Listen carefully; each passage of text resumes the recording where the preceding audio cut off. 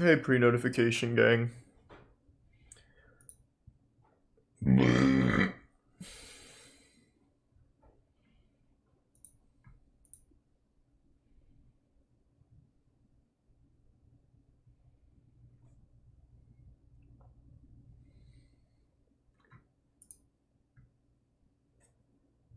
Doing alright. Saw Quiet Place 2, it was good. You see Channel 5 with Andrew? Yeah, man, it's right here. Watched that earlier.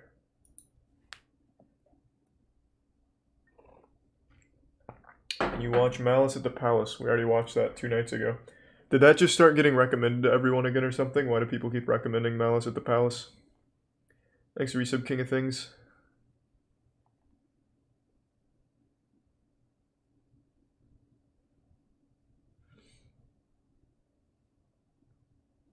Nope, can't do that. Turned on like a light.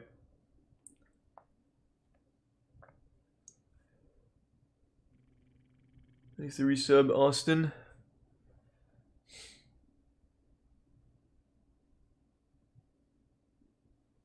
Or no, you're not Austin, my bad. Thanks to the resub, Gucci9s. Thanks to the bits, Easterly.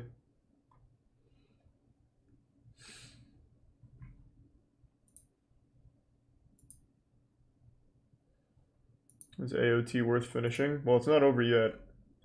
The anime. But I really like it, so yeah. I'd say it's worth watching.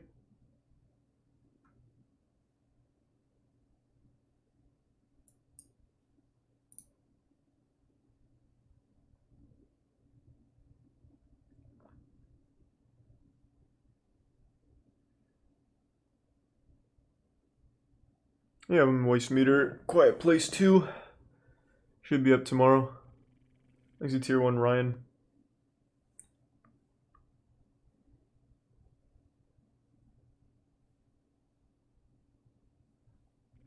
Thanks to the resub MCK.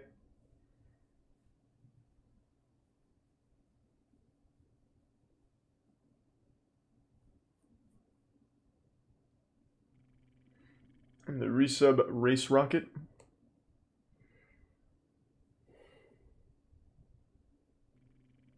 No, I did like the first Quiet Place. I just said I didn't like the ending that much. Thanks to the 5 gift subs, Swamp. Good to see you, man. Hope you had a good day. And thanks to Tier 1 Sosa and the Prime Kite Swift, Dark Phoenix, and resub Choking Boy and Chickler. Chris, that does not sound like something I can watch. Thanks to resub Swift Blob. Also, don't donate to suggest things, man. Just put it in the chat. It's much easier that way. You know that, man.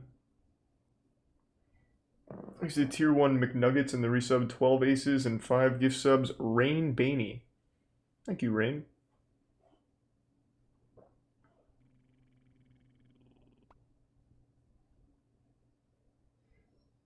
Has Dream invited you to the Dream SMP yet? Why would he? I don't play Minecraft. I've played Minecraft less than 5 times in my life.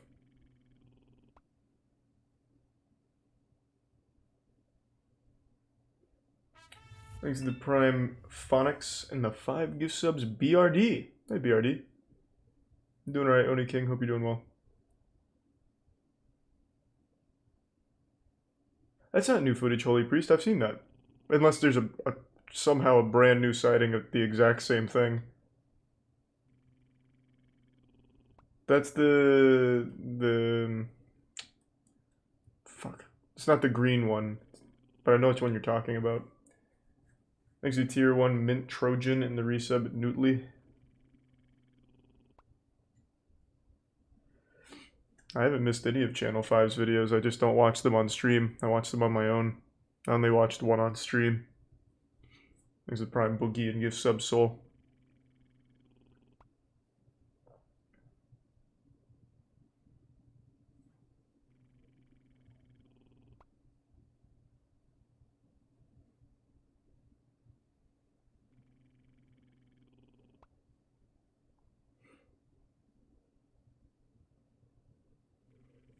Just YouTube night? Well, yeah.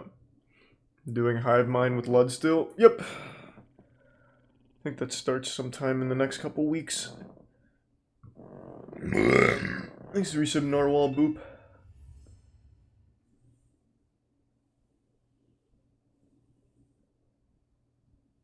Did you see the MMO where every item is going to be an NFT? You're talking about, what the fuck is it called? Mana? I think is what it's called. Yeah, Decentraland.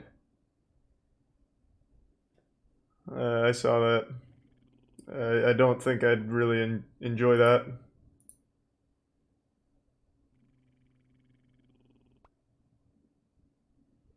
Thanks for resub Sky Boaz. Chris, please, man, just put it in the normal chat. You've donated a lot to suggest things. Just put it in the normal chat, man. It's much better that way. But yeah, we can check up on Superhuman.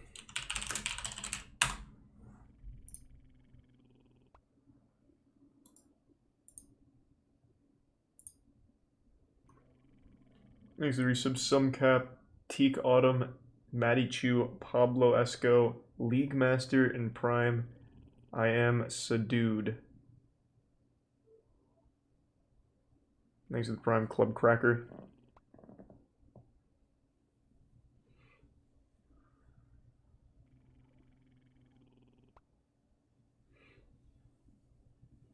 What do I think of Far Cry 6? I haven't seen a thing from it. But I'm not really excited. I didn't like 5 or 4. Didn't even care that much for 3. It was probably the best one, though.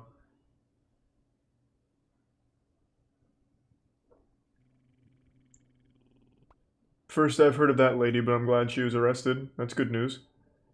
Thanks to resub Eophes and Faith Bro. Did I play Valorant like 20 minutes ago? More like 20 months ago. Haven't touched that in a long time. Thanks to resub Yeehaw Brian.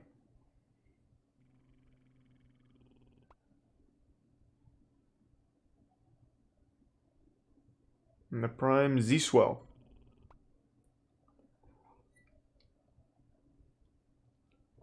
Any reason why you didn't moist meter Falcon and the Winter Soldier? Yeah, it was boring. I didn't want to finish it.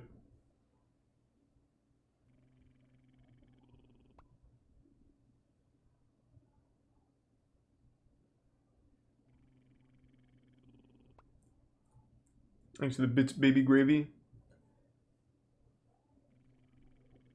Are you gonna watch Loki? Yep.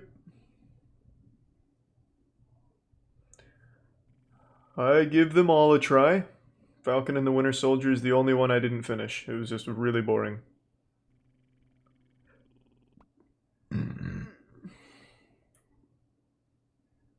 Thanks to the resub Revan and the gift sub Bone Thuggish. And Bits Sosa. And the gift sub Kane.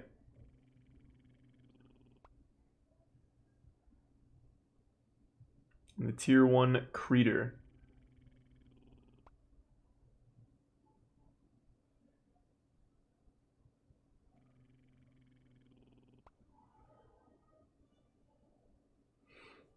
It's better than WandaVision.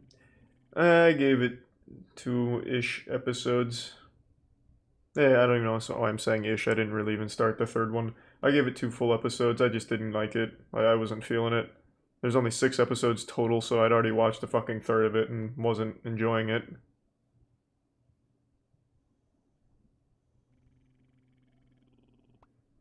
Thanks to resub Blood Machine and Furinel and the Prime Abic. Yep, of course I've seen the $500 million house. The one. Thanks to resub Legendary Trainwreck and Bits Radiant Smile. We already caught up on Darman 2 days ago. We watched everything.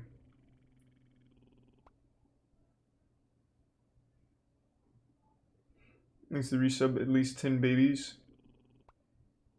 Glad you enjoyed the movie, Avery. Yeah, I thought that movie was great. The Demon Slayer movie was incredible.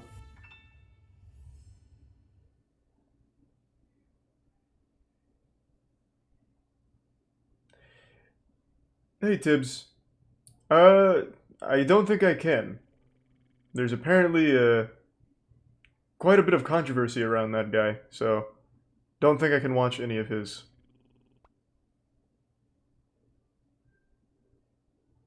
If you dislike skits, do you also dislike comedy movies / shows? Yeah. I'm not really a big fan of pretty much any comedy movie or show. None really even pop into my head. Do I know about extreme ironing? Yep. I don't know if that was supposed to be like a gotcha, but yeah, I'm really not a fan of very many comedy movies or shows either. Super bad.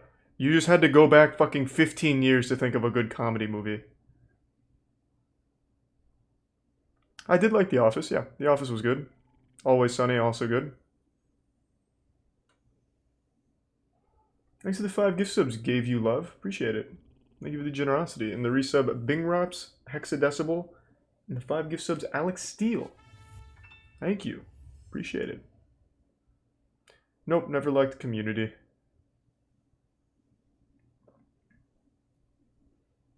Thanks to the Prime, Jamster. Oh, no, I haven't heard of that one, Evan. I don't know what the fucking big time is. I just posted a video about Dreamworld Swell. Yeah, I learned about it. Next to Tier 1 Cloud and the resub Google Translate and the Prime Matthew and Guilford. Hope you're doing well, Translate.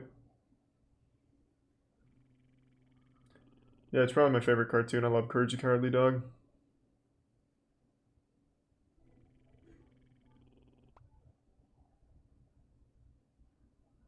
It's just the same content, Tuli. Darman just posts it in a couple different places. Thanks, Camino. Hope you had a good Friday. Thanks to the Bit Sosa. Why do people keep recommending JCS Criminal Psychology? Like, just look at the recommendation. They analyzed the Florida school shooters interrogation. Why do you think I would want to watch actual fucking mass murderers?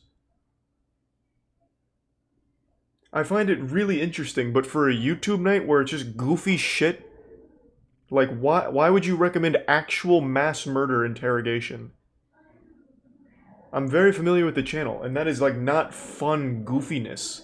Look at the channel I have up right now. It's a stuntman who pile drives microwaves. And yet people recommend, Charlie, look at this deep analysis of the fucking Columbine kids.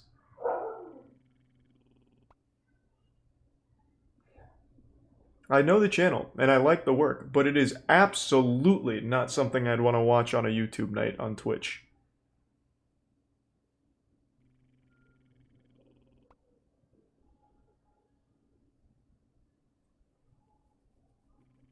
Thanks to resub Cyberclops and the Prime Mixed Sinpai.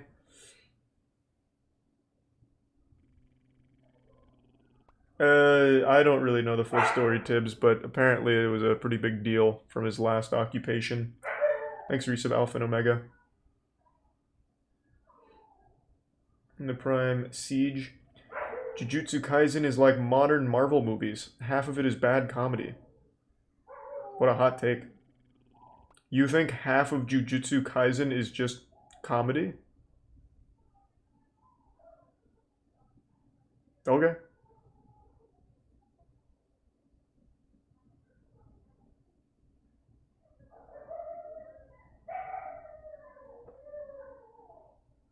Nope, never really liked Ali G. Usually tier 1 Simp Samurai. Tiana's playing with the dogs.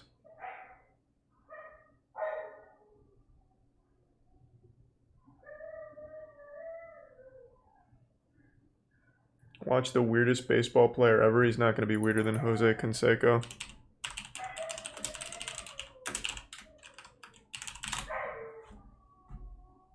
How Zach Greinke became the weirdest player in sport. Okay.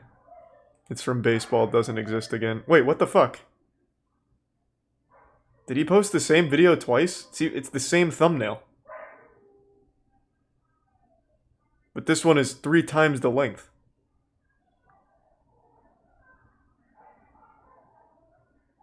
Okay, I guess he wasn't excited about that first one. Thanks for the gift sub, Yeehaw, and the bits Tibbs. No worries at all, Nintendo Wii. Totally fine, man. I hope you're doing alright. And the resub Ethan.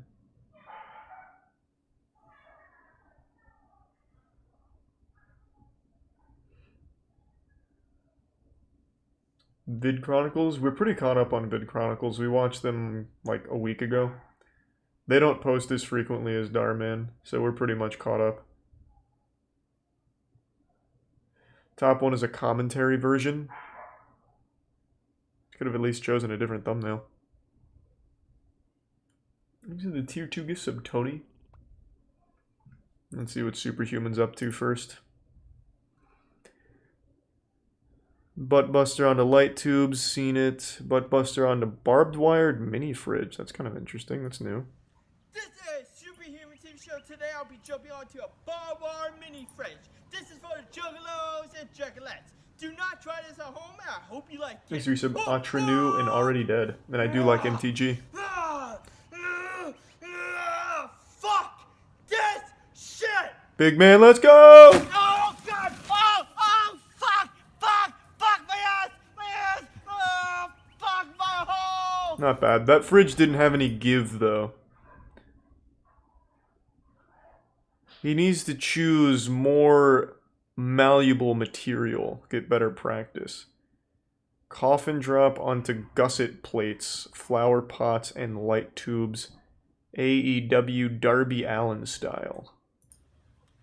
This is Superhuman. That looks pretty intense. Thanks for your sub Casco in the Prime Phase shorts. This is for the juggalos And the resub Philip.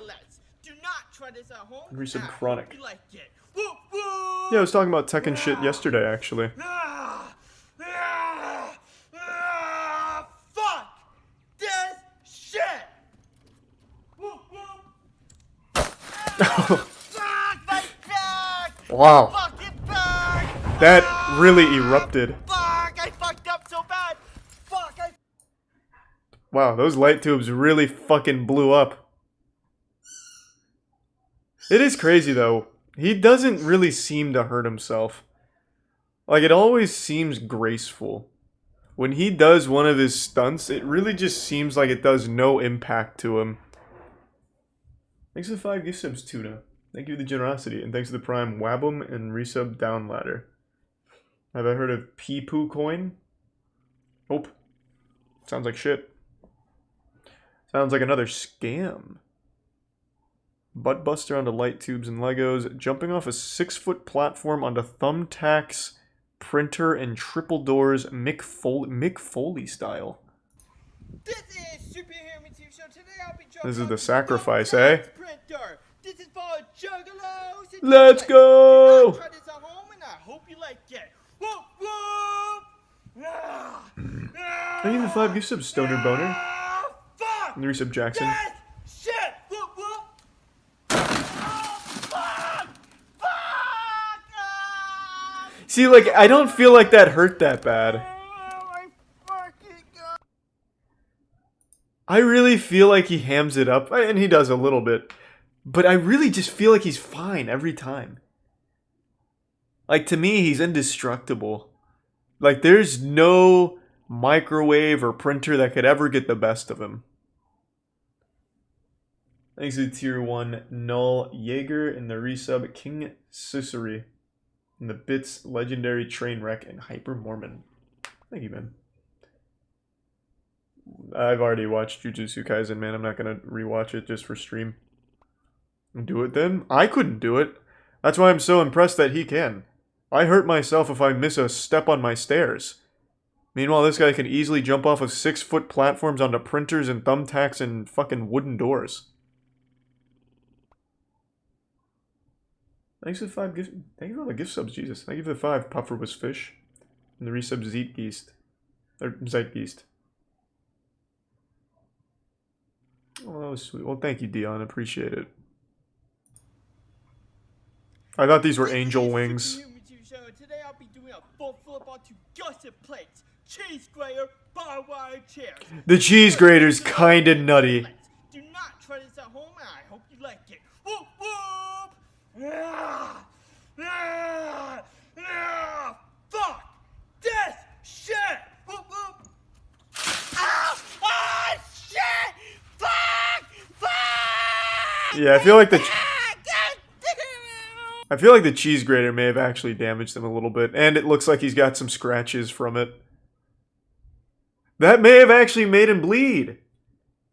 The first kitchen appliance that he's butt busted and front flipped on to actually draw blood from him. Wow. But he's still doing well, which is good. I think he still also wrestles in the, what league was he in? I think he was in the one with Orange Cassidy. I think he's a tier 1 Purple Haze and the resub Spud. And the gift subs Smeeto and Prime Xylorus.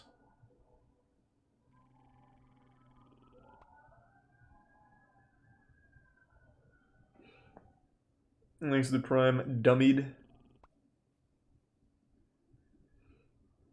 You remember that guy who jumped on a cactus a while ago? Gotta be more specific. I know about 3 dudes that do that.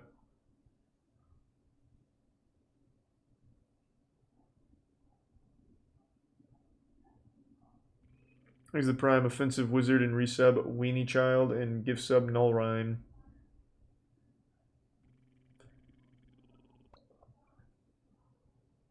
The guy with the boxing gloves. The guy with the boxing gloves. The guy with the boxing gloves jumped onto a cactus. Children of Poseidon? I don't think he was wearing boxing gloves. Didn't he just jump off the back of their truck into the cactus?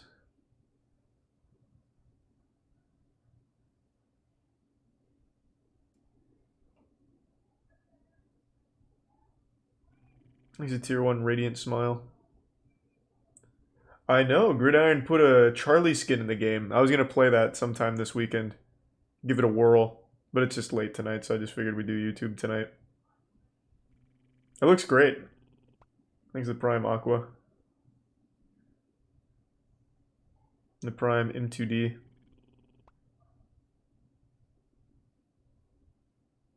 The resub Neo Senpai. Wish there was more Japanese tire rolling. Yeah, that's a one-time thing.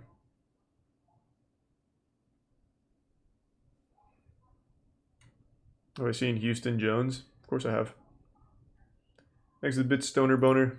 Alright, let's see why how Zach Greinke became the weirdest. Zach Greinke suffered a mental breakdown so severe it caused an incident that resulted in him quitting baseball so he could mow lawns. Since then, he has become one of the most dominating pitchers of his era. Zach Greinke tells opposing batters what pitch is coming, throws 50-mile-per-hour curveballs, openly admits to hate having fans in the stands, and when he was asked if he was excited about starting Game 7 of the World Series, he said this. Yeah, gonna be a big game.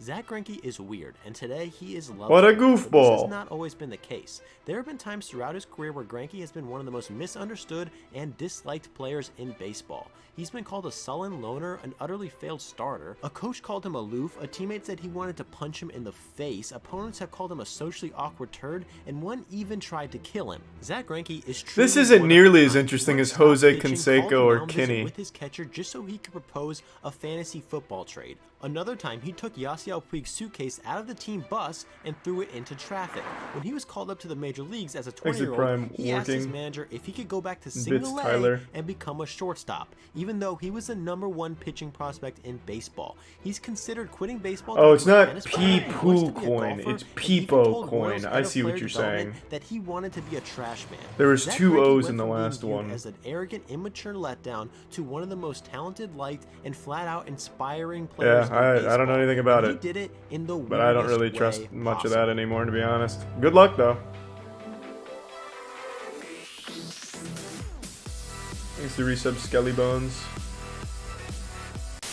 This video is brought to you by DraftKings. I've had an account with DraftKings for years, not only because you can win money doing it, but because baseball has seen its fair share of characters. Roger Moret was put into a straitjacket and hospitalized because he became frozen in a catatonic state after a game. Mark Fidrich used to talk to the ball while pitching. And every time a fire truck would pass the stadium, Rude Waddell would run off the field and chase it. All 3 of these players accomplished impressive feats as baseball players. What the fuck? Were overshadowed by their struggles with mental I guess it's like me quirkiness, with a and straight up garbage truck. strange behavior. And in 2006, Zach Greinke was at risk of being put into this category. Greinke had been struggling inside for over a year and was going through the darkest period of his life. Thanks And to one Prime day during Royal Stoking Spring Training Maniac. Camp, it all boiled over. What followed was an incident so dramatic that it led to Greinke quitting baseball altogether. He was 22 years old and had been the #1 prospect in baseball. He was literally called the future of pitching. But growing up, Zach wasn't even really a pitcher. First, he was a tennis I'm very player who familiar with competed Buff in Corral, but international they're pretty much tournaments, the same but he every quit time. because he was so scared to lose, he cried before matches. He was also a golfer, but quit that too because they moved him up too many age groups. Greinke to this day doesn't enjoy golf, but the few teammates who have seen him golf says he only does it barefoot or in flip-flops. In high school, his real Why love does was that being a matter? shortstop. In his 4-year high school career, he never hit under 444 and only began pitching as a sophomore, where he became one of the best in the country. Greinke threw a 95-mile-per-hour fastball through a Wait, wide is that a real fact? Rube Waddell was amazing, but he had a dog brain. He outpitched every pitcher of his day, but would literally get naked on the pitcher's mound. That sounds incredible. Let me look that up. Rube Waddell.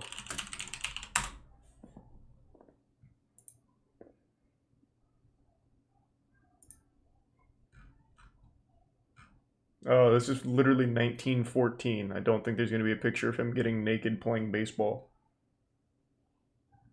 Nice. Seems like a cool guy. wide variety of pitches and altered his delivery throughout the game.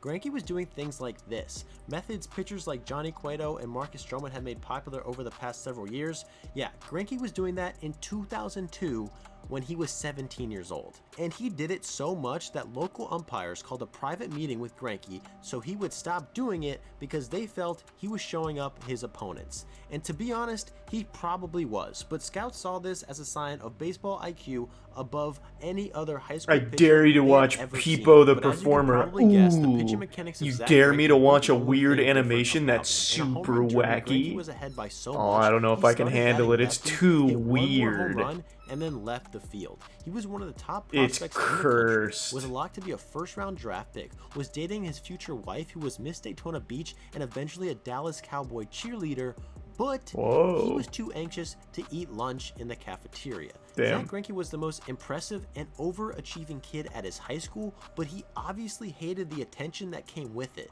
However, that did not stop him from going on the morning announcements. Thanks to the Prime If you Wolfie and the can't resub Oofy. Make the meeting for a legitimate reason, please see Coach Bridges the day before the meeting. Greinke would go on to get picked 6th overall in the 2002 draft, a draft that was stacked in talent. A lot of these players, just like Greinke, have had amazing MLB careers, but almost all of these players, unlike Greinke, are way too old and not good enough to still play baseball. For most people, getting drafted is I've one never the heard of highlights Zach their life, Greinke. but for Greinke, it was the start of a large influx of stress, which resulted in a Thanks to dramatic Prime decline 12. in mental health, and eventually led to an event that changed his life forever. During his Thanks rookie to year, Tier 1 Greinke put Wicked up numbers Fate. that had one minor league coach say that he was the best minor league pitcher he had ever seen. That year, Greinke also called his parents on multiple occasions, telling them that he was quitting. Greinke describes a time when he panicked, packed all of his belongings, and asked the Royals if he could go on a few-day vacation.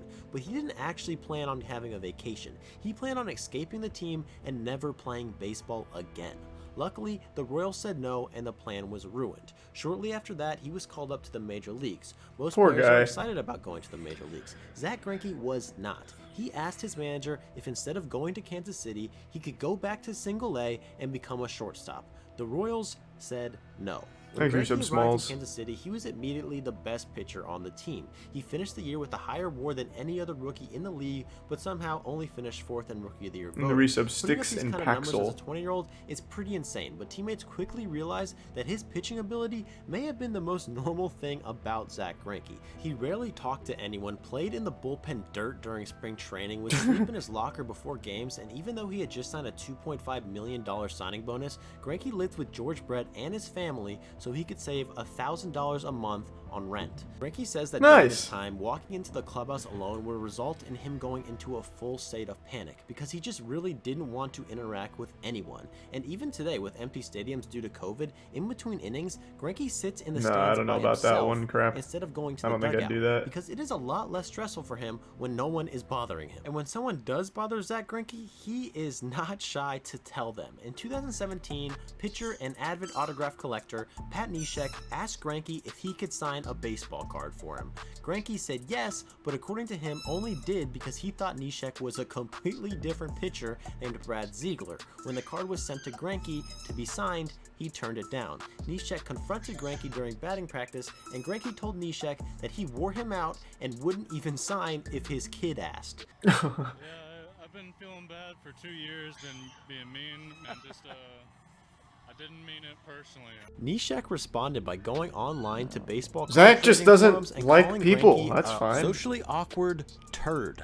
Get a life, Pat Neshek. You're a professional baseball player. And this is just one of the many beefs Greinke has had between him and his opponents throughout his career. During his first few years in Kansas City, Greinke would go to a local high school field and hit off a tee for hours. Greinke really wanted to become an everyday player because all the downtime in between starts was becoming torture. Greinke was so serious about this transition, he once walked into his manager's office and started listing out reasons why hitting was easy.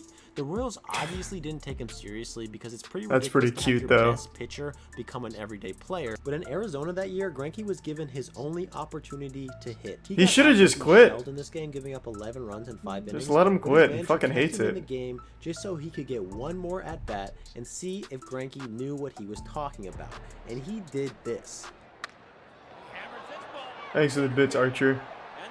Greinke later said that he hit this ball with his eyes closed, and I'll let you be the judge, but it looks like he hit this ball with his eyes closed. Before the game, Greinke had promised his general manager that he would hit a home run, and he did, but they still wouldn't let him be an everyday player. He was stuck on the mound where he had the worst year of his career. He dramatically regressed from his rookie year stats. His anxiety was worse than ever. He had a feud with his pitching coach about where to stand on the rubber, and he refused to follow the Royals' offseason pitching program. The following year, the Royals fired a new pitching coach, and the first thing Greinke told him was that he doesn't throw a changeup, he doesn't throw a two-seamer, and he doesn't listen to pitching coaches. He Yeah. also skipped going to batting practice. Then he and had kissed to him be on the forced mouth. into doing team photos after he refused to do so. In reality, Greinke was suffering through the worst mental state of He's his still life. not as He cool as soon Jose reached a boiling Canseco point or during a Kenny. bullpen session I just feel that bad for him. Greinke became so overwhelmed and upset, he said he wanted to throw the ball over the center field wall, but didn't because he was surrounded by dozens of scouts and Royals employees. This only put more pressure on Greinke, who was throwing fastballs as fast as he could directly Or Lenny, at the whatever. backstop, I don't until remember he his fucking eventually name. marched off the field into the clubhouse to talk to the Royals general manager, who later said it was the most intense conversation He's a tier 1 ever Knight had. Rider. The Royals understood the desperate situation Greinke was in and allowed him some time off to get help.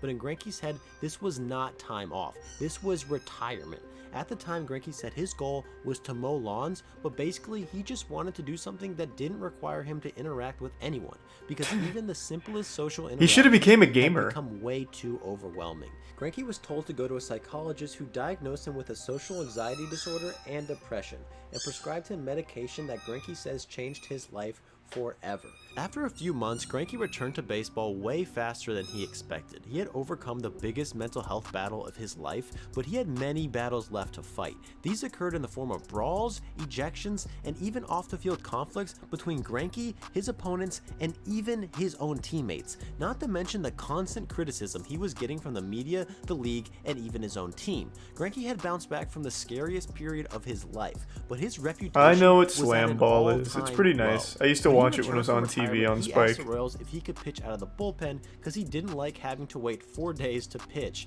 and the Royals agreed. Greinke pitched so well that the Royals were ready to call him up, but Greinke again begged the Royals to let him stay in the minor leagues instead of going to the majors, and this time the Royals agreed. Hey, Greinke seemed congrats. to enjoy his time out of the spotlight, but that did not last long. When returning to the major leagues, he was sent to the bullpen in what one reporter called the last desperate act from an organization and player close to calling it quits. He also referred to Greinke as a sullen loner and an utterly failed starter. But the media were not the only ones insulting Greinke. A Royals employee told reporters Greinke's personality was a Rain Man act and just a game to him. His Nah, former baseball landlord, sucks. I fucking George hate Brett, said he baseball. needed to grow I just up. love the One people in teammate it. They're said he goofy. liked Zach, but also wanted Zach, to not punch so him much. in the face. It's just And sad. Zach even had to apologize to his entire team after a spring training outing where he gave up 7 runs basically on purpose, saying that he felt so good he wanted to dial it back some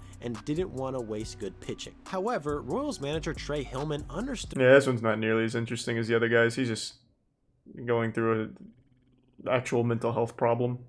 Not fun like Jose Canseco or Lenny. Thanks to the resub Kameli and Becca. Bioenergetics for your face. That's just Elliot Haas.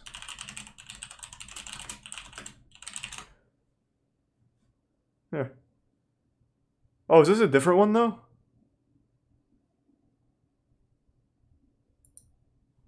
So I often talk about how the muscular system is used by the ego to hold back emotion.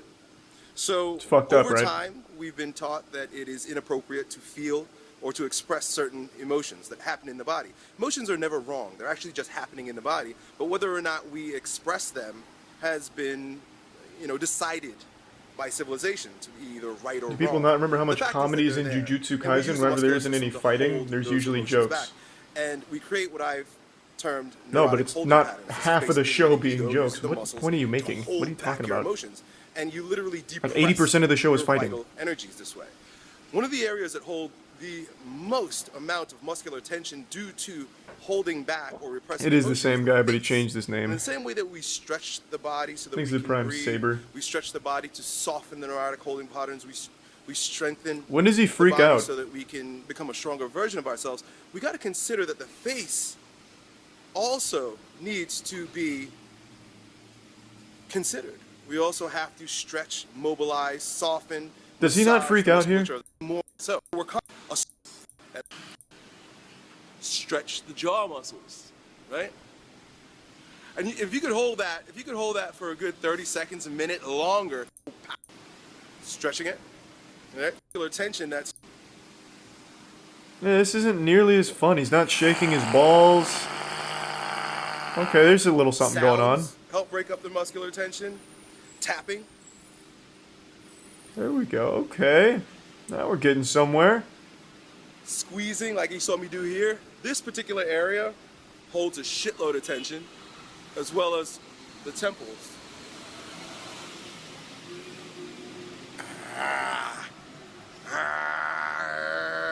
Yeah. He's evolving.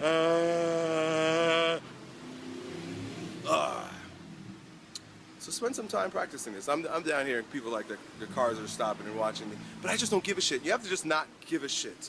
You've got to be willing to True. not always save face, not always be so respectable, to allow the stronger version of yourself that has You can also just do it at home. Like, you don't have to be doing it in front of whatever building this is, a museum. You don't have to be in public doing that. Thanks to the Prime, Fear the Dork, and the resub Shaking Carpet and Baker.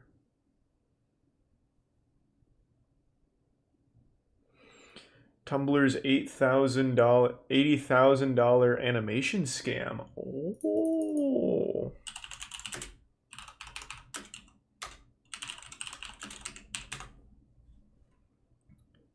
Tumblr's $80,000 animation scam. There are a few things that Tumblr users love. Getting upset, relatable one-liners, seasonal Starbucks drinks, I don't know, Thomas Sanders for some 2020? reason. Also animation. People still use Animated Tumblr in movies and 2020? shows are the bread and butter of Tumblr, with shipping blogs, fan art, gift sets, and fandom-related drama filling the site. But what happens when an 18-year-old Tumblr user decides to create her own animated show? Well, what happens is one of Tumblr's largest controversies and a scam that would go on to become infamous. One of the classic staples of Tumblr is the "OMG guys, let's make this into a real thing" posts. We should make Tumblr into a school. I've watched most We of should make Sam and this Noah. fanfic into a He was real even on our book. If podcast. Ashcon taught us anything, it's that when Tumblr wants to make something into a real thing, don't fucking make the thing. Here's the story True. of Miss Officer and Mr. Truffles. Miss Officer and Mr. Truffles, you know they're gonna... It all started on That a just cloudy sounded day like at Terranova Tumblr. National Park in Newfoundland. Constable Suzanne Bork of the Royal Canadian Mounted Police was interviewing witnesses who had reported multiple bear sightings in the area. Miraculously, one of the bears approached the officer during her investigation, leading to this infamous picture. The image circulated for a while, cute. even being published in the Telegram before it made its way onto Tumblr, as everything inevitably Whoa. does. The picture was posted in Thank you to 2012, 20 gift but it subs, wouldn't Bear be until Castle, and the gift sub Brooke. 2014 when it would set Thank in you, motion Bear. the scandal that it became famous And I'm not sure, for. Mormon. Tumblr user Typet reblogged the post, noting that it would make a great cartoon. Tumblr's A few days pretty later, much the dead artist now Lemon because of the Tea porn Flower ban. reblogged the photo, adding her own drawing of the duo. Really and appreciate it, Bear. christening them Thank Miss you. Officer and Mr. Truffles. The post gained over 170,000 notes, and a few days later, 3 more drawings would be posted, all in the style of fake animated screen caps. These drawings would gain an insane amount of popularity, especially after the original officer from the photo posted Aw. a picture of herself with one of Lemon Tea Flower's If it didn't end drawings. up in a scam, it'd be Fan very animation wholesome. on YouTube also popularized the characters, gaining over 150,000 views and hundreds of comments begging for a TV show to be made about the two. Why though? characters. Why? I see this with like everything. This needs to be made. I would watch the ever living shit out of this if it was turned into a show. But why? It's like the most generic idea ever. No fucking chance you would watch the ever living shit out of it, Fizzbiz. I see this for like everything. This needs to be a show, quick! I'd watch every fucking episode 20,000 times. Aside from this comment, from here on the characters would only grow Thanks in to the resub, popularity, yes. spreading through Tumblr with fan art, animations, and even official merchandise. And then, something terrible happened. They launched a Kickstarter. Miss Officer and Mr. Truffles. I love these Kickstarter scams. Oh, the Kickstarter. Where to begin with the Kickstarter? Well, maybe let's begin with their $80,000 asking price for a 7-minute pilot. Now, everyone knows that animation is expensive and takes a long Wow. time, but 80 grand for a 7-minute pilot of this quality made by college students is just a little bit ridiculous. I'm not saying an animation like this would be cheap whatsoever, but $80,000 is much Thanks to too Gift Sub high of Purple an Haze. asking price for a 7-minute internet cartoon. What makes the pricing even more egregious is this pie chart posted on the Kickstarter, which shows how the money will be spent. What the And, fuck is wow. this? Yeah, that's a lot of merchandise. There's more merchandise than animation. They're doing the old Hasbro technique. After seeing the weird mix of low and highballing on the pie chart and the ludicrous funding goal, many Tumblr users felt that the Kickstarter was at best greedy and at worst suspicious. I never really Despite understood this, how the that fucking Kickstarter page platform only brought works. more attention to the project, with pledges I don't know what flooding notes in mean. alongside fan art and messages of support.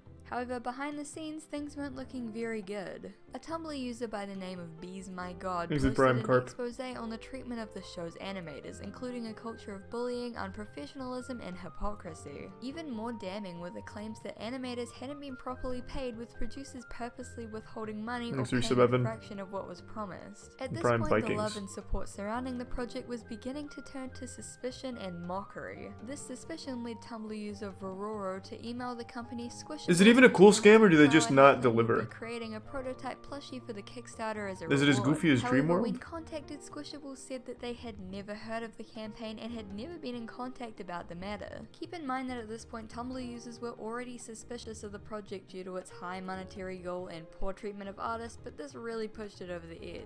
Callouts and hate posts began piling There's up, absolutely and cool animation scams shortage like and frustrating Dreamworld people that are from just a donating giant as rabbit they hole of scammed out goofy their shit. money. Officer Suzanne Bork even came to the artist's defense, though her post was vague at best. Lemon Tea Flower's age was also a huge point of contention surrounding the project. After Just all, not as delivered. an Alright, I'm extremely gonna young skip to the player, end then. a final update to the Kickstarter would be added, promising more content, and after that, radio silence. The last Tumblr update was 6 years ago, with no sign of any TV pictures, webcomics, or merchandise as promised. It's fair to assume that by this point it wasn't really seen as the cute Thanks to inside Prime, joke Phaedron, among and Tumblr Resub users Ryan, that and it Yoshi. once was. Instead, it had become another source of embarrassment for the site, another failed project turned scam in the same vein of the ARC project or DashCon. Looking back through the tag posts at the project's peak, there was so much love surrounding this project, from piles of fan art to messages of support to pictures of people wearing Miss Officer and Mr. Truffle shirts, which just really haven't aged well.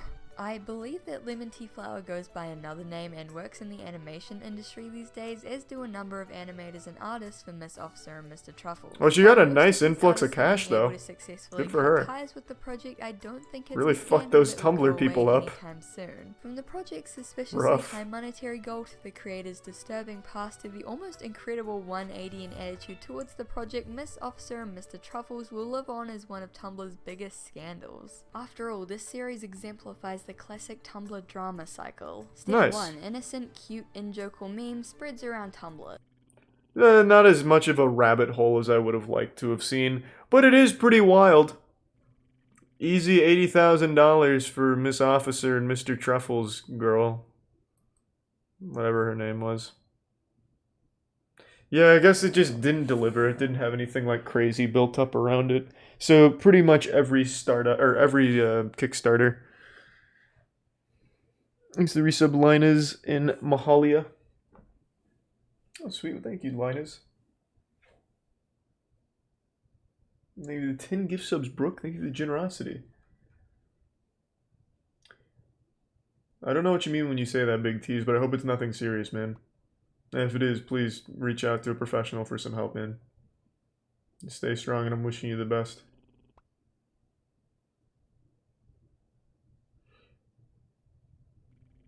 Why do people always refer to Sorcery Fight by its Japanese name? Because that's what it's fucking called? What do you mean?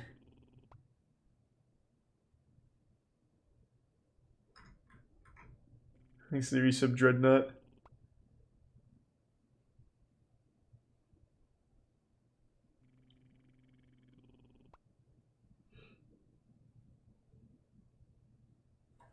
And thanks to the tier 1 big boy Bartholomew. Here, give me 1 second. This is a good opportunity to take a little tinkle. I'll be right back. Thanks to resub Mocha.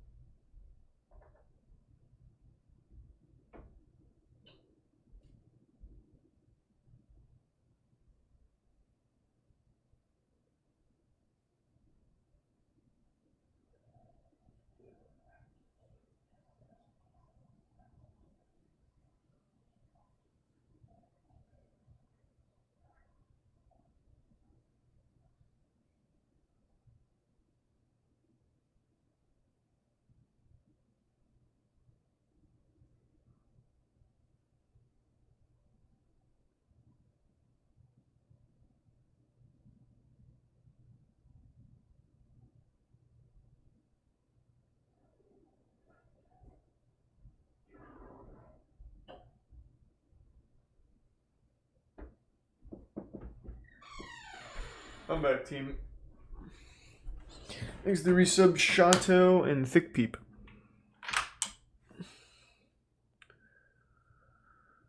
Savage pufferfish will eat anything. I think it's pretty metal. Isn't that just where they force feed a carrot to it?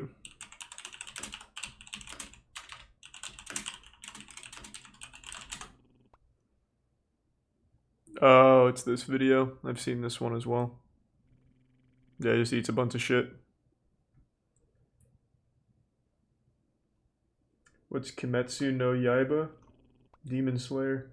Thanks to the Prime, Kodiak, and Polterghost, and Mirage.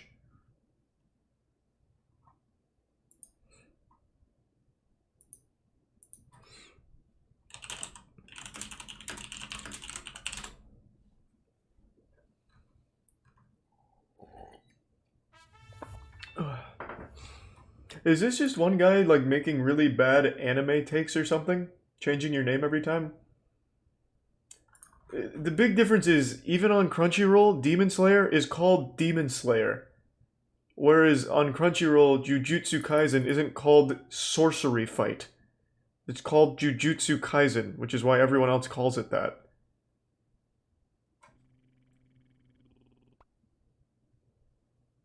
Thanks to the resub like you.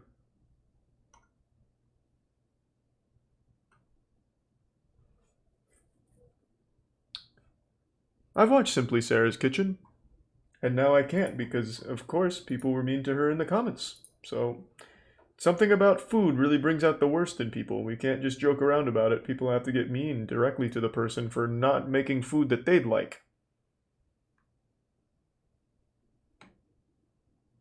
I appreciate that. Well, thank you, Mustache Ham.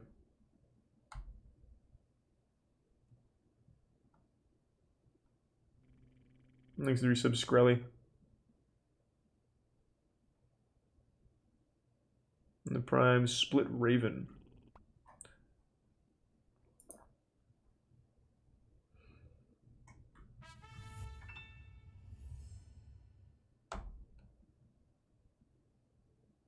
I don't know about that, Fishy. I'm sure it's good, but that seems a little, not too wild.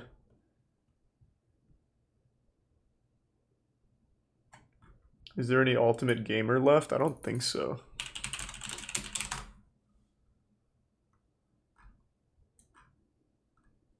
Let's see. No. The only thing was the Video Game Awards, which I don't think any of us cared about. I mean, I guess they also have E3, or America's Army game, I don't know.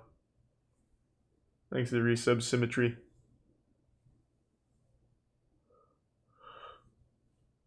No, I would not watch an anime clip, Hato. Thanks to the resub Public Work, Peaches, and Body Farm.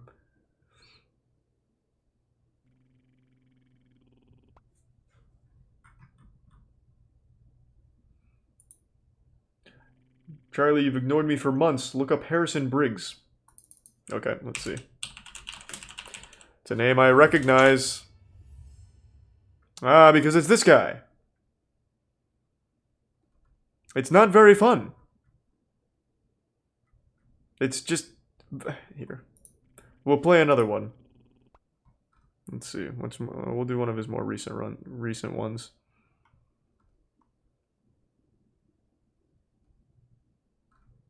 It's just a guy that's clearly got something going on, doing vlogs.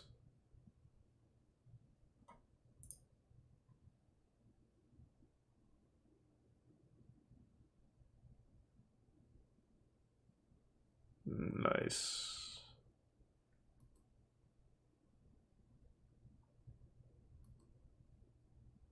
Yeah, he posts something like 20-25 videos a day. Thanks to the resub Jaffa and Prideless.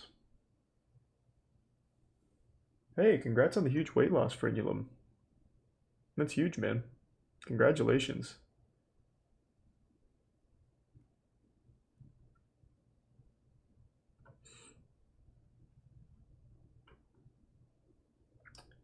Mater Baiter is right up your alley. Some Twitch streamers have watched it. Okay, I'm gonna look it up over here first. Ah, it's the Tomater fleshlight that was huge on Twitter. I've seen this. It is well done, but I don't think there's a single chance that that's okay on Twitch. I'm not allowed to show fleshlights. I've been told multiple times I'm not allowed to have them on stream. Oh, sweet. Well, thanks, Hot Toe. And thanks to the resub, Les. Cooking with Mary beer can chicken. Please stop donating to suggest things as well. That's like 5 people in a row. Stop donating to suggest things. Put it in the chat.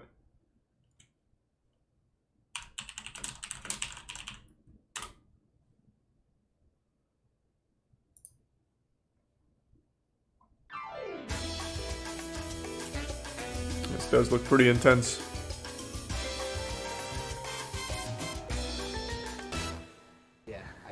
Alright, so here it is. He's a tier 1 Jujutsu Kaisen best comedy in the resub Blake Jake. Okay.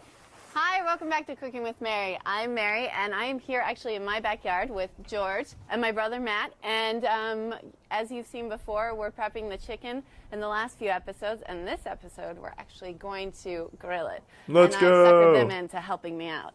And you actually get to do all the dirty work. So welcome. Awesome.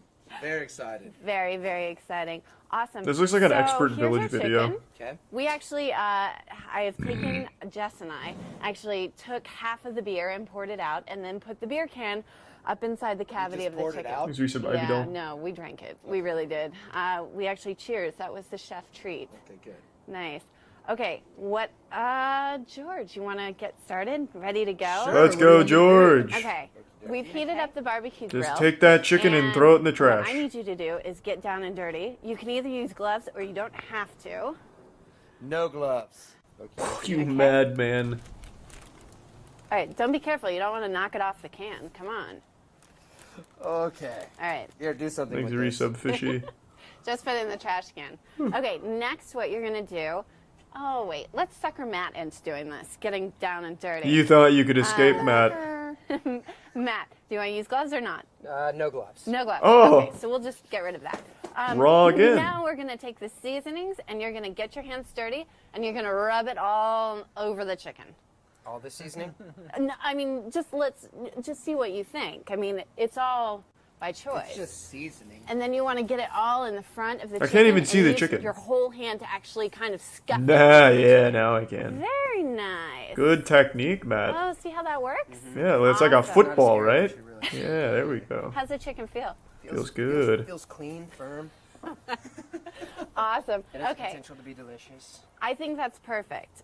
Next, what you're gonna do? Okay, don't go too crazy. Okay. Let's not be wild. Thanks, resub Minute Maid. Next, what we're gonna do is, George, I need you to take some of this.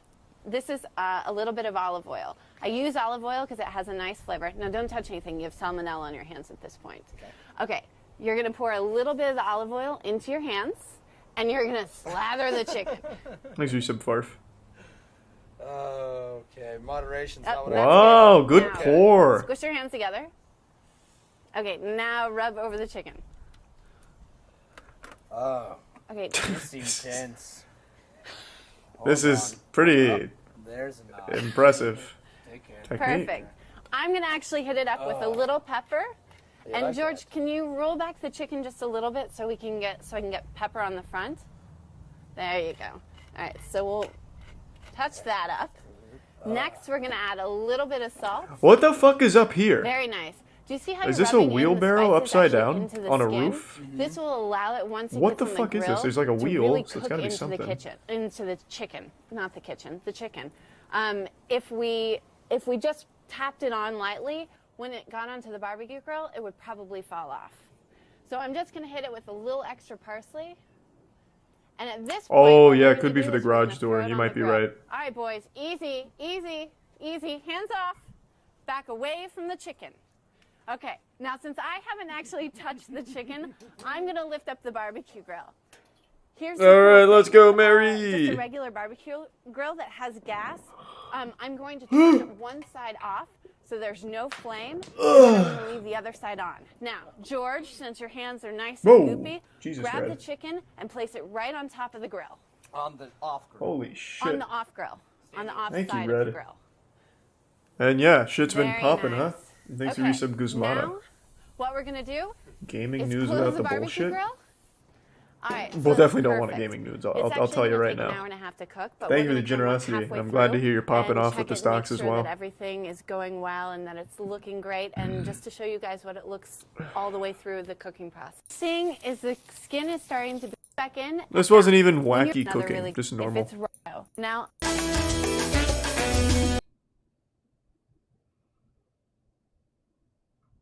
Oh, it was like a whole series. Makes a tier 1 hit. Yeah, that was just like a completely normal cooking episode.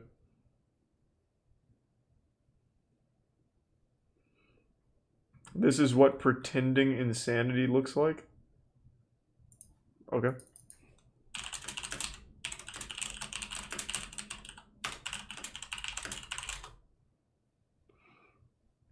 It's another JCS one. I haven't seen this one. 59 minutes, huh? Another serious subject. Okay.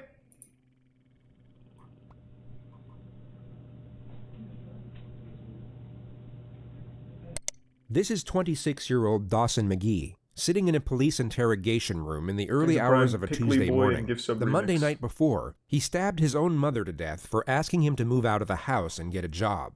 Dawson is unaware that he is being recorded on a hidden camera. In 3 seconds from now, he will hear the sound of the door being opened by a detective. And at that exact moment, you will see a remarkably noticeable switch in his demeanor.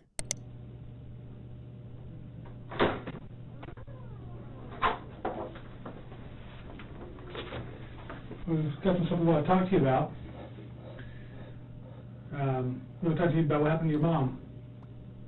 Why do people recommend this? This guy's an actual fucking murderer. Well, you tell me. So he's doing a goofy thing with his hands. That doesn't make it like a fun topic now. It's just fucking sad. He literally killed his mom. This is not really a YouTube night kind of video, but we're here, let's go, let's get wacky! He fucking killed his mom! Now he's making weird hand stuff. I was waiting for my brother and sister to tell me. Okay. Well, so, was your sister home this weekend? Wait, I'm supposed to have an attorney? If you want one. Am I supposed to have I should request an attorney. Well, that's Thanks to up to Tier you. 1 If Fast you Lane, the want Prime one. Mats, and Resub Nightcrawler. I mean, we'd like to talk to you. You're supposed to have an attorney. I would offer. I want to ask for an attorney. You want to ask for an attorney? Yeah. Okay. It would come as no surprise that a judge deemed him fit to stand trial. A jury then found him legally sane, and he was sentenced to life in prison for the murder of his mother. All of which was in spite of a continuous charade of mental illness similar Happy to the ending one there, you at see least. here. Dawson clearly believed that his passage through the legal system would somehow be easier if he were presumed insane, which is a naive, yet somewhat common misconception that many suspects make when facing serious charges. They have this notion that a plea of insanity would either lower the Thanks to severity two of their gift subs, Major punishment or Ouchies. liberate them from it altogether. That instead of being sent to prison, they would simply be released back into society, perhaps with a free psychotherapeutic program to attend on the weekends. This is, of course, a far cry from reality. In the United States, if you're found responsible for a serious offense, For the most but part, also Puffer. found not Seen guilty of most the of that. crime by reason of insanity, Most you of will the be content on the channel. institutionalized at a high-security psychiatric facility. These institutions are without question some of the darkest and most disturbing places in the system. And if you're not actually suffering from the crippling effects of mental illness, living in this type of environment will be a mentally agonizing experience. The foresight of what occurs inside these units would make the majority wish to avoid them. But once you are in, Yeah, that it sounds is about very right. hard to get out. And Like you will one have to flew over serve the the cuckoo's same, nest. if not a greater amount of time than you would have had to serve at a Thanks to regular Resub prison. Loosey-goosey. So to put it briefly, if you commit a serious offense and then pretend to be crazy in order to get away with it, your life from that point forward will be an extremely dark and uncomfortable existence whether you manage to fool the system or not. But there is one benefit, which is the elimination of capital punishment. The United States This cannot has a school execute shooter someone in it. deemed insane during I'm the sure time it of their does. offense, which is the only I don't know conceivable why people reason keep a recommending defendant this would for cling to this goofy narrative YouTube night. even after knowing what lies ahead But we're should it here. succeed. And this happens to be a notion that ties in closely to the primary subject of this video. It will focus on one particular individual whose interrogation footage is so fraught with blatant trickery that most of the segments presented to you won't even need suggestive commentary. You can simply observe and judge for yourself whether you see authentic behavior or not. We already caught up on Darman But a couple before nights showing ago. you what pretending to be crazy looks like, we'll briefly show you a genuine case of the criminally insane, or at least a far more convincing one.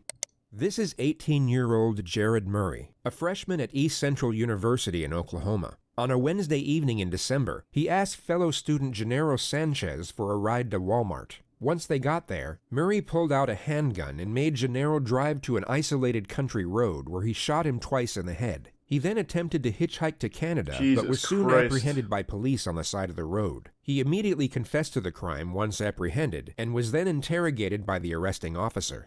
I went down to his dorm room and asked if I could be given a ride to Walmart in exchange for... I don't know why people keep recommending this channel. The content is actually disturbing. Really interesting.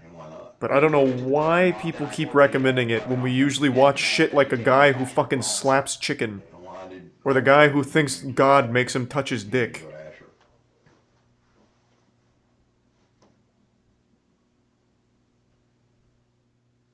Because I was planning to take him out into the country and kill him. Okay. Gee, I'm not gonna watch anymore, man. Like I said, I'm familiar with the channel. I watch it from time to time, but I would never want to watch it on a YouTube night. And yet, every single YouTube night, it is a constant recommendation. It's just fucking sad and disturbing. It's not like fun.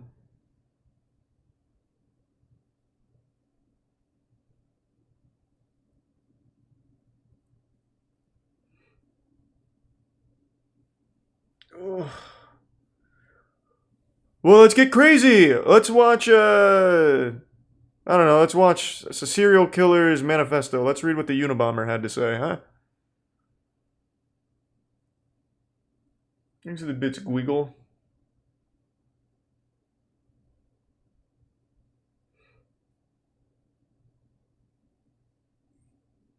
Final episode of Wonder Egg comes out in June. I did know that. That'll be good. And like I said, no Darman. We finished it. Well, we're caught up, rather. The anime is always adding new episodes from the Darman universe.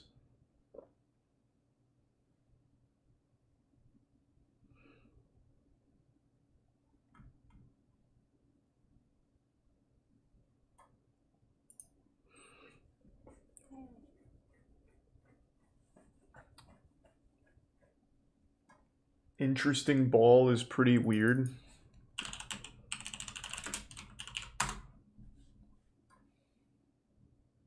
What am I looking for? This? What is it, a short film? This is why we are here now.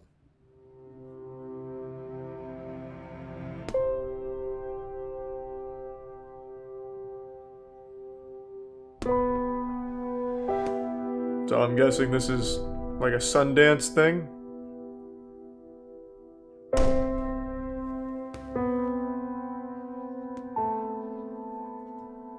Will I stream the Xbox/Bethesda event? Didn't even know about it. Maybe. Is it tier 1 called? Oh, wow.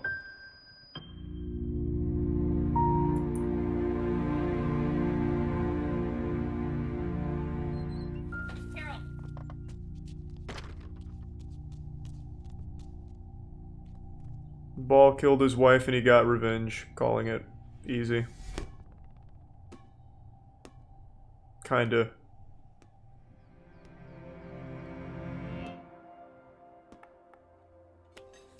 Okay. I'm sorry, but this isn't working out. I have to go. No, wait, don't, please don't go. Jenna, please, please. You know, we only been here a few minutes. You haven't even finished your dessert. Quiet. True. People are like staring at us. You're making a scene. They think we're like dating. It's not cool. It's weird. It's not weird at all. Why do you keep saying that? People like me, like, I don't want to be rude, but like, don't date people like you. It doesn't happen. It's never What? gonna happen. What is going on? I'm young and you're old. It did happen. It's happening right now. He made a good point. Alright, I don't know what the fuck this is. Thanks for the gift sub, Weasel.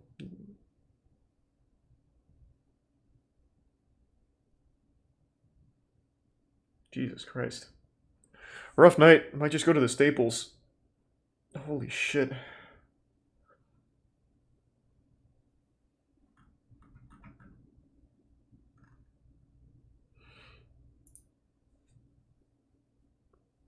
Watch marble races? Haven't watched marble races in a while. Thanks for recent Bradley games. Not since the Marble Olympics.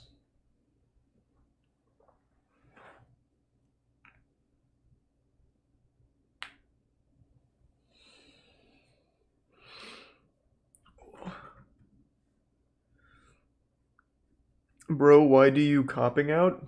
What does that even mean? Why do you copping out? This fucking boring short film. What do you mean? I don't even know if that's what you're saying. I had to like fill in the grammar to try and understand what you were trying to say, but I'm assuming that's what you're referring to.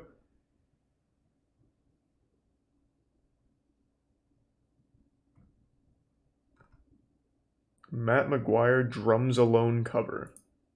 Jesus Christ. Alright, let's run it. You know what? I won't click out of a single video for the rest of the night. Let's get it. Oh my fucking god, it's actually just a fucking marshmallow cover.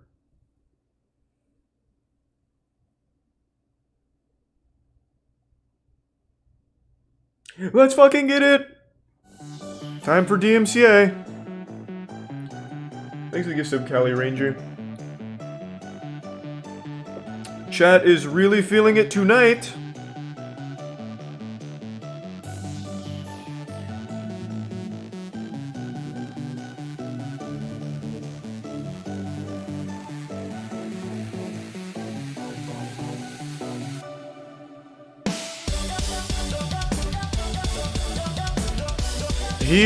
He is covering the song on the drums.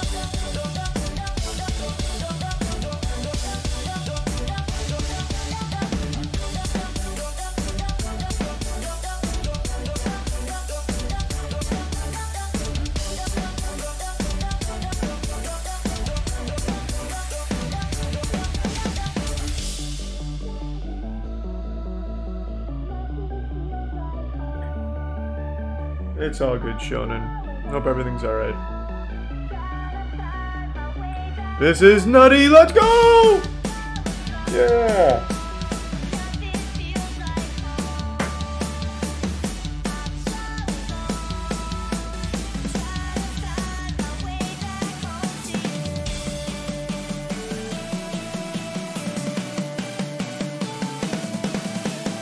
Man, chat is really fucking off tonight. My god.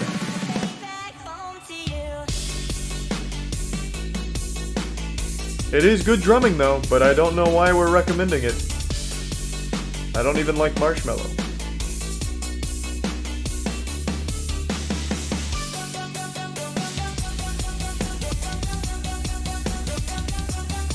Not wrong, Puffer.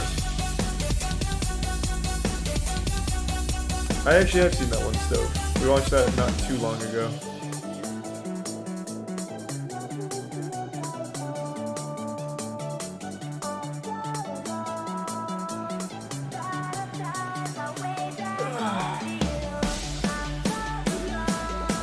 Hey! Glad to hear it, Potato. Hope your son is healthy.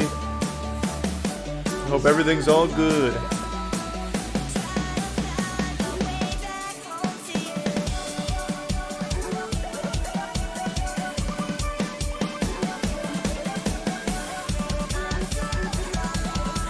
How long is this?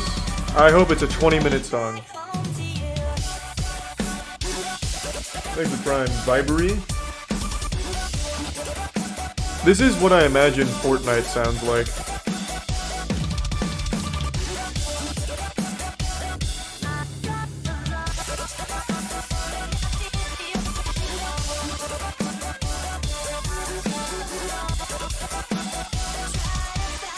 Oh, I hope your new cat is a real sweetheart. Thanks to the resub Fear the Milkman. There we go. I didn't cop out that time. Watched the whole thing and had a blast. You were right, I was missing out by not finishing all the awful suggestions. Thanks for resub, Danny. I've already watched the Huff Twins. I watched Channel 5 on my own. Ryan Benes.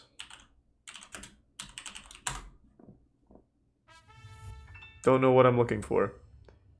And if it's the child vlogging, you need some fucking help. I don't know why you're watching that.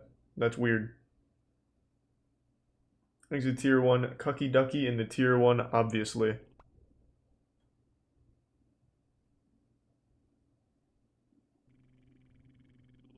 Please stop donating to suggest things. Just put it in the chat. Yeah, we did a Smash lobby last night, and I absolutely can't watch Handjob Cabin on Twitch. No doubt in my mind.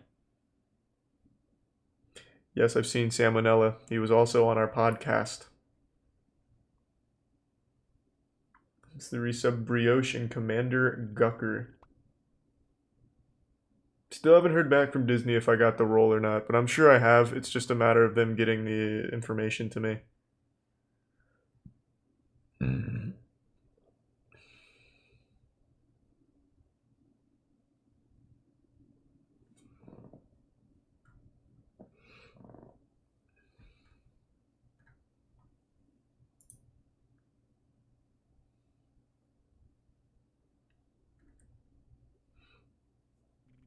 Thanks to the resub Spoonman.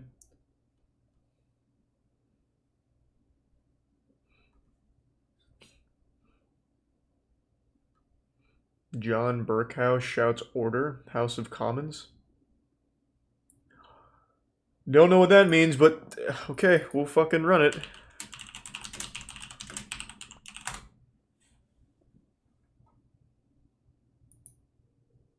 Order! Calm yourself, man!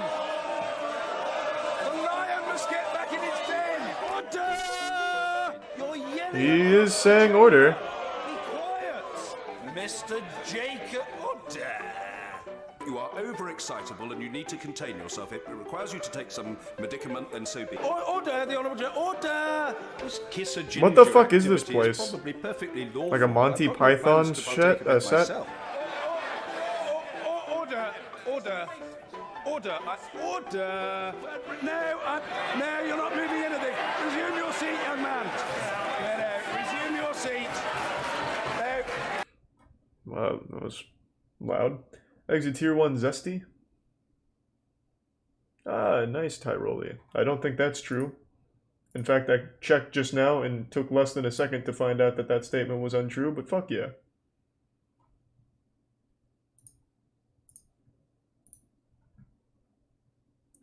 It's the British version of the House of Reps. Nice. And thank you, Chungi.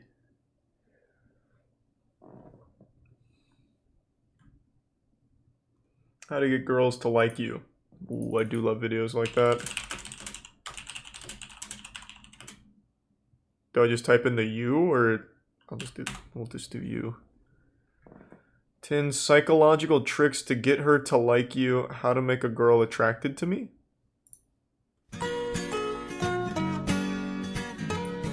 Hey guys, it's Practical Psychology here, and after my video on how to tell if a girl likes you a lot, got a lot of great feedback, I decided to make a video on 10 psychological ways to get a girl to like you. First off, I want to say that it says these are tricks in the ethical title. and aren't manipulative, but will, in the end, make a girl subconsciously be attracted to and want to be around you more. That doesn't sound ethical. Have your own life. This is like It's too much power. literally the foundation of Too much starting a great responsibility. relationship, and will give you the starting base to make her like you. Think of it like this. If someone tries to sell you this amazing new book with all kinds of secret life formulas that will make you rich, happy, get a six-pack in 3 days, and become a new world leader, and the marketing and packaging of the book looks great, but then you open it and read it, and all it says is, life is short.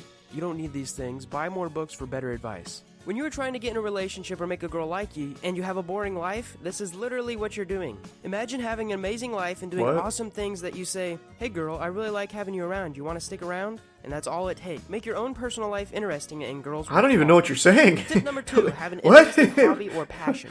Here's another super interesting tip that is hard to find elsewhere okay. on the internet. Literally having just one passion will make you seem more interesting, plus it adds respect to tip I number believe 1. it. You're starting your own life. Your hobby can be anything that you're Think if it's passionate about. Tyler? Just make sure it's true passion and not I have fake. no idea, If I said Tyler. I love chainsaws and carving chainsaw art in my free time, but I actually didn't, the sparkle wouldn't be there and the girl won't see it. When you are actually passionate about something, your girl will notice. There's something infinitely sexy about a guy with an intense passion towards something. How old It is could be this kid? Is he programming- allowed to be talking about sexiness? He sounds like he's 15. Who am I getting advice from? But who am I to question the expert? Motorcycling, cooking, drawing, reading, playing an instrument, and anything else that suits your fancy. Just put in the time. Bonus points if you create something in the process. Tip number 3, have great hygiene. Okay guys, number 1 tip to How is this a instantly make girl psychological attractive. trick? Smell good. It's I don't just even mean smell amazing. smell You just have okay. to smell decent. Go take a shower, rub body soap all over you. Twice. Thanks to Prime Now AJ. shampoo The your resub hair, yeet. dry yourself off, apply good deodorant, put clean clothes on, and you're set. No need to douse yourself with half a gallon of Axe body spray. You just have to smell presentable. You can, though, buy some cologne and spray 1 squirt. 2 squirts max. I recommend 1 on the wrist and 1 near your neckline. This is all it takes to smell great, and girls fall for great-smelling guys all the time. True, Tip number that is a 4, ask her to psychological do trick. things for you. So this is definitely a secret tip, and maybe even a bit manipulative, but definitely not anything evil or negative. Just ask her to do something for you. There's a psychological effect called the Benjamin Franklin effect that goes like this. You ask a girl to do something for you, she does it, and in the end she subconsciously likes you just a bit more. You might be asking why though. I know when why. we do stuff for people, Women our brains brain are thinks that since dumb. we're doing something for them, we must like them. Now Benjamin Yeah. Franklin used this techniques on his rivals and political opponents to get him to like him more.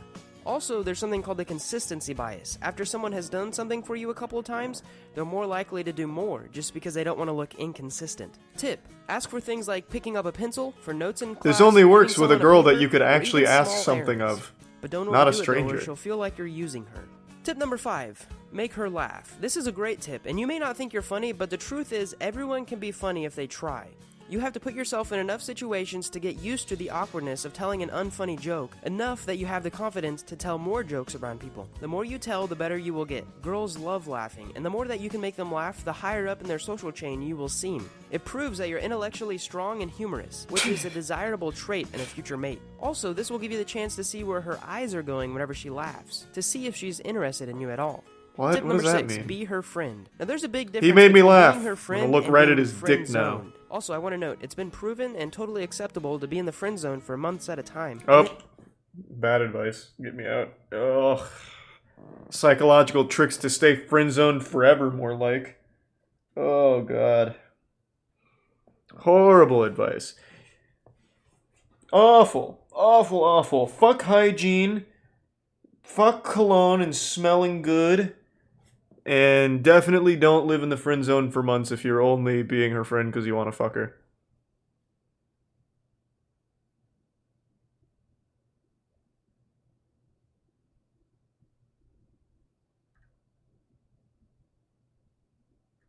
How to make any girl like you. Any girl. In the wild, when trying to court a female, the Adelie penguin... Is there a worse intro to one of these things quite like, in the wild, in order to get a female to court you? That immediately tells me the guy making this has never talked to a woman ever in his fucking life. God damn it. But I need the advice, please.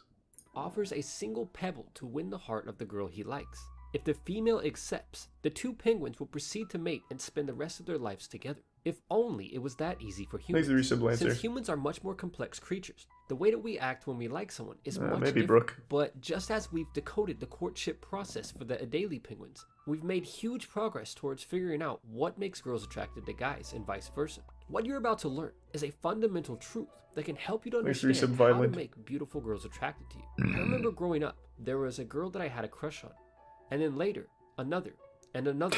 The problem was that these girls didn't seem interested in me. But they What? always seemed How is the that most possible? interested in the guys who showed zero interest in them. At the time, I had a handful of girls who chased me and made it really obvious that they I liked don't me. know But if I like the believe girls I that. had a crush on, I was never really interested in them the same way that they were interested in me. I only wanted the girls who didn't seem to want me. Now, the reason why I could never seem to win these girls over was because I simply didn't understand girls and what makes them attracted to a guy. Many of my guy friends had Yeah, I don't better know, luck, Dion. but it really was just luck, because they didn't really know what they were doing either. It was only once I understood this fundamental truth that things started to change dramatically for me. It all started with this girl that I met in the gym one day. When I first started working out and going to the gym, it was the one place that I could go to feel truly confident. All of the confidence that I have today in other areas of my life can be traced directly back to the gym and the confidence that I gained while improving myself in that place. When I was in the Okay. gym, I could just be myself, relax, and feel comfortable around anyone. After a year or so, I met this beautiful girl there, and without even trying too hard, I could make her laugh and feel good most of the time that I was around her. Now, even though she was What? good looking, I wasn't interested in her because I already had a girlfriend at the time. But what I found I'll was throw that this to the chat. I have never once in my life, outside of university, seen random people go to the gym and just become friends. Like, there was a gym I'd go to every day, sometimes twice a day. So I'd see the same people, and they would never talk to me. I'd never talk to them. They'd never talk to each other. When you go to the gym, 9 out of 10 people have AirPods in, listening to music, doing their own fucking thing, and don't want to be bothered. I don't think I have ever seen some shit like this in my life. Has anyone else had different experiences? Because everyone I've talked to agrees with that. They have the same experience. Like, I just don't see where this comes from. I think it's just a Reddit myth. In university, it was a little bit different because the people you'd see there are people you knew. So you'd talk to them, be like, hey, what's going on? And, dap up and then go about your set. But in a complete stranger situation, I'd never see any of that shit ever happen in my fucking life. And I don't know about that one, Brooke. Thanks to Prime, Choco Man. time, she started to really chase me. So as you can imagine, it was time to switch gyms and go undercover. I changed my phone number, my address, and I even stopped wearing my favorite pair of red sneakers. Actually, I'm just kidding. I really just switched to a different gym. After taking some time to think about why this girl started to chase me, I realized that it was because of how I made her feel. Today, we have studies that actually prove that women are naturally more emotional creatures than men. And when you think about it, they kind of have to be, because they bring babies into this world, and without a special radar to detect emotions, they would have trouble caring for their own children. Think about this. When a feminine girl sits down to watch TV, they wouldn't know how to feel about the kid. They'd end up just killing it or something. They wouldn't understand it. Girls watch these TV shows because they stimulate emotions. When a guy turns on the TV, he watches things like sports, cars, or if he's a little nerdy, he might even watch the Discovery Channel. Girls want and crave emotional stimulation. Jesus Christ! Oh boy! But most importantly, they just want to feel good emotions. We've got an Studies even expert, show that a the more virtuoso. emotional a situation is, the more likely a girl is to remember it. This is why I recommended in earlier videos that if you want a girl to remember her experience with you, do something scary and exciting with her. Some of the most charming guys, the ones who do exceptionally well around any girl in almost any situation, are the guys who know how to make girls feel good emotionally. Unfortunately, it isn't always easy to do. You mean the guys who aren't weird, so they feel safe around them, as opposed to the guy who switched the gym because a girl liked him? And whenever possible, you do not want to be on the receiving end of that storm if you don't have to be. Now, the easiest way to stimulate a girl's emotions the right way is to simply be positive and to make her laugh. To do this effectively, though, you need to be comfortable around them. So if you still have trouble with this, work on that first. It is always best to play to your strengths and find somewhere where you feel most comfortable when talking to girls. So the fundamental truth that I learned about attraction while at the gym is that girls respond most to how you make them feel. Whoa, that's so weird. Feel while around you, What? The more they'll associate those positive feelings with you, and the more attracted to you they will become. In a perfect world, it'd be great if attracting a beautiful girl was as simple and straightforward as offering her a pebble like the penguin. But for humans, Yeah, if only I could show her my KD ratio. Thanks for watching. Man, animals have it so easy.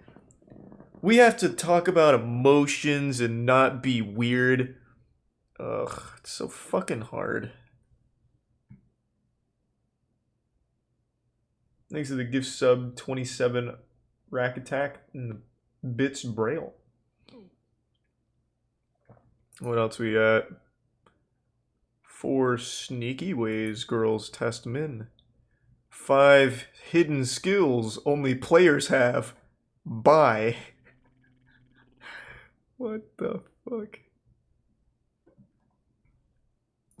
What if deep down you are secretly a player? Or maybe it's just where you're at in Hey, life right now. I think I The am. stereotypical player I'm is the dude who cool. always seems to have girls chasing after him. And due to social proof, getting even more girls to chase him becomes an increasingly easier thing to Thanks, do. Hamster. Many of us have met a few natural players in our lifetime, and after seeing one, you most likely ask yourself, what exactly is it that makes this guy so smooth? What is it that makes them so good at what they do? Truth be told, most natural players I've met are really good with girls, but they're not the type of guy that you'd actually want to become friends with. There's no denying that they have a very effective set of skills, and what you're about to learn are these subtle skills that allow the players to play in a league that is beyond the reach of most men. So Damn. with that said, let's get right into it. Number 1, players are cold. Many of the smoothest, most charming men God. in the world also happen to be serial killers, Oh, or they were men God. who had one or more of the dark triad traits, which makes them appear to have no emotions. And what this does is it makes them come off as cold. The When we're Joker. looking for friends, something that we always look Yes. for is emotion, because when a person shows emotion, they are revealing their hand, so to speak, and telling you all kinds of things about their personality, and the more that we know about someone, the more that we feel that we can trust them. One of the greatest signs or skills of the player is simply a lack of emotions, or what some would call the art of being cold. Many guys think that the best way to increase their attractiveness is to show emotions around girls and to be super friendly. You taught me This that. is exactly the opposite of how it Oh, works in fuck. the real world. Girls That will whole last always video was be worthless far more then. Son of a attracted to bitch. A man who doesn't show emotions than one who does, because being masculine is associated with a lack of emotions, and being masculine is extremely attractive. Imagine a guy who crashes his motorcycle at over 100 miles per hour and then gets up like nothing even happened. Who do you think is going to come off as more masculine? The guy who crashes his bike and immediately starts crying, or the guy who crashes his bike and acts as if his serious wounds do not even exist? A lack of emotions is typically associated with strength the and calm fuck is- masculine energy. There is a very good reason why all of the villains in your favorite Hollywood movies maintain an emotionless image, and it's because holding a non-reactive frame is associated with masculine energy, power, and respect. But more importantly, in the case of females, it is associated with attractiveness. This subtle behavior is like a superpower, and the reason why it gets girls so excited is because a lack of emotion keeps them guessing. When you show too much emotion around a girl, or around anyone for that matter, it reveals things about you, such as your interest level. Girls are drawn to the lack of emotions displayed by players because they This is can't the most quite figure it out counterproductive in advice terms of I've how much heard they are yet. interested in the girl, and even just from a general point of view. This is Players the tend to worst make a lot of advice men so far. anxious because their lack of emotion makes it incredibly It would be better if he difficult just told you to gauge go whether up and or try not and get a they high like you. five from a As girl men, to we make do not an like icebreaker. uncertainty. Females, however, thrive on uncertainty, or on the excitement of not being able to read you or figure you out. So the first sign that you might secretly be a player, or one of a handful of skills that sets players apart from the inexperienced men, I've is never the heard of ability that to crime, hide no. your emotions, or the ability to be cold. You might find it interesting that many Jesus, poker real players player. are also very good with females, and the same skill that allows them to hold a poker face is what actually transfers over and allows them to be very attractive to women. Number 2, players are smooth. Occasionally, I find myself watching prank videos on YouTube, and I Oh, can't help but God. notice the social Oh, dynamics of the situations Jesus that these pranks get Christ. themselves into. And the level of awkwardness This that you is see so in some sad. of these videos is absolutely mind-blowing. And although the awkwardness definitely makes for a great He prank believes the video, pranks it's are not something real. that really works out that well in the real world. One of the greatest skills that a player has, and one of the top signs that you might secretly be one, is the ability to be smooth.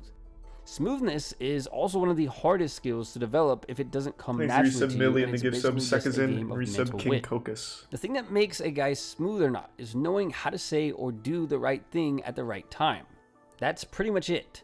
In fact, players are often referred to as smooth talkers because they know exactly what to say and when to say it, especially when dealing with girls. A natural player can pick out a girl somewhere and have her laughing and giggling and wanting to go home with him, without even a hint of awkwardness. That is the definition of smooth. Now Yeah. remember, being smooth is simply knowing how, what, and when to say or do something. Yeah. Watching a player fuck around yeah. girls is like watching a perfectly tuned Ferrari race around a racetrack. Like the player, the Ferrari is so good at what it does that it makes it look easy to anybody watching, even though it's really not that easy. Makes The a ability tier to be 1 smooth, carrot cake. like anything else in life, is achieved over time with lots of practice and experience. But for many players, this skill seems to Alright, come I think I'm gonna naturally. have to speed run this a Number little three, bit. This is players bad. are not heroes. Players are the purest form of an anti-hero. Many guys out there What? today, without even realizing it, play the role of the hero, meaning they're always looking for ways to protect girls from guys that they view as evil, such as players. There's actually a name for this, and it's called the hero instinct. And most of you watching probably have it to some extent. What are you Man fucking on the planet talking who's in a about? relationship with a girl wants to protect her, give her emotional support, and Does he help her live when in she needs Gotham or help. something? These What- are great what- things to do if you want to be in a relationship or if you're already in one with a girl. But since players just want to play the field, they totally avoid doing these things. Because when you start giving girls emotional support, like listening to their problems, being protective of them, and constantly helping them when No, they that need means help, you're a what loser. You're a doing fucking is putting psychopath yourself in the already. role of a boyfriend, and you're basically telling her that that is what you want her to view you as. And the reality is that on average, a Alright, typical what's after player is hero? almost always going to be viewed as far more attractive than a husband. The opposite effect. Number 4, players are overconfident. Let's just be honest. Many guys get triggered by players because players tend to be very overconfident while many guys are lacking in confidence. Think about the type of person that you dislike the most, and as Okay. paradoxical as it sounds, that person is actually the person who you are most like. The typical player tends to be overconfident around girls because he spends most of his time finessing and flirting with them. Girls are number very 5. social, and girls care very deeply about what other people think about them, especially other girls. One of the greatest signs or skills of a player is simply the ability to not tell. A lot of girls want to keep things casual, so they avoid men who quote-unquote kiss and tell. Alright, Or I basically missed the last one. What do the comments say?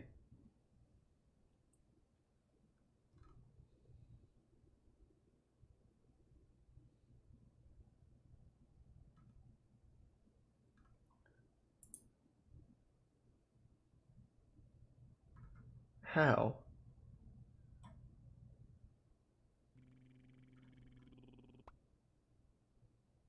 Thanks to the resub Satiator and the resub Flux and Omori Miyu. Agreed with that, Vineet. True select.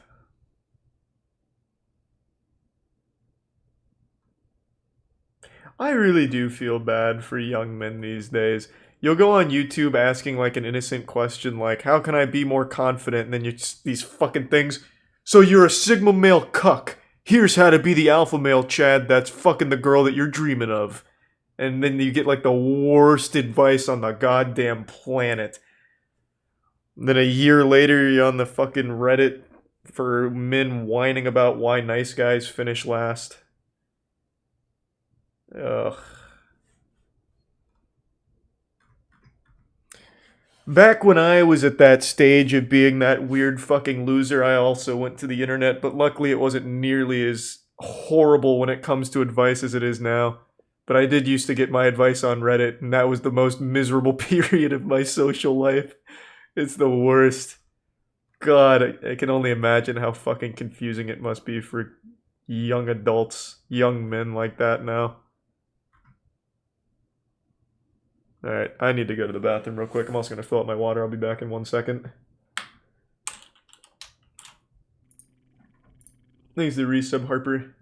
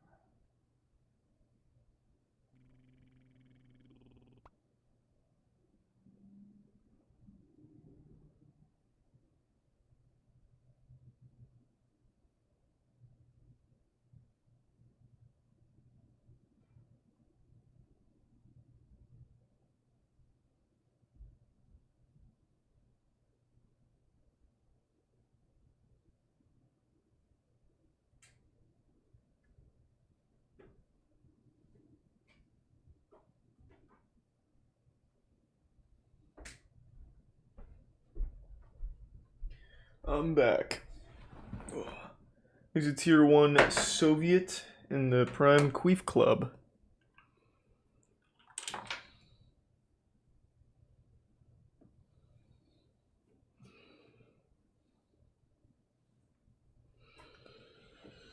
How Warner Bros. Is lying to you.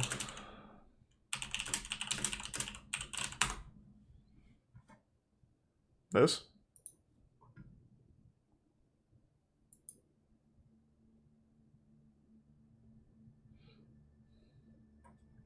I can remember being taken to see Space Jam in the cinema as a child, and for 88 minutes I sat there transfixed. The wacky characters, the wild tone, the colorful action. Great movie.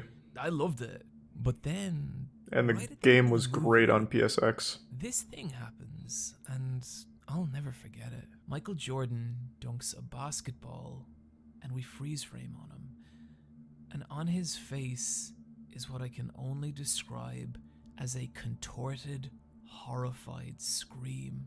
And the credits just pour over him. This moment still shakes me. Why does a children's movie as light and joyous as Space Jam end like this? That I'm assuming this is satire. Has haunted me for decades and brought me on a voyage from which I have only recently returned. And This is with a troll video? single Shocking realization. The I'm sure it's film well done. Currently masquerading as Space Jam 2 is a lie. I know how insane this sounds, so all I ask is that you follow me on this journey and come to your own conclusions.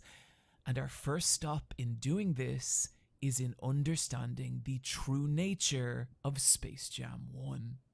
See, Space Jam is not a story. God, it's such a good movie. Bunny or Haven't seen it since I was a the kid, but sexuality is confusing I did really and like it. complicated. It's about what happens when our wildest dreams come to be and leave us trapped in a nightmare. Thanks, And the Doug. reason this is all surfacing now and you're finally seeing people begin to plumb the infinite depths... If it's not a real story, I'll probably just pass. I'm sure it's good satire, though. I like Super Eye Patch Wolf. Thanks, Resub Turkman.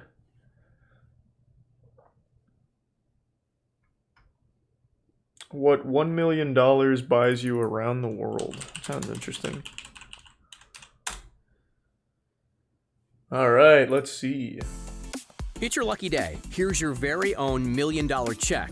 The only condition is that you can only use it to buy a house. You can choose to live anywhere in the world. Oh, California, I don't even get a single the bedroom. Americas, heck, even a private island in the Caribbean. You can finally settle down in the environment you've always dreamed of. Be that a Thank you, modern Resub waterfront mansion with Ninja, sparkling Resub waterfront Hanjan. views, or a penthouse apartment in a New York or Dubai skyscraper. This is really As you'll loud. quickly discover, $1 million can go a mighty long way. Or, in some particularly affluent areas, it'll barely even get you a parking spot. Need some help deciding where to move? Let's take a look at what 7 figures will buy us across every corner of the globe. Let's go. Kicking off our journey around the world is the city that never sleeps. Oh, a place Jesus. home to over 8 million people. The bustling metropolis that is New York City. The Big Apple is one of the most expensive cities me an across apartment the US. for a day. But on its infamous central island, the skyscraper-tastic borough of Manhattan, the prices get even higher Thanks and to the Tier apartments 1 get even raise. smaller. The median price for a 1-bedroom apartment here is almost $1 million, so Yep. that's exactly what we can expect to buy. Choose from a 1-bedroom, 640 square foot apartment in the West Village that comes with a private terrace and gym in the building. Or go for this one, another 1-bedroom straddling Murray Hill in Midtown. It's a 2-story open floor plan on the top floor of the building, offering impressive York views of the sucks. skyline from the outer deck. What a It even shithole. includes a dishwasher and a washing machine, which might not sound crazy, but it's rather rare for apartments like this that were built in the 1920s. In Give me Paris, something you'll be cool. spending your time walking down the Seine, visiting museums, and watching the world go by from a street-side cafe. This tiny 667 square foot apartment sits in the 7th arrondissement within walking Jesus, distance just of an the apartment yourself again, living in okay. the world's tallest building, the Burj Khalifa, where a 2-bedroom, 2-bathroom, stylish apartment covering some 1,800 square feet is ready to be swept up.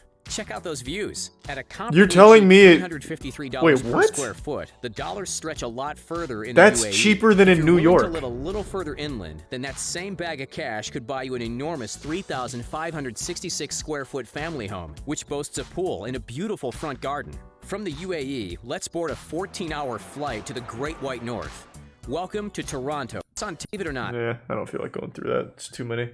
I don't care. All I learned is New York is dreadfully overpriced, even compared to something like the fucking Burj Khalifa, where you get triple the space that you get in New York for the same price. Crazy. That's sweet. Well, thank you for the long time of watching music.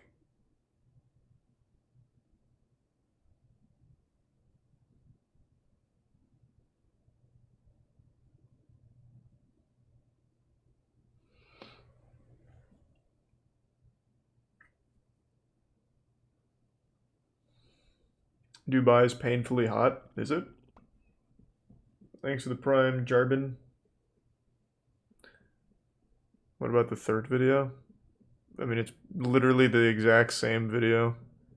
It's just worse because it's infographics.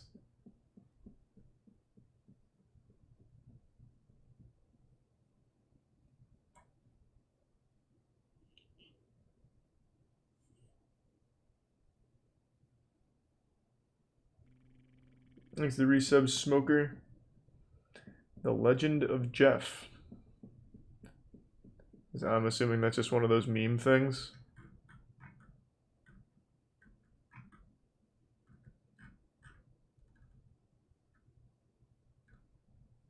Paris is a shithole? You keep saying that.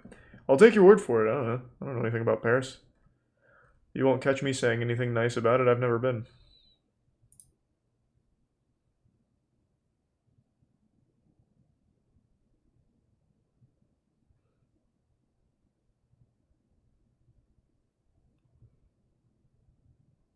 Christ, alright, I'll watch The Legend of Jeff. Sounds horrible, but we'll see. Oh my god, Jesus. Why do people keep recommending this? This is... okay, before even clicking this, I already know this guy probably fucking murdered somebody. It is always serious shit. That's not fun. Like, it's not fun at all. I'm looking for goofy shit, not serious things. Like, my god. It's fucking crazy. Charlie, watch this interview with the school shooter. No, watch it. It's good. Charlie, watch the school shooter interrogation.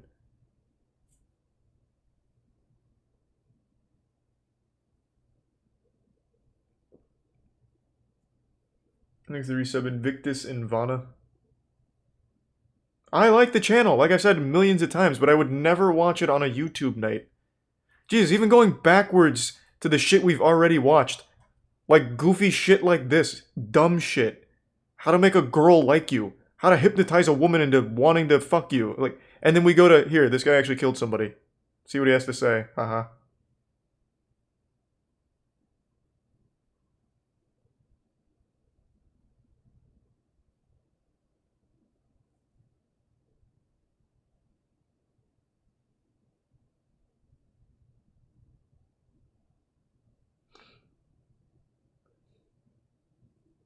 Epic rap battles of history. Haven't heard about that since I was much younger.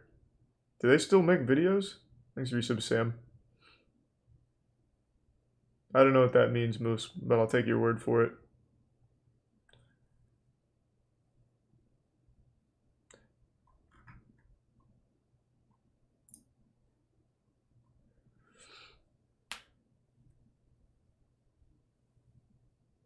Making a tartar sandwich.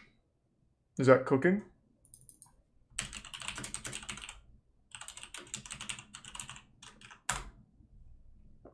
Oh, it's Apator. Thank you, friend, that one guy.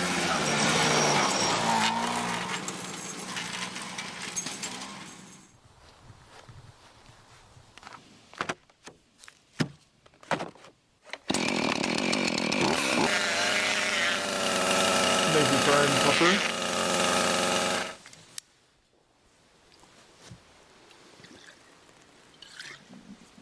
I haven't seen this one from him, but I bet it comes. I'm going to make a tartare sandwich today. Fuck yeah. This guy's Norwegian. Is he Norwegian? I thought he was Swedish. Oh, baby.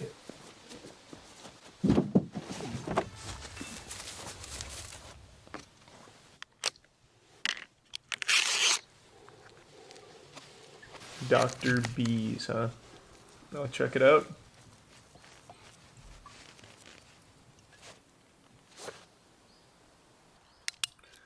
Well, he just got a disease. I'm completely convinced that eating raw meat is fine. We have seen so many fucking dumbass raw meat eaters that I'm just convinced we've been lied to our whole life. Somehow these stupid assholes are totally fucking healthy, according to the doctors that keep looking at them, and I don't get it. I'll eat a grape that is 1 day expired, and I get fucking sick and shit everywhere. Meanwhile, these dumb assholes eat high meat, which is fermented meat in the sun for over a year, and are fine.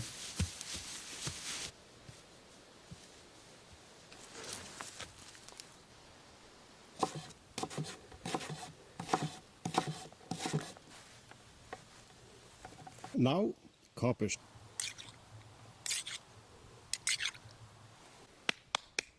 It's looking good.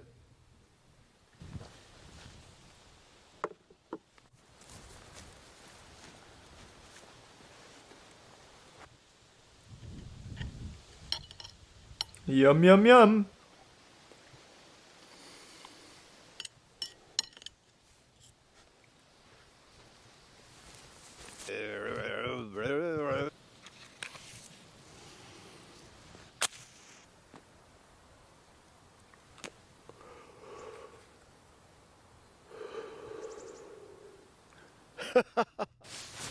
Doing alright, hope you're doing well, colors. Matti Nykänen.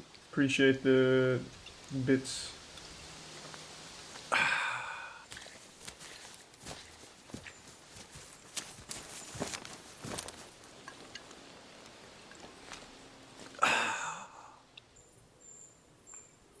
Very nice, very good. But it tasted wonderful. Holy shit. I forgot all about this thing. I remember this cartoon from Harry. I'm gonna watch that on my own. Not really something I'd want to watch tonight. But I do remember this from a long time ago.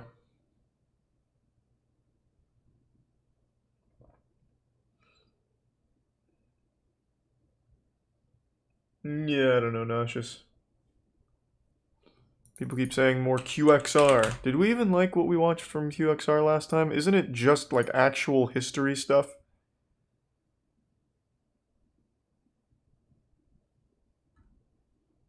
I know we watched something. Oh, that's what it was. The lead masks. That was alright. That was pretty interesting.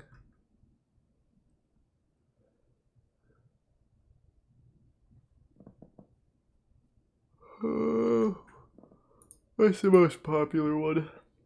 Classic Marv. Or what was his name? Marv or Mel? Haymeyer.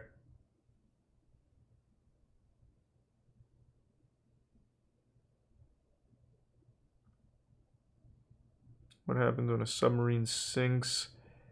Caper gets stuck. That's about the guy that dies in Nutty Putty, I'm pretty sure.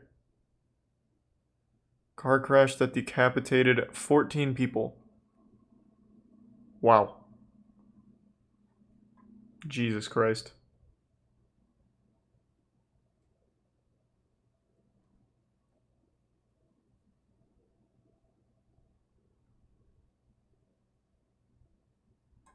Alright, I'll give this one a try.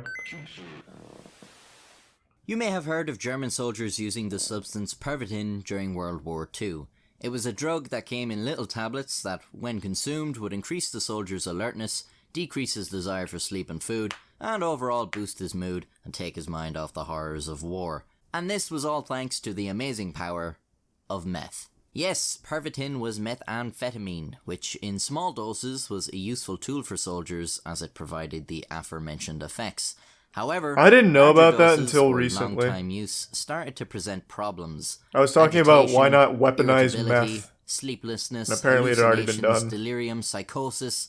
Hell, you probably don't need me to tell you why meth is bad. You've more than likely heard stories of meth binges where the Thanks for user the doesn't bits, sleep for Chungy days and and is Resub One. completely off their gourd the entire time.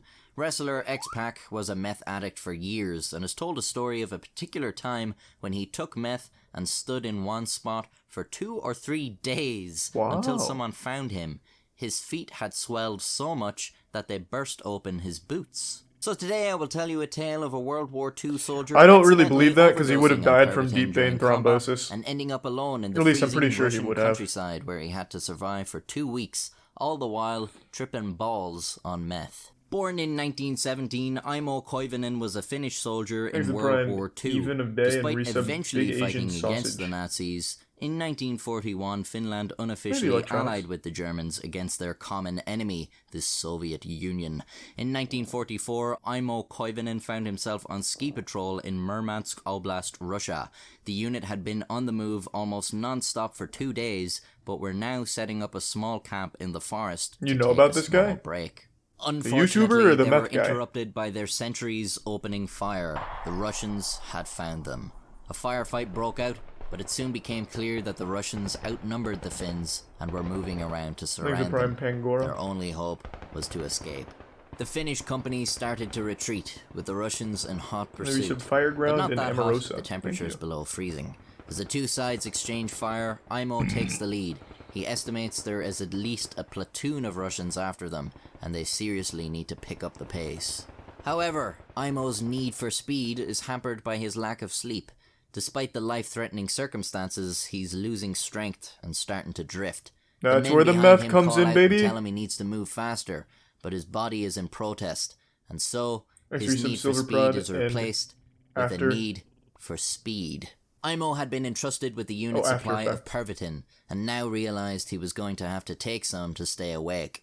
However, in the panic, he is unable to remove just one pill from the bottle with his mitts, and instead has accidentally poured the whole thing out. No! Around 30 pills. I'm gonna guess the sleep deprivation had clouded his judgment, because when he sees this, he just decides to eat all of them. God only knows how he swallowed 30 fucking pills without water. Not long after, Aimo is reinvigorated, and he and his unit are Wow. able to successfully lose the Russians. It's just like they always say, kids, drugs are good for you. However, The as meth time passes, god. Aimo starts to notice the other effects of meth. The landscape appears to be changing form around him, and he drifts in and out of consciousness. After this point, Aimo can only remember parts of Turn the 30 story on Sunday, as any if advice? it were all a dream. His No altered advice, but state have does fun. not go unnoticed by Godspeed. his unit, who are so worried by his delirious state, they take his ammo off him, unbeknownst to him. Aimo fades out of consciousness, Thank you, and when Tier 1 he Jacoby, snaps and back to Resub reality, Psychedelic. he has no idea how much time has passed, but he is alone, with no magazines for a submachine gun, I can check and that no out, supplies Psychedelic. in his Sounds backpack. interesting. So begins 2 weeks of isolated survival, tweaking on meth. Aimo recounts that he had largely lost sense of time, and much of his journey consisted of him regaining consciousness while he was in the middle of doing something. He would often become lucid and have no clue how he got there, Yes to both or how gents. long it took, or why he was there. Familiar with both. It's hard to know what was real and what was hallucination. The first thing he decides to do is head back to Finland. So, with compass in hand, he plots his course and goes on his merry way. He Soon seems to have is just kind arguing of with the boys wandered. about where they Not are too and wild. where they need to go. He sees smoke in the distance and realizes there's probably a camp there where they can ask. Then he wakes up and he is falling down the slope. He had imagined the whole thing, except for the smoke. It seemed that there really was a camp not far away. Aimo skis towards the camp. It must be the Germans. They'll look after him. Well, actually, it was the Russians, and now there's no way back. With no ammo, Aimo just skis straight through the camp at full pelt. Shots are fired at him, and a few soldiers give chase. The chase goes on for an hour. Wow, At what a times, the fucking Russians are a mere maniac. 20 meters away, but eventually, night falls and a storm He's a breaks Prime out, AJ and and Resub Aimo BS man. loses them. He sets up a fire and makes some tea from pine Don't buds. link one then toast, he don't lies donate down for one, and just goes put to it in the sleep. chat. However, after a I while, usually he tend to, sees man. a pair of eyes shining in the darkness. It's a wolverine, and it's creeping dangerously Maybe to use some close. storm. Terrified, Aimo unsheaths his knife. The wolverine lunges at him. He thrusts his knife forward. He wakes up. He has just punched a tree. The compass in his hand is now broken. After another day of skiing, Imo probably comes wasn't across helping an old him friend. anyway. They rest under the spruce trees and chat before the friend says they should get moving again, and so they go off. Imo wakes up. He is once again alone and is now missing his gun and his backpack. He's even lost his cooking pot, so no more tea for Imo. Another day and night of skiing, and Imo comes across an abandoned cabin. He enters and finds a small pile of wood. He gathers it up for a fire, although he's so fucked he just builds it in the middle of the floor. He finds an old tin can and uses it to melt snow. With no pine buds to make tea, he just has to drink the hot water. He lies down next to the fire. Of course, being on the floor, the fire spreads. This doesn't seem to bother Imo though, and he just moves a little further away every time it gets too close. Eventually, what's he supposed to do about it? it? Completely burnt and fucking collapses. There is a nearby furnace which Imo sets a fire in, and he falls asleep next to it. The next day, Imo follows a ski track to a guard post. This time, it must be the Germans. He gets close and calls out, but there is no answer. He takes a few steps towards the outpost before being blown on his ass. Imo has stepped on a mine. He's alive, but his left foot is fucked up. The guard post belonged to the Germans, but they had since mined it and abandoned it. As the cold is unbearable, Just Imo pour crawls meth on the 100 meters wound. towards a dugout to take shelter. Crumble up one of the pills. He pulls at the door before being hit with a blinding light. When he awakes, he is 30 meters away from the dugout. The door was rigged with an explosive. Now his eyes and head hurt, and his trousers have the arse torn out. This is the end of his journey. He can't continue like this. He must simply wait. He rips off the front of his shirt and uses it to bandage his left foot. He makes a small fire from which he is able to boil water. He is starving, in pain, weak, and freezing cold. The nights and days pass by until one day there is a shot.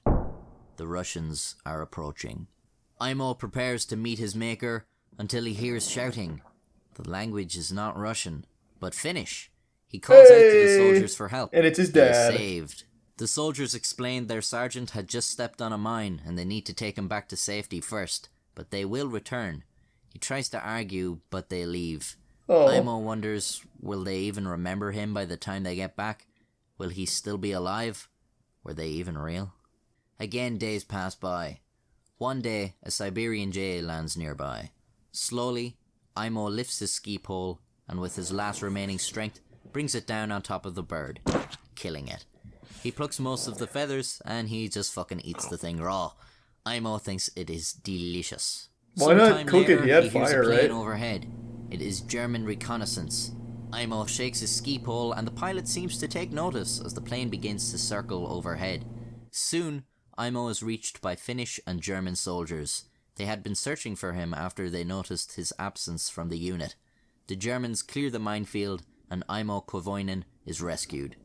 At the hospital, Imo learns he had been on his own for 2 weeks, and the guard post he had spent half that time lying in was 400 kilometers from where he had started. Not His heart bad. rate is measured 200 beats per minute, and he weighed a shocking 43 kilograms. But he has survived. And like all meth abusers, Imo Koivunen lived a long and happy life, dying in 1989 at the age of 71. What? Actually, I suppose that isn't really that old. Maybe meth isn't good for you after all. I wouldn't know. I've never tried it. It's not really a big thing in Ireland. So until I open a P.O. box and let you all send me some, I suppose I'll just have to stick with good old harmless alcohol. Nice. This is your own doing. That's pretty wild, I suppose. I definitely thought he died from it. Typically, ODing would imply they die, at least most of the time, I would think. I have always been super impressed with meth, like its ability to turn people into actual superhumans. Do you guys ever see that video of the meth head who chases down a speeding vehicle naked? What's the name of that video?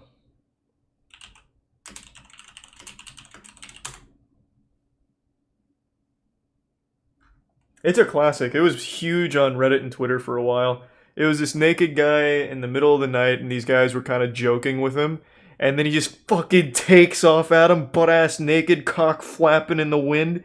As they're like going 30, he's keeping up with them and his eyes are glowing red because it's night out and the light's reflecting off of him. It was fucking crazy. That was Flocka? That's where you're wrong. It shows me you've never seen Flocka in the real world, eh? I see that shit all the time. Well, all the time's an exaggeration. I don't go out that much, but there's a big problem with that kind of shit in my area. Typically, people that are on Flocka are just usually hunched over, falling over themselves, rolling around on the concrete and cement. K2, Flocka, all the same.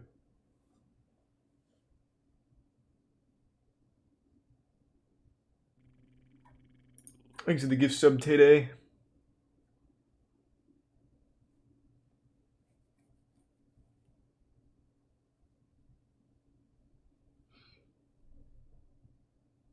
They're all pretty much the same.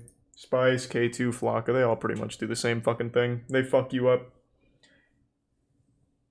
Like, badly. Like horribly, in fact.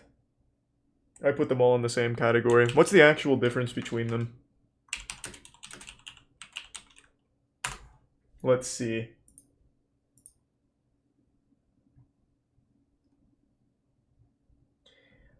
Synthetic cannabinoid product is a branded package containing herbal matters sprayed or doused with liquid synthetic cannabinoid. Spice and K2 are examples of very early brands of synthetic cannabinoid products.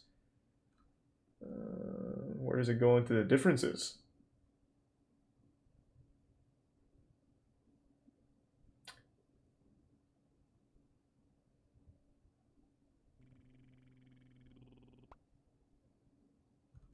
It does not go into the differences.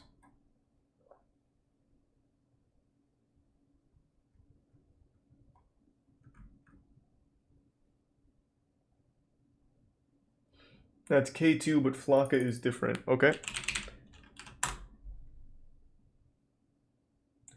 Flocka is a dangerous drug that is similar to the street drug commonly known as bath salts.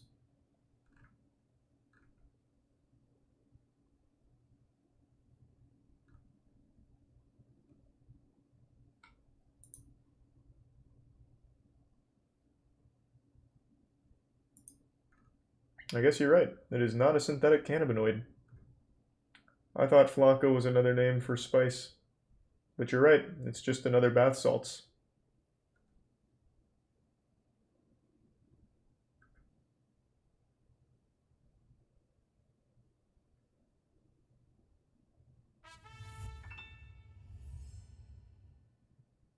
Didn't know that. That is news to me.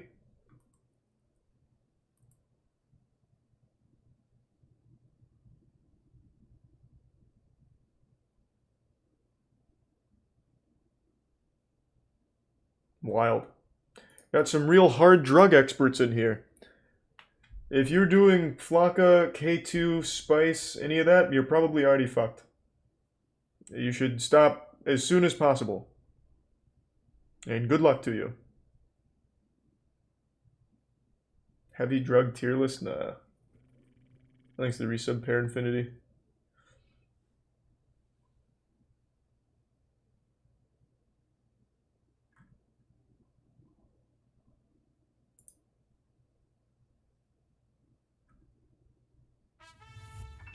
Never heard of Jinkum?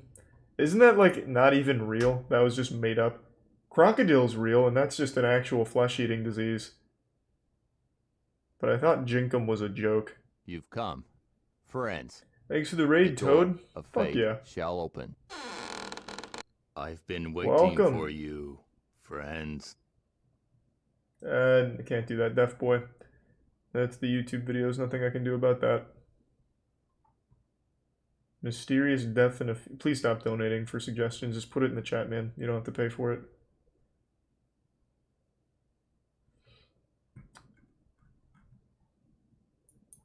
Thanks to the bits Fear the Dork and Naruto.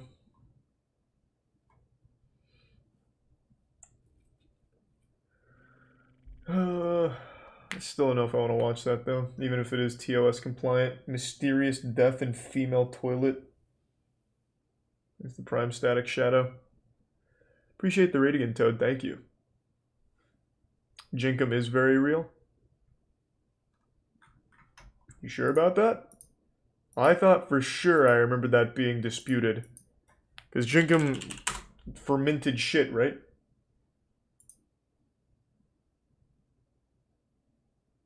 Yeah, fermented shit. It's an inhalant of fermented shit.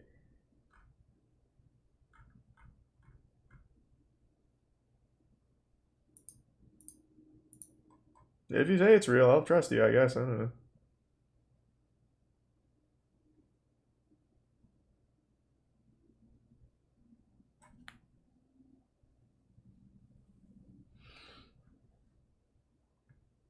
I already did Darman. We're caught up.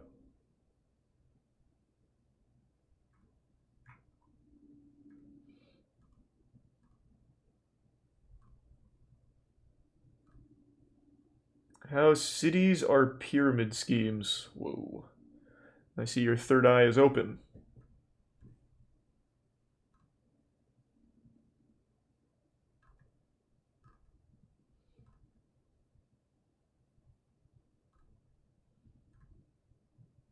You keep suggesting Watto in review. That doesn't sound very fun, but let's fucking run it. You've been asking for it for 2 hours now.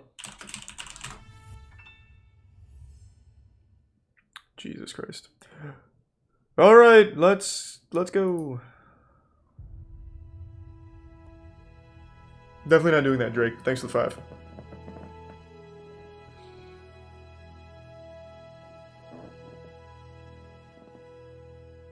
What are we watching? A Star Wars thing? I have no fucking idea. The Force is what gives Jedi his power. Oh, it's a podcast. Good fucking God. What? Oh, he sounds so accurate too. When did Oh, cosplaying. Let's go. That's a no good here.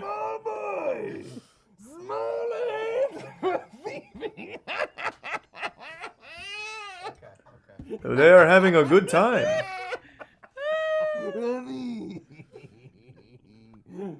Exit Prime, butter dude. We've already established how small Annie was. Are there any other pertinent details? Are the mics He was pretty small. I hate this map.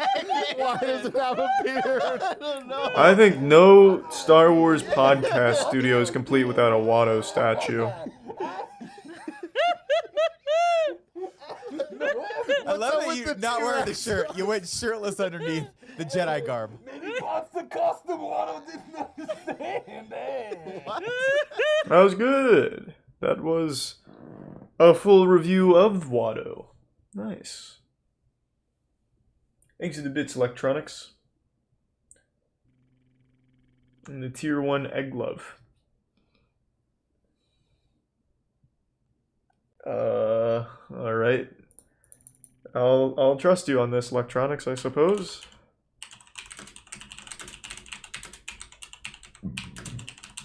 I don't know what this means. Thanks to resub Jalen. This?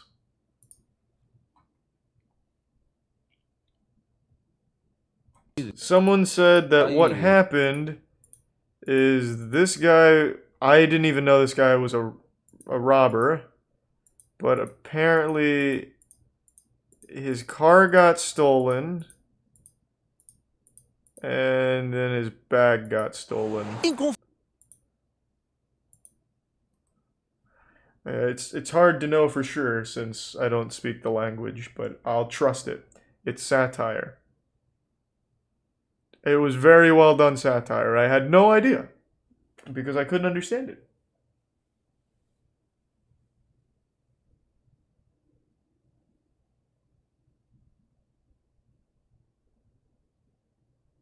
Oh, well, thank you for the translation, Electronics, but apparently it's satire.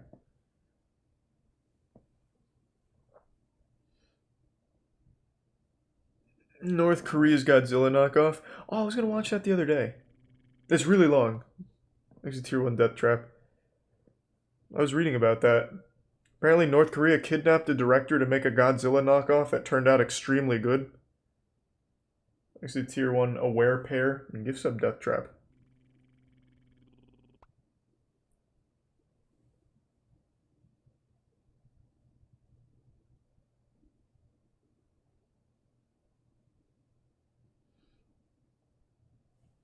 Actually, I'm gonna look that up.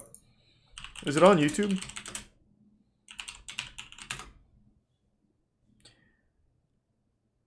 Godzilla vs.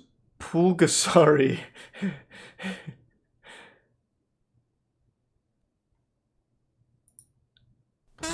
Oh, this is from actual Crunchyroll.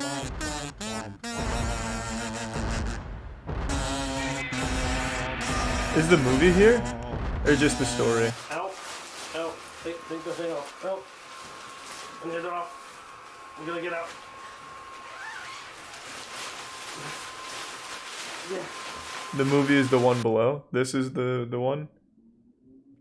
Oh, let me get the story first.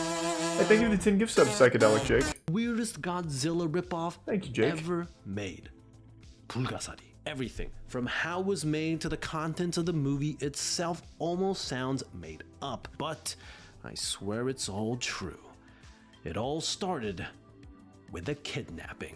Shin Sang-ok was a pretty well-regarded director in the 50s and 60s in South Korea. His production company created award-winning successful films and was involved in making over 300 movies in the 1960s alone. For a while he was dubbed the Prince of Korean Cinema, which is a pretty dope title if I say so myself, and he was even responsible for filming the first on-screen kiss in a South Korean movie, in the 1954 film titled Jiokwa, aka A Flower in Hell. However, after a string of flops in the 1970s, along with restrictions placed on them by the government, seemed to sour his affection for the movie industry a bit, but that was nothing compared to what would come next. Shin Sang-ok had previously been married to actor Chae Eun-hee, who also won various awards for her work. They got divorced in 1976 due to a few scandals, and 2 years later, in 1978, she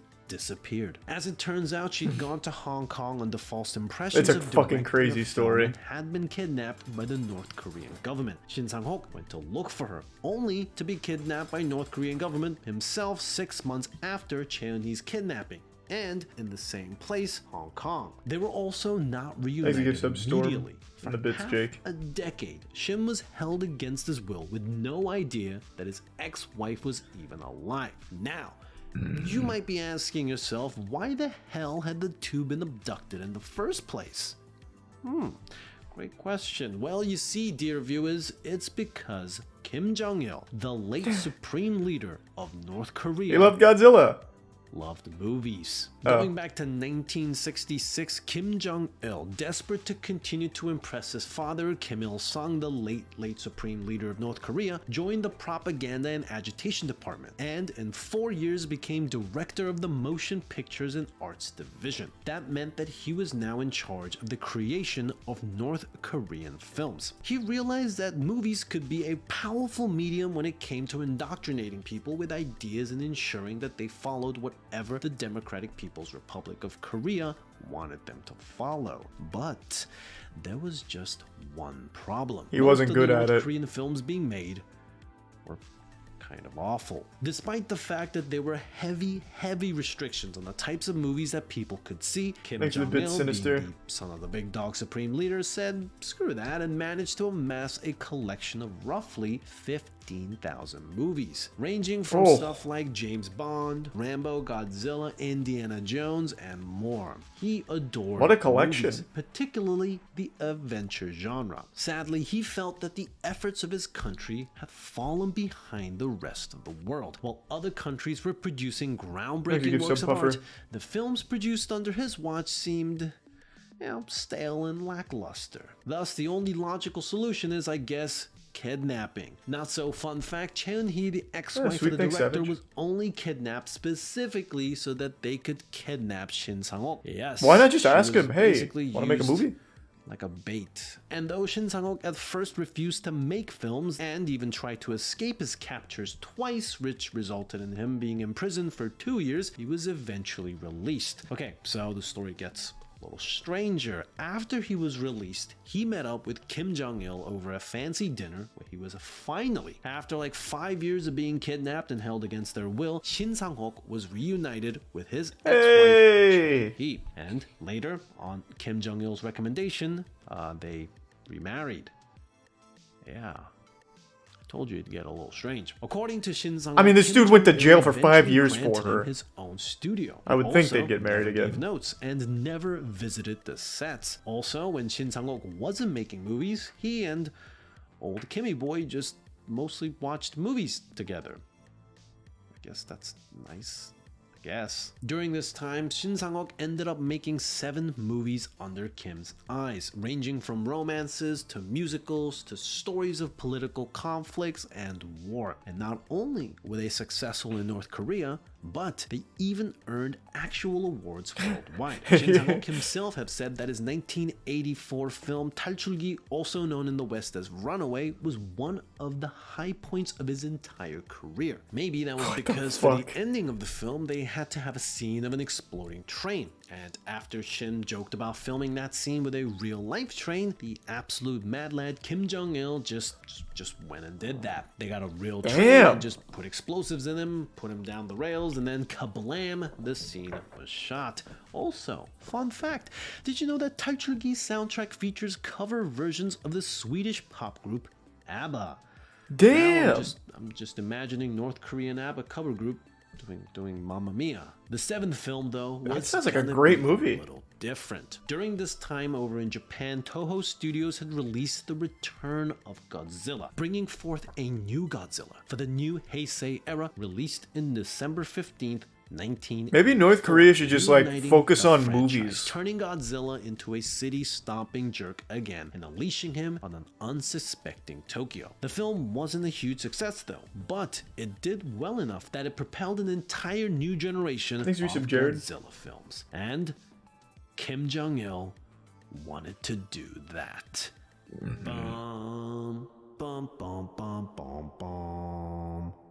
Bum, bum, bum.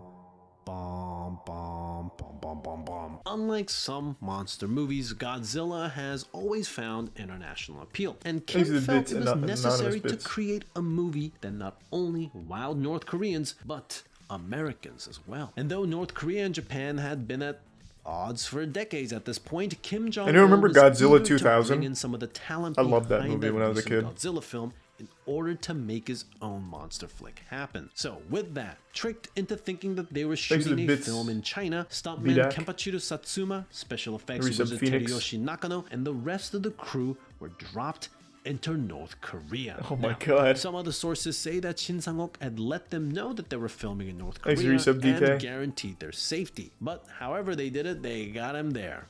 They were in North Korea. I'm gonna piss my Just a fucking year- pants in a second. I gotta go pee. Sorry to blue ball you. Be right back. Here, foot fetishes, get some Godzilla feet action. Give me just 1 second.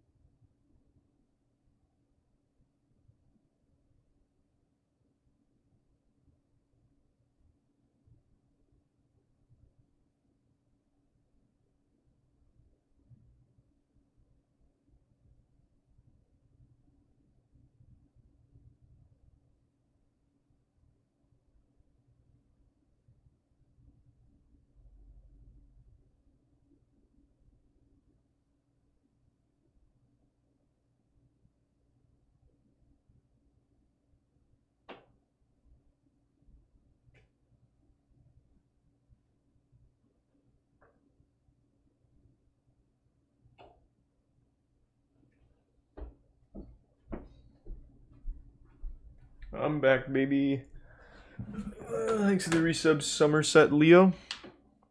After donning the Godzilla costume for the first time in The Return of Godzilla, Satsuma would star as the Big G's ripoff in Pulgasari. So, what exactly is the story of this legendary North Korean bootleg radioactive lizard that took 2 kidnappings? Never heard of that, Well, Dion. once upon a time, in feudal Korea during the Goryeo dynasty, a vicious king keeps his peasants miserable and starving. One day, he orders the blacksmith to create weapons using metal goods taken from the peasants. Refusing the order, the blacksmith is imprisoned, and Interesting, on the verge of Nobly, death, maybe. he creates a little monster figurine with the food he was given and prays to the gods to give power to protect the poor. He kicks the bucket, and later the blacksmith's daughter gets some blood on the small kaiju figurine, and then bam, the monster comes to life. It's so Names cute. it Pulgasari, which is the name of the beast that her father told her about as a young child. The That's monster actually constantly adorable. grows after eating metal, and once it reaches regular dude size, it just starts fighting alongside the peasants against the evil king.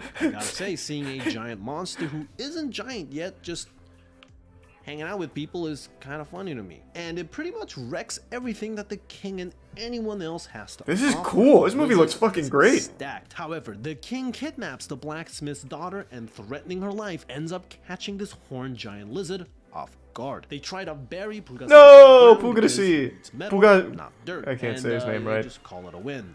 The king won. Pulgasari, it's like a million.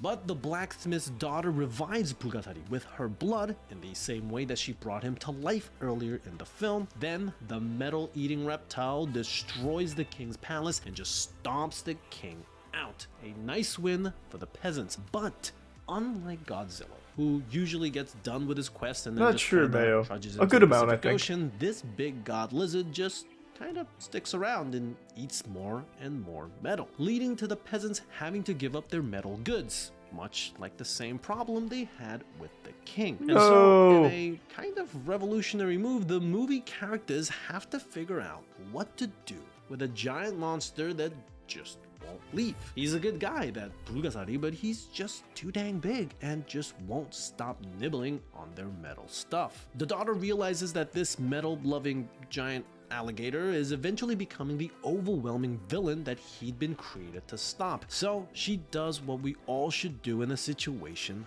like She this. calls Flies the Godzilla. giant bell and waits for Pulgasari to eat her. Pulgasari does this and then pretty quickly realizes that he's made a terrible mistake. Then he just crumbles into dust and explodes at the same time. Then we see a baby Pulgasari turn into a glowing blue orb and zip into the dead daughter. What the reviving her. fuck? A lot of revivals in this movie. This is cool. Then we get the end. And that is the great story of Pulgasari. And if you know anything about North Korea, the story of a poor anti-capitalist country that ends up defeating an evil king and becoming their own powerhouse sounds right up in their alley. But aside from the fact that Pulgasari is kind of ridiculous, the Nice, monster Canadian. effects Hope you had fun. themselves look pretty akin to what the Godzilla films look like 20 years before. Basically, Pulgasari would be an incredible technical achievement in 1965 instead of 1985. But Kim Jong-il absolutely loved it, holding a feast to honor the filmmakers and their success. But rather than following it up with Pulgasari versus Robo Pulgasari or whatever, the two plan to follow Pulgasari's success with a movie about Genghis Khan. Shin Sang-ok Oh, and Kim naturally, even I planned guess. to try and get it an international release. Kim also felt that it would help revitalize North Korea's economy, which was in a drastic slump at the time. However, That was a cool story with would Pulgasari. require the cooperation cool. of other countries. I like meaning that. Shin Sang-ok and Choi Eun-hee would have to travel outside of North Korea in order to finalize the deals. This is where they would make their escape. Dun dun dun dun dun dun dun dun dun. March 12th, 1986 in Vienna, Austria. Under the pretense of meeting a Japanese movie critic for an interview, they convinced their North Korean bodyguards to leave the room, and then they got on a cab, got chased, got out the taxi during a traffic jam, and ran their way to the American embassy. Also, I do want to add some more info to this insane story. So, Shin Sang-ok and Channy actually secretly recorded their conversations with Kim Jong-il as evidence that they were indeed held against their will. One of the recordings has Kim Jong-il admit to the kidnappings, and in the same convo told the movie lover pair that they should have a press conference. But they got to make movies. Indeed, in North Korea of their free will. That press conference happened a few months later in Yugoslavia.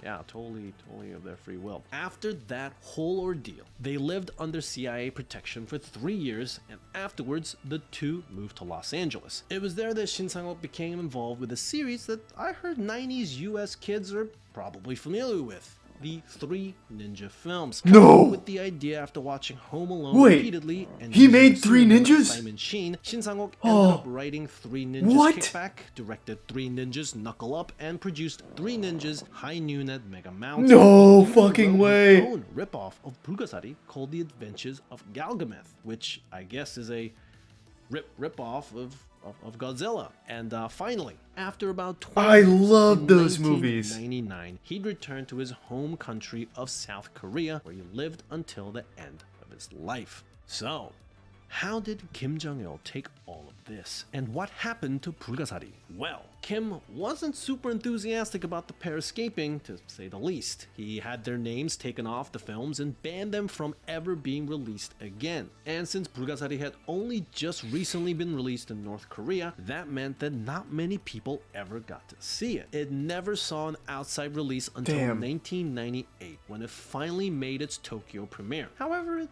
didn't do very well in Seoul, South Korea's largest city, a population of about 9 million people. Only about 1,000 people saw it. But That's pretty good. unlike Bulgasari itself, the legacy of the film wouldn't crumble or explode.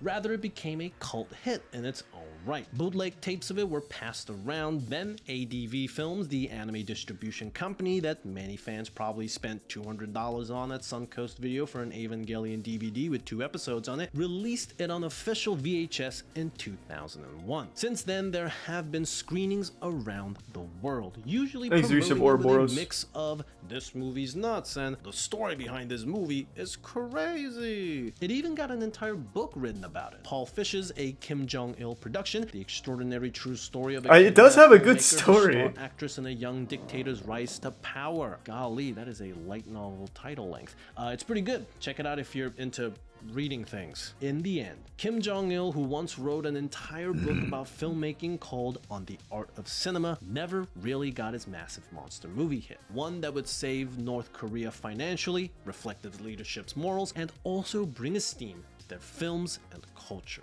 Instead, he got a movie about a giant creature that eats a lady in a bell and then explodes randomly. And that's kind of what you're asking for when you kidnap your filmmakers. So I guess the message you can get out of this is don't abduct people, even if you do desperately want to make a giant monster film. I guess. That was cool. That's always a good rule to live by. Yeah. And that is the end of this strange little tale about a North Korean Godzilla knockoff. Yeah, sounded oh so simple at the start, and now look at ya. Learned a whole kidnapping and escape thriller movie plotline with some history. I don't even know why he on escaped. North Why not just Korean make more cinema. North Korean All- movies? He could have made Polgasari 2. Polgasari in space. There could have been no end to the franchise. Wow. Here it is on YouTube, yeah. Don't really want to watch the whole thing, though.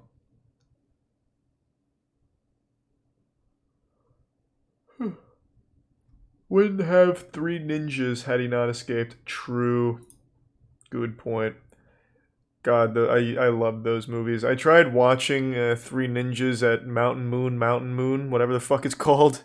High Moon Mountain or whatever. The one with Hulk Hogan. I tried watching that a few years back. God, it's bad. Holy fuck, it's bad. Thanks to Resub Dundo. Those movies have not aged well.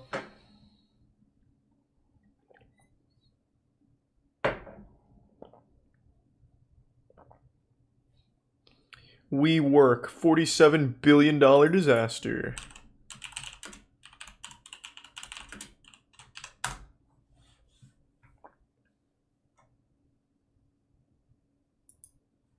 Does WeWork's implosion pose a systemic risk? The company went from a $47 billion valuation to near bankruptcy in just 6 weeks. It's been kind of a phenomenal story to watch. 6 weeks? What a speed run. Cash crunch at its current burn rate of $700 million a quarter. It's probably going to run out of money by the first half of next year. How and what is this company going to do if it doesn't hit the public market and raise that money? Hi. I've never heard of this. Welcome to another Cold Fusion video. The idea of a modern-day tech company is shrouded in glamour, casual dress, cutting-edge tech, and a collaborative atmosphere which frees workers from mundane, pigeonholed work. This dream is exactly what WeWork sells to people. WeWork rents out co-working offices to freelancers, small business owners, and even some tech giants. The company was an exciting, fast-growing startup, on course to issue an IPO in September 2019. Valued at $47 billion, things were going great for WeWork, until people started looking into the company, and more importantly, their founder and CEO, Adam Neumann. From a failed IPO to a disgraced CEO, let's take a look at the story of WeWork. That guy looks way too young to have a $47 billion business. Right in front of our eyes. You are watching Cold Fusion TV.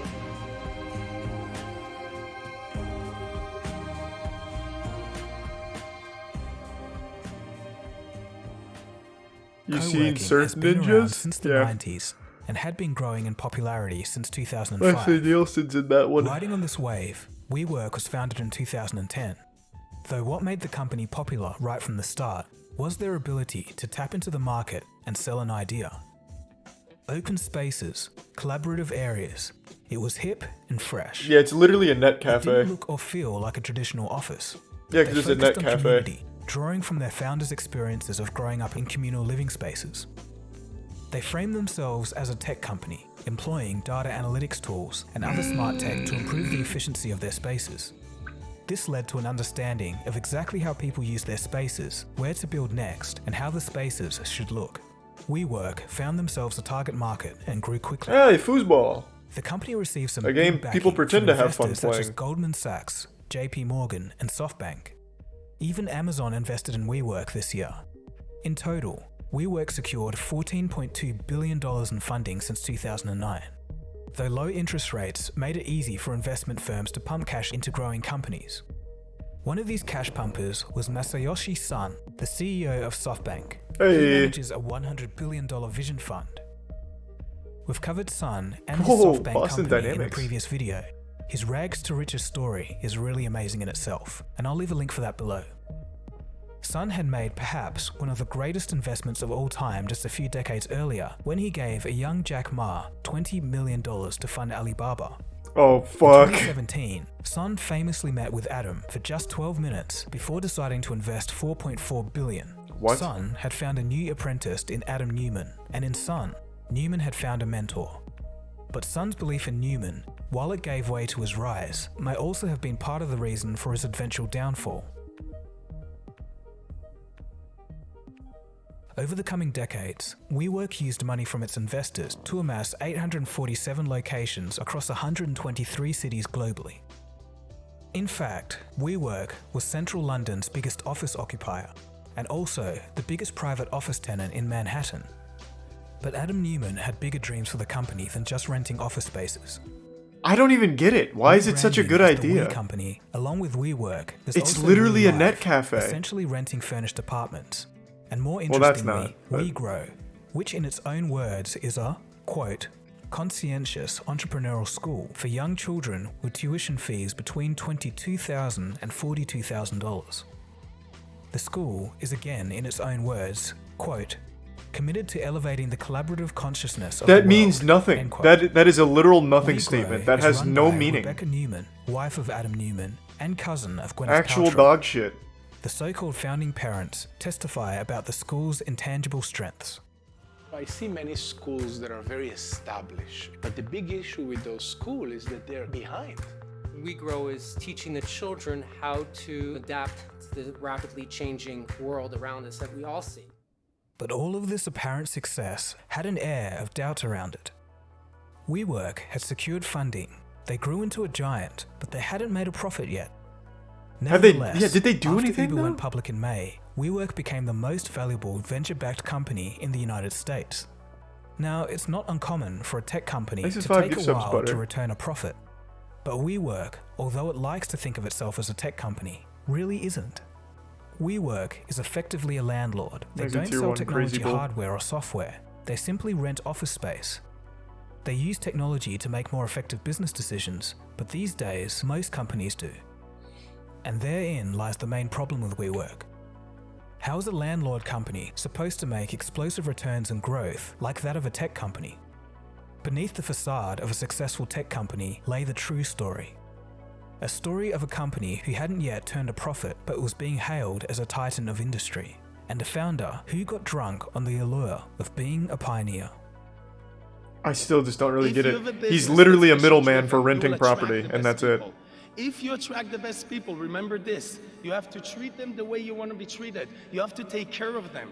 I know today, and I did not understand this in the past, that the most important thing in our business and in every business are the employees and the people making it work every single day.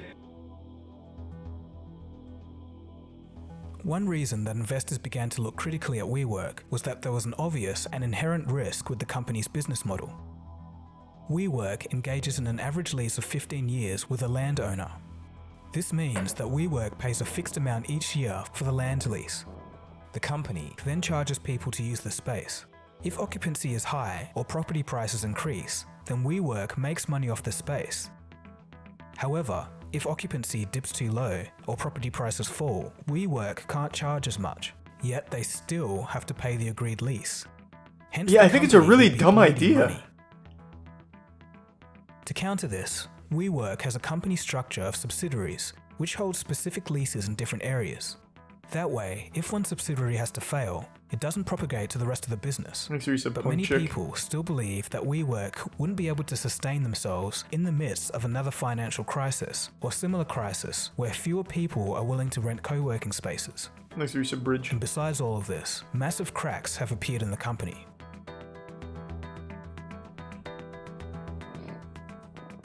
The cracks became apparent to investors as WeWork was prepping for an IPO for September 2019. The problems all started in January with SoftBank, a major investor in WeWork. They backpedaled on a proposed $16 billion stake in the company, reducing that figure to just $2 billion. I'm sure this company doesn't exist now. In SoftBank's share price, but some people were concerned that SoftBank was rethinking WeWork altogether. So as WeWork began its IPO filings, investors were keen to see what all the fuss was about. During the process for filing for an IPO, a company is required to disclose a lot of information to potential investors. This means financials, business models, disclosures, among other things. The company goes quite literally from private to public. And this was where the suspicion of the $47 billion valuation arose. Internal documents from WeWork's IPO filings revealed that it was losing more than $5,000 per new customer. This was a terrible look for a company. Nice. As more details came out, the company's value had dropped by nearly 80% just this year alone. Many blame the financial situation, but also there's many doubts about the company's founder and CEO, Adam Neumann. To give you an idea of Adam's character, he trademarked the word "we." He's hitting a pog face. Pay him $5.9 million in licensing fees. The Sydney Morning Herald has also called him the newest, most hated man in America. I highly doubt that. Where you're going out and you're securing long-term leases, where you have a long-term expenditure, and you have very short-term revenue obligations, $650 a month. And the criticism goes something like, wait till Adam sees a downturn. How do you respond to that? What value do you drive by actually going and telling the world what works and what doesn't work about another company that you have no access to their numbers? You probably don't understand their business model. But if you're just going to express an opinion about something you might not know a lot about, especially if that person is buying something from you, don't do it. Well, Adam. Adam Neumann, you're a douchebag. I don't know what to tell you. 2001. Good luck, I guess. After a time in the Israeli Navy, he studied business in New York. His business venture before founding WeWork was a failed baby clothes company called Crawlers that made pants with knee pads for crawling babies. Adam Neumann is an interesting character. He has the typical confidence to dare to do anything, the actual attitude genius of any Silicon Valley founder, despite being from New York. But Newman wasn't your typical startup founder in many other ways. As interest in the IPO grew, so did the list of reports of not just about WeWork, but about Newman himself, from his use of drugs and alcohol to his tirades in the workplace. It was as if Newman lived in an alternate reality, a reality perhaps fed by those around him. Ashton Kutcher and Newman were close, even pitching a Shark Tank-style idea to a TV network, but it was never picked up. Why? But perhaps it was Masayoshi Son who gave Newman an untouchable status in the tech world. Son would proclaim that, quote, WeWork is next to Alibaba, end quote, and also telling Newman, you need to think bigger. With the confidence of having such a figure believe in you, who else could tell you otherwise? Newman wanted his staff to Did you work know hard Nintendo and owns play the hard. rights to 2 porn Adam movies? said I that did he not. likes how That's alcohol exciting. brings people together. During executive retreats, extravagant cases of $110 a bottle tequila were reportedly always within reach. It was said that the drinking at these retreats Wow, that started sounds in the fun. morning. In 2016, several weeks after Newman fired 7% of his staff, he held a company-wide recent meeting, toaster. but not just any meeting. After telling the staff that the cuts were necessary, he brought out trays of tequila shots and then brought in a famous rapper from the group Run DMC to perform. What? Newman and some of his staff danced, while others stood around bemused.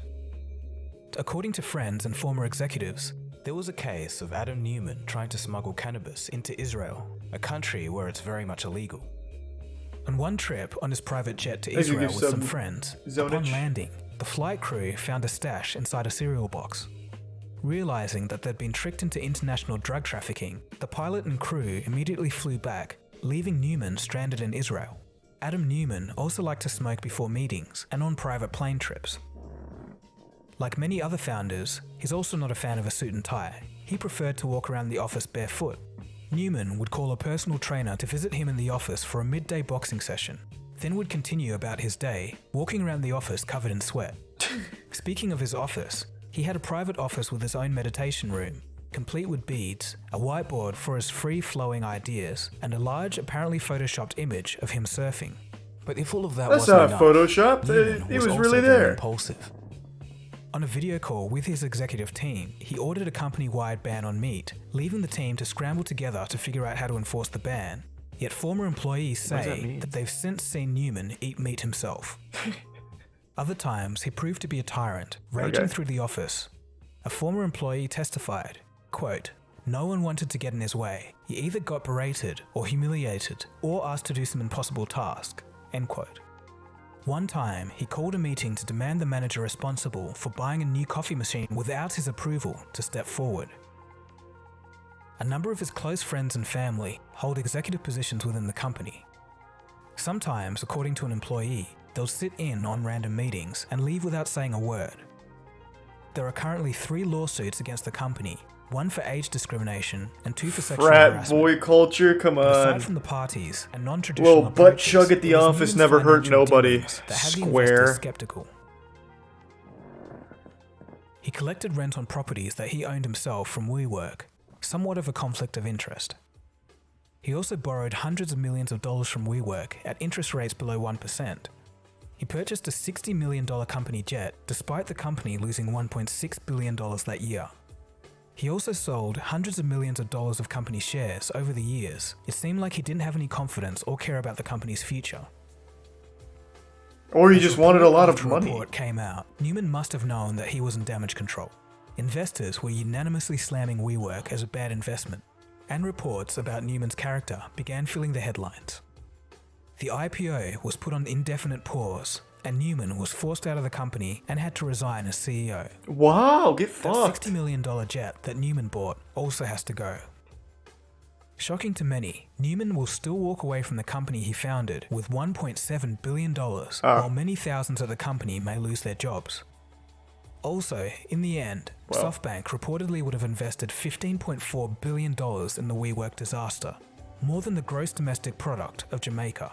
No, I still want to invest more and I want to increase, Why? Some of my investors said, Masa, you get too excited and too much concentration into one company. Don't go too far, too much. Well, that guy sounds like a goddamn idiot. He got very, very lucky with Alibaba. But he sounds fucking dumb. It hasn't turned a profit, and investors just forced out the company's charismatic yet reckless founder and CEO. The company is fast running out of cash and in dire need of investors.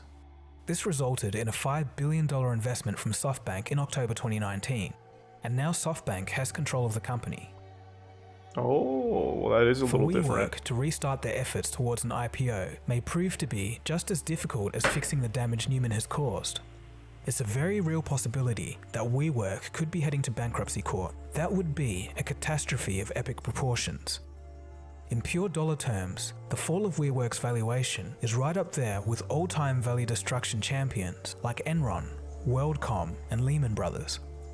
Not only this, but it could shake the very foundations of the concept of investing in a unicorn company. Thanks to Prime Nova and Resub investment banks Massive. should have known better. We've seen people fall victims to these charismatic types before. This house of cards was coming down. This is a failure in misunderstanding what the marketplace is. Find me another example of creating a company that loses 50 cents out of every dollar of revenue, and explain to me how that works. He needs to think about what's best for the company at this point, and I don't think it includes him. It hasn't been a good time. Uber, Lyft, Slack, Dropbox, and Beyond Meat are all trading below their IPO prices. Fitbit traded $50 a share after its IPO in 2015, but when it was recently bought by Google, it was only just $7 a share. But what makes the WeWork disaster so interesting is that it never made it to the public markets. It seems that people are no longer willing it did just to buy the fine hype of without IPOs. Of course, the number one casualty of the WeWork disaster has been Masayoshi Son, the chairman of SoftBank. He's lost billions. But not only that, his reputation as an expert investor may be damaged. Yeah, I think he's dumb. So it definitely is damaged. I think he's a fucking idiot. There's one major cloud hanging over WeWork, and it's something outside of their control. The health of the financial markets themselves. To explain it briefly, there's a problem in the repo market. The repo market is basically the mechanism that keeps the whole financial system running on a daily basis. On Tuesday, September 17th, 2019, there was a catastrophic failure of some kind, and till this day, no one in the public can really be sure what it was. But as a result, up to $100 billion a day has been pumped into the system to keep it going. If you look at the balance statements of the New York Fed, mortgage-backed securities made up a significant portion of these funds. It would seem like there's a problem in the real estate sector once again. If this is indeed the case, another real estate downturn would obliterate WeWork in the blink of an eye. That model has gone bankrupt multiple times before. What happens is you Thanks for the 5 gift subs, Massive Bombs. short-term leases with long-term debt. So you go buy a building, put debt on it. When rates... Okay, is this... I'm assuming this company's dead. We can check Court Cam in a sec. I'm assuming COVID put this into the ground. Nope. Oh, there's a whole documentary on Hulu about it.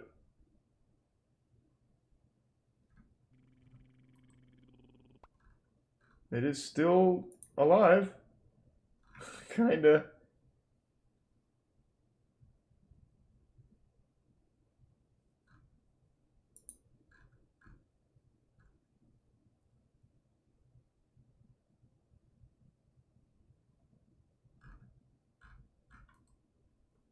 How do I find, like, what they're worth now? I'm very curious. They have to be so close to dead.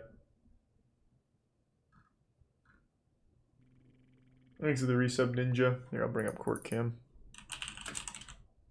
Apparently there's a new episode. There's a new episode.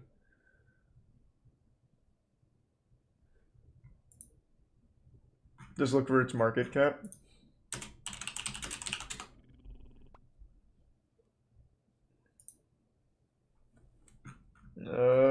How recent is this?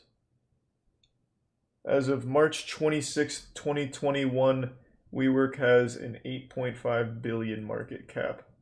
It seems to still be doing okay. Crazy. Hey, maybe Masayoshi's got it all figured out. 750 million, where did you see that?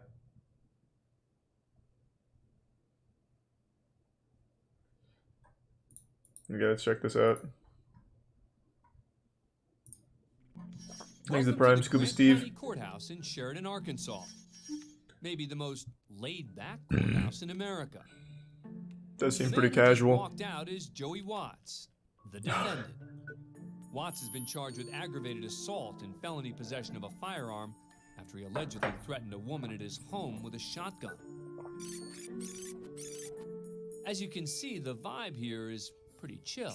Okay. Watts' attorney, a couple of women chatting up. I'm guilty? Alright, I'm going This home. woman's possibly checking Sorry. her Instagram feed, but no sign of a bailiff. The jury's currently deliberating the weapons charge.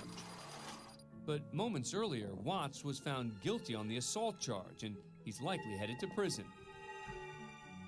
Except, wait, he walks out. Notice the man in yellow who taps the other guy just as Watts reaches the exit. Then they get up. Watts enters the stairwell at a casual pace. No one's chasing after him. I guess he's gone. He's made it to the ground floor. Watch as he gestures towards something or someone. Without a care in the world, he heads for the main entrance. As he exits, notice he's got a little pep to his step. Outside and tasting freedom, Watts begins to jog. At this point, Yeah, I he's mean, not about to why take even any bother? chances. Just walk it. While Watts is making a break No for need it, to overexert. inside the courtroom, the jury's just returned with a verdict on the weapons charge. Guilty. Watts' freedom. Who are we here for again? Oh, he's gone? That's The fine. next day. And as it turns out, this Thanks for was some not Phoenix. DeWitt's arrested again. And He brought looks before like the judge fake with Slim two Shady. more charges of impersonating an officer. You were arrested pursuant to a probable cause warrant for falsely personating an officer. Once again, is released on bond. About the new cases. Turns out DeWitt has quite a history of playing cop. He He's was done it for a convicted long of time. The same charge back in 2001. But DeWitt can't seem to stay out of trouble. And after multiple arrests for impersonating an officer, he's back in court again. Your name, sir? I'm sorry, Jeremy Charles DeWitt, Your Honor. This time he's not here for being a fake police officer, but for failing to register a vehicle as a very real sex offender. Oh! In 2005, DeWitt was convicted of lewd or lascivious battery involving a victim between 12 and 15 years old. Now, Mr. DeWitt, you're here today because you're arrested on an arrest warrant for Wow. a sex offender violation, failing to register as required. You're also out on bond on 5 charges of falsely impersonating an officer. The state is requesting his bonds be revoked on his prior cases, giving the new law violation, continued pattern of criminal activity, and he I did not know this part. The prosecution again asks that his bond be revoked. But once again, DeWitt catches a break. No, I'm going to leave the bonds in place. Oh, Jesus Christ. As for his remaining impersonation charges, until his trial begins, DeWitt remains free on bond. Thanks for being a fan of Court Cam. Subscribe to A&E to never miss Excuse me, Judge, can we revoke this man's bonds for being a sex offender and impersonating a cop for 20 years? No. Are you sure? Yeah, that's fine. No, he didn't even give a reason. He's just like, no, his bonds are fine. Fuck it.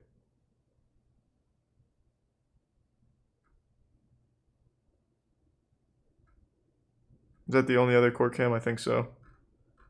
I think now we're all caught up.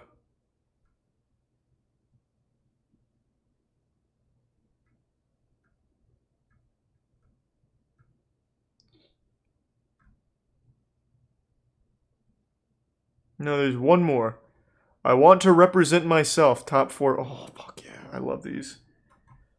First up, we're in Vancouver, Washington. Oh, we've seen this one. A 16-year-old is in this defense Protect your attorney. by the Washington. This is the arraignment of Fuck, we've seen this one too. Allen Boston, house in Dayton, Ohio. acts like he's sleeping. Son of a bitch, we've seen them all. Brett Well, appears to be I don't know what I was expecting. quite normal. Doesn't appear to be labored in. The defendant arrives in a wheelchair. Well, that's a shame. Oh.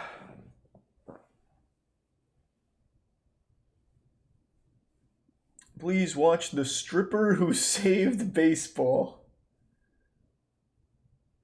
The Stripper Who Saved Baseball, huh? Can I watch that on stream? Thanks to the Prime Kush. Baseball is the worst fucking sport to watch, but it has the biggest goofballs with the most interesting stories. Let me skim through it on my other monitor real quick. Morgana was...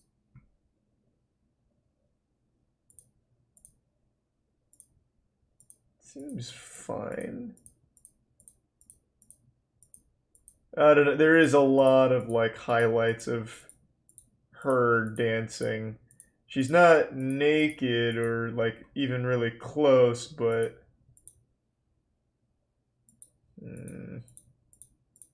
still seems risky. It's age restricted. It is age restricted. You're right. Never mind. Not risking it. Fuck, that sounds cool though. I like how I type in The Stripper Who Saved Baseball, and the second result is I had sex with an entire baseball team from Trisha.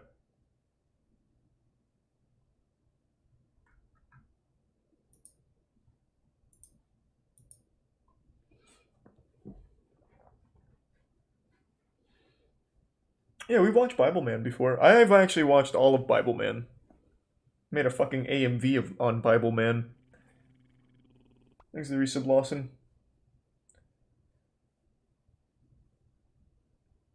I don't really watch any Call of Duty esports, but of course I know Optic. They were the like only esports org back when I was still doing Call of Duty content in 2010. I'm very familiar with Optic. Thanks to Prime ZBD.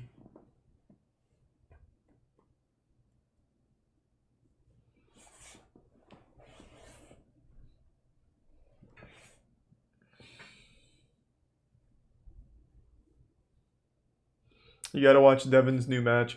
Yeah, I've got it queued up on another screen right now. It's not officially released yet, though. So I'm waiting for the official release.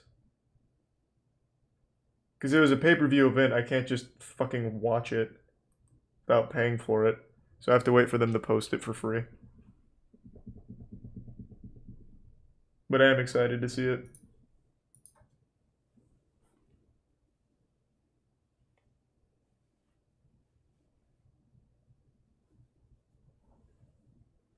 Watch the Far Cry 6 trailer.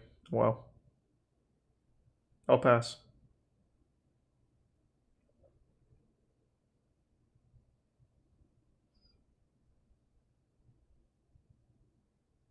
Japanese log racing.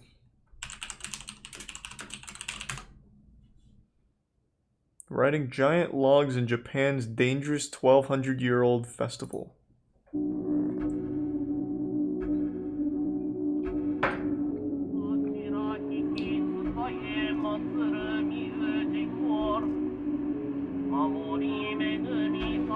Well, this looks cool.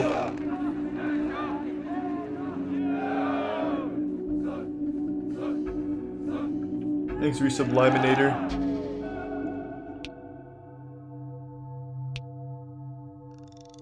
Oh shit! This looks fucking awesome! There is absolutely no doubt there is a tremendous amount of injuries every year, though. Can I see a full match? It reminds me of Barbie Jeep racing, but with logs.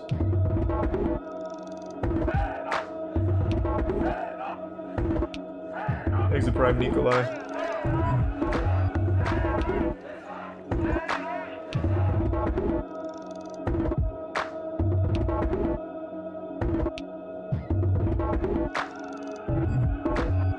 What country has the cheese wheel roll? I think that's the UK.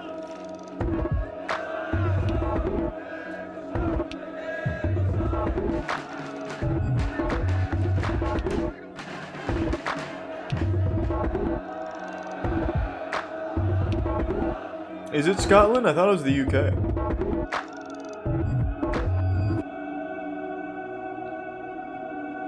When do they race more logs? Actually, where can I watch a full log? Onbashira Festival, Japanese log riding. Let's go! Wow. Horrible quality.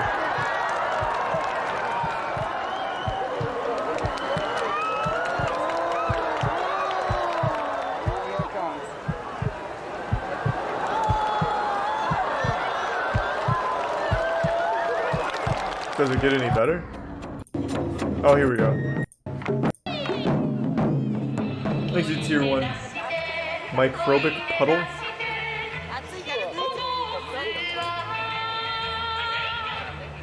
Every 7th year. What a crazy tradition.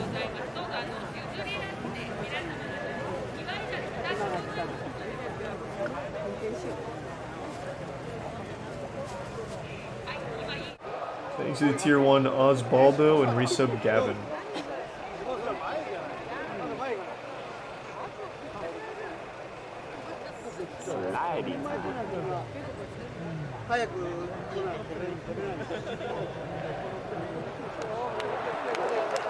Let's go!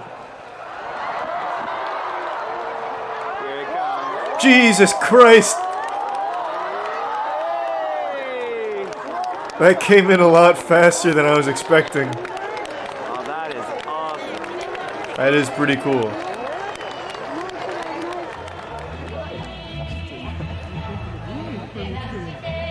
Can we focus on the sport, please?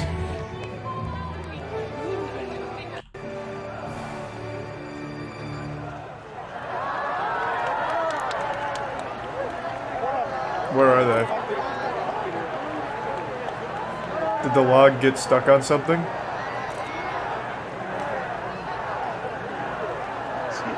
Oh, it's just moving very slow. Oh, that's an easy one. That's a slow ride. Pussies. He's having fun. I would be too, to be honest. This seems awesome. Exit tier 1 Quantum Cooter and resub Sticky.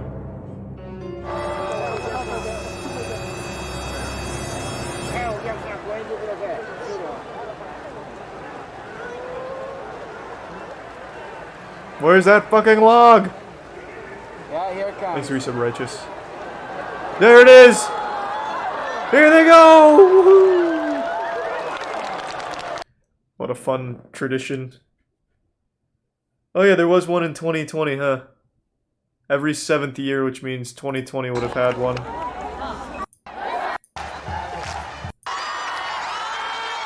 Much better camera quality.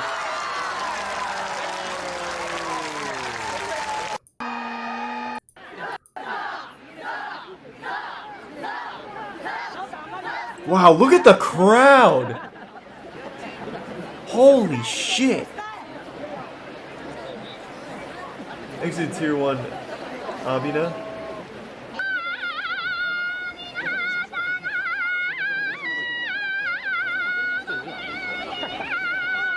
That's really loud.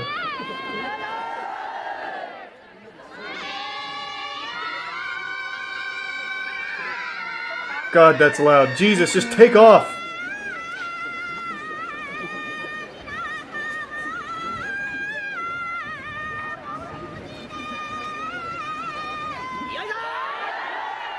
Exit tier 1 Lady Dovahkiin. The Prime Busta.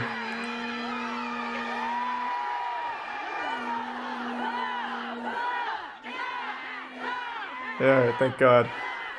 Yeah! Woohoo! Oh, they're drifting!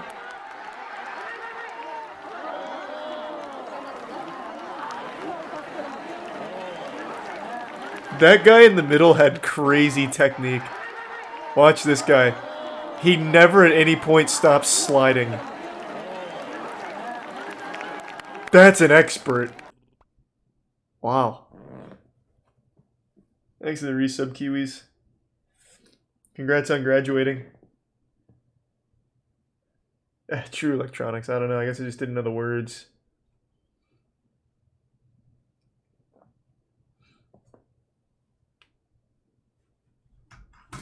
How do people not get their legs ripped off in this? Oh, I'm sure some people do. I'm sure it's happened.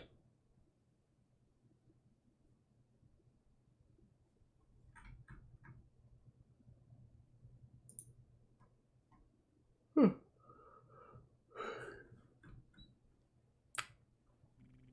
Thanks to Risa Bastamos, and Soliance.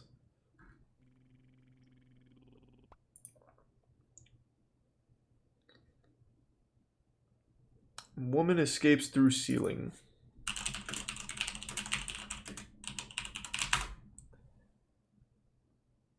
This? Oh, you're right. I did miss one because court cam wasn't in front. You're right. We kick things off in Dayton, Ohio. A camera keeps watch of a female holding area inside the Montgomery County Jail. Most inmates are here awaiting their first court appearance, including Jessica Boomershine.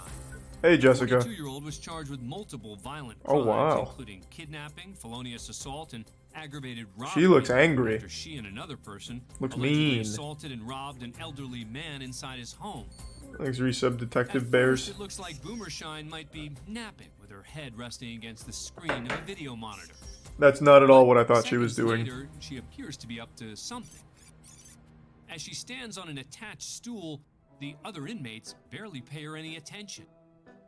But after she slides a chair over and climbs on top of the video monitor, she catches the attention of these two inmates who are completely confused. They look more impressed than confused. What's going on?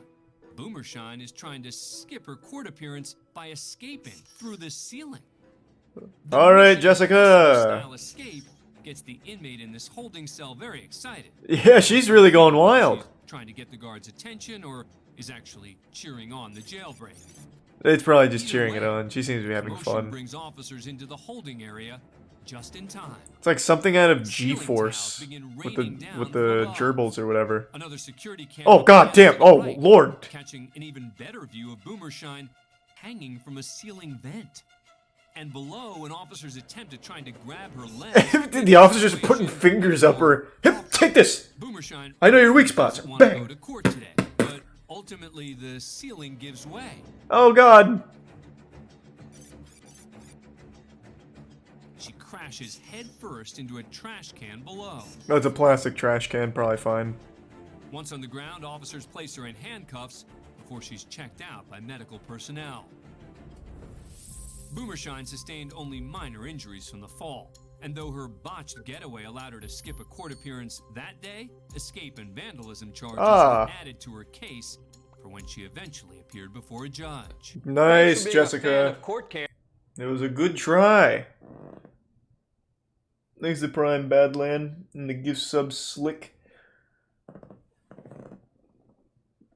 People, I don't think I've ever seen someone successfully escape through a ceiling. Like, every single instance of someone being in a ceiling results in them falling through. Ceilings are not built to, like, be weight-bearing at all. So it just constantly fucking explodes with any amount of weight on it. Yeah, like this, everyone knows this one. This one's the classic. They get into a tussle, and then the lady runs to the back to try and escape. It's like a whole Saturday morning cartoon situation here.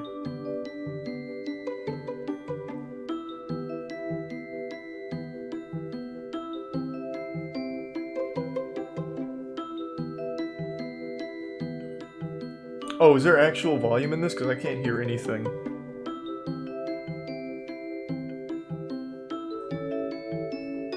I only have the right earbud in, the left one doesn't work.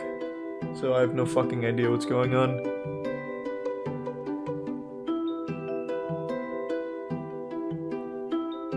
Oh, it's just music. I don't know what music's playing, so I'm not going to risk DMCA. You'll experience it like I experience it.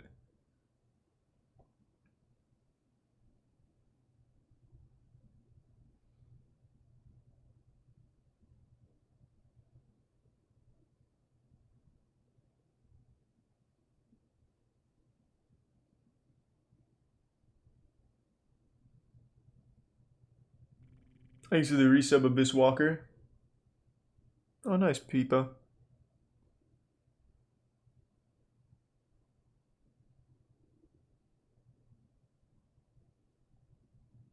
Has there ever been a single recorded case of someone escaping through a ceiling or being in a ceiling without it breaking?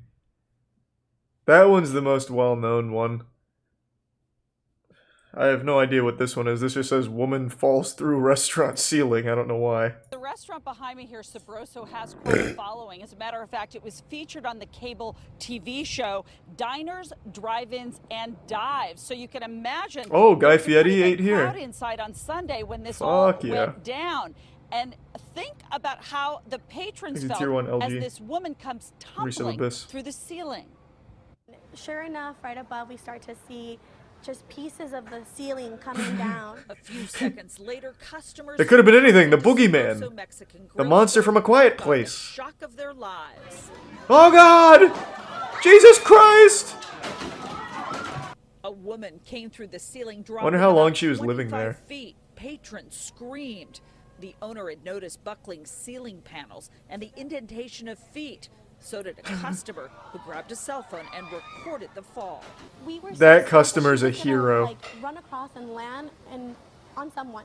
So we didn't know where. Luckily, the customers were okay, and the unidentified woman was only slightly injured. Thanks, But Resub who Phil. was she, and why was she in the crawl space? Yeah. Employees say a homeless woman had asked Aw. to use the restroom and for directions to a bus stop. The employees tell me that she spent quite. What did they tell him? The bus stop is in the ceiling? Found out that she boosted herself up here on the urinal and through that door into the attic. Wow. A police officer who responded Good after plan. the fall tells me that he interviewed the woman and said, "What in the world were you doing up in the crawl space?"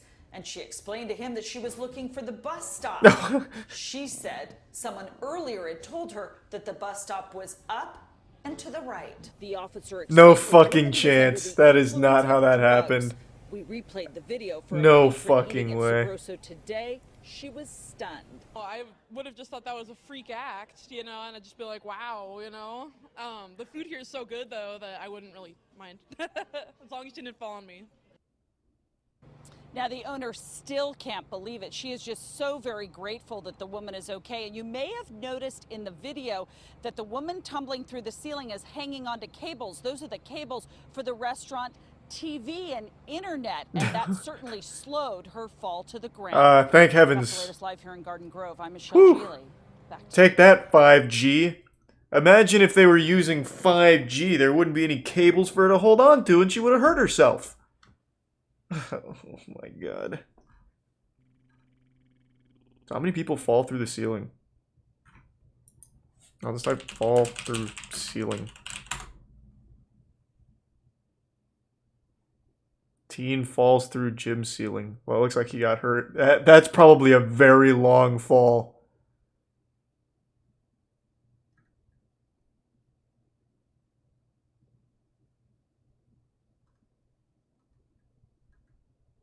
Some of these sound serious. Thief falls through store ceiling twice.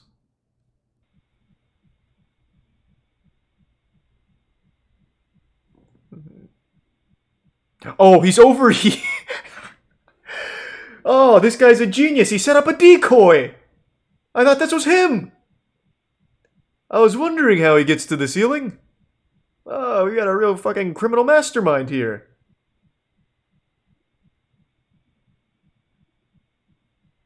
They thought of everything.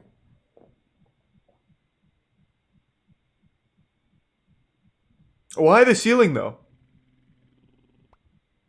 It's like some shit out of Johnny Bravo when he went to steal a giant diamond. Got like a little rope and everything.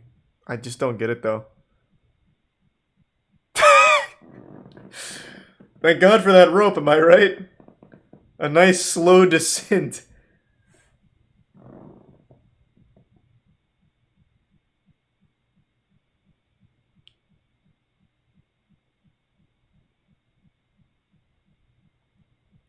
Thanks to resub Coster and the Prime Clack. Bits Ryan and Kudo.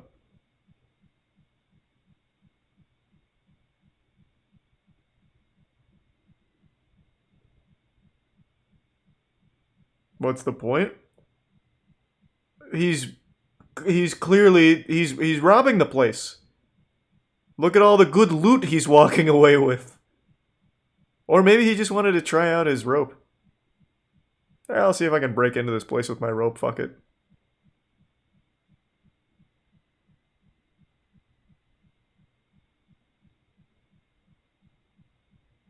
Oh, he's trapped in here.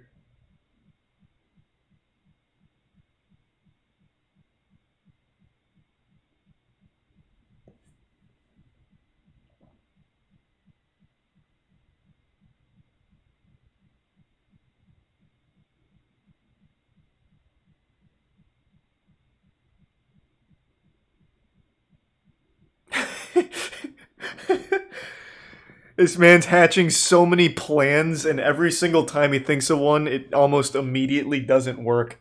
But he's on to something now. Unfortunately, the title spoils what happens next, but I like where his heart's at. He's hatched an idea and he's acting on it.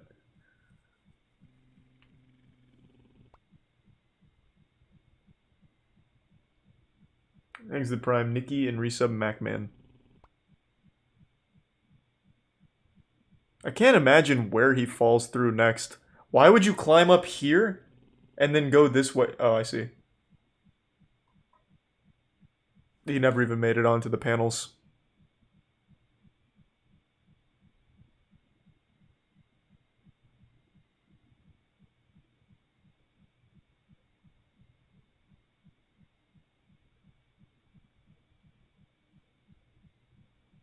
I wonder how he's doing now.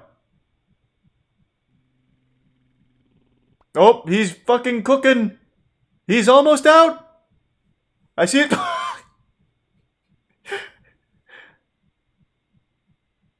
All right, we were close on that one. I think one more time, and we should be free.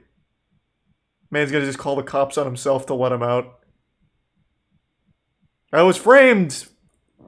There were 10 guys in here. What do you mean if you know the whereabouts of this subject? He's still in the store. It's become his sarcophagus. He hasn't left. Just check the store. Man falls from Waffle House ceiling. That sounds like Waffle House.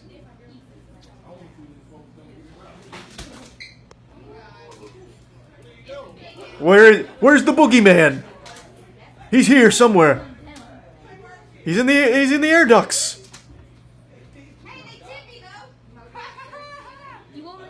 What the fuck is happening? This guy got so mad at the service he decided to live here in the ceiling. Just to prove a point.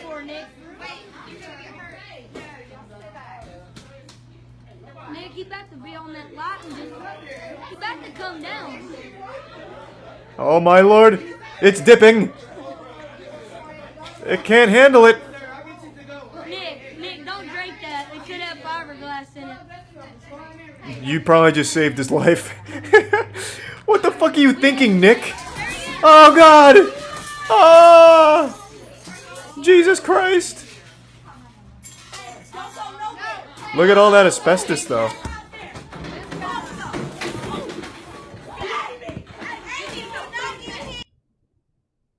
What the fuck happened there? I don't know what Nick was thinking. Fucking ceiling particles and asbestos raining down into a coffee mug, and he's like, yeah, I'll take a swig. Yeah, should be fine. I'm assuming this is the follow-up. New details right now. Police are searching for this man after he came crashing through a Waffle House ceiling.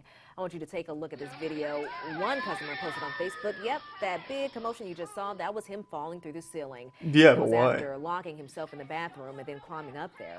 Wait 31's Sierra Phillips is live Okay. in Zambia with the new details that she's learned in this case. That's two people that have done the exact same thing. Maybe that's the entrance to Narnia. This little Waffle House behind Go to a me restaurant bathroom and climb into the ceiling. town after that Facebook video got over 12,000 shares. Now I talked to a police Exit officer tier who one was on scene math. that day, and he told me it looked The like resub storm damage Nathan inside. and Ninja. And The Claro. damage was very consistent with what you'd see with storm damage. There was Wholesome. insulation Thanks, everywhere. Coister. There were ceiling tiles broken, and they were scattered throughout the business. Tuscumbia police say I don't care anymore. I just want to see more people falling through a ceiling now. I can't believe how many people fall through ceilings. This is a very popular one. What is this? Oh my god! Mom was just being supportive, listening from the air vents. Oh my god! Aww. So what was she doing?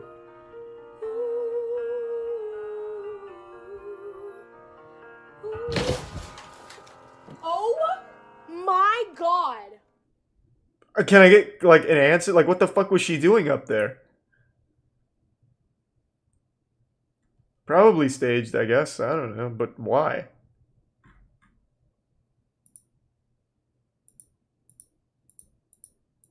Because, I mean, she really did bust through the ceiling. That seems not worth. Thanks to 10 Chance and the resub Pukito.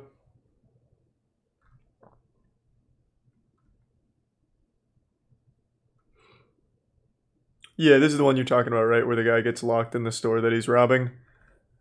Yeah, I've seen that.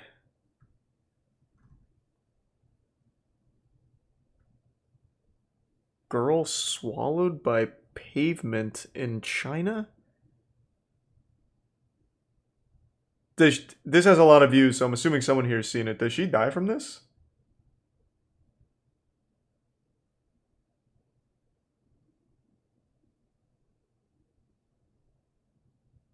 No, okay. What does this even mean?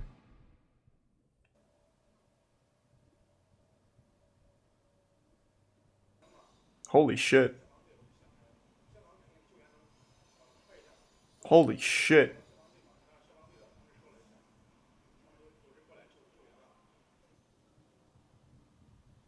Wow. Yeah, that looked like right out of Minecraft. Man falls through... Another one. Man falls through golf shop roof. Oh, this one isn't even drug related. This guy was just installing cameras. I'll still check it out. This one's a classic. Thanks to resub Mighty Dingus. Yeah. Yeah, that pizza oven is about at the hell's going on there. Oh my god! Hey, Ron. Hey, Billy. That hurt. What the All fuck? right, don't move a muscle. I'm fine. That sounded like a bomb went off in there. Don't move. Is the ceiling made out of dynamite? Might have been a hole in the ceiling. Don't move. No. Oh, and it's George Lucas's golf shop, it seems.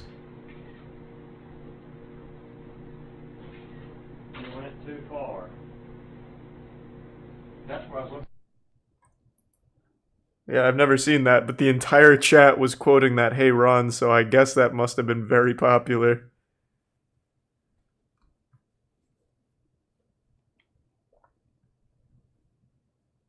Neighbor from hell comes crashing through the ceiling.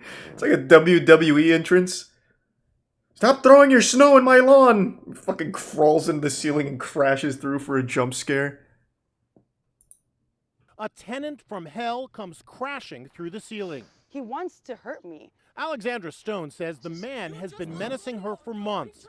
She manages the building in Hollywood, and he rents the apartment across from hers. Like at 5, 6 in the morning, he'd come out into the streets, scream that I'm Thanks to stealing Prime his Flube. stuff, or that I'm trying to kill him. Ring camera videos allegedly show Robert Sargsyan coming to her front door at all hours. You want me to call the police? Call the police. He's even seen ranting in the alleyway. He had come and banged on all my windows and all my walls. He broke my kitchen window. He tried Jesus. to break into my house with a butcher's knife. This is surveillance video of him with a meat cleaver. How is this Then not enough to came get the him most arrested? Terrifying incident of all. It was in the middle of the afternoon. Alexandra was working at her desk, and she says she suddenly heard a noise. And the man literally tried to break into her apartment through the ceiling. Your ceiling. What do you mean tried to? He clearly did it. He When he clearly came has through the succeeded in ceiling. breaking in. Did you think that's it? He's here finally to kill me? Yeah. Alexandra says she's tried getting the tenant evicted, but California has essentially banned evictions due to the pandemic. Ah. Well, I guess that's a good excuse. Okay. I wonder how the rest of that went. Another one?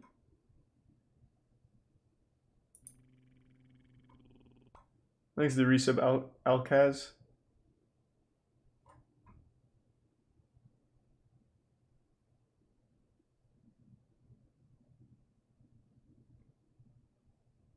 I'm assuming this is just an employee that was trying to get off work early and still get paid full hours. I have no fucking idea what's going on here.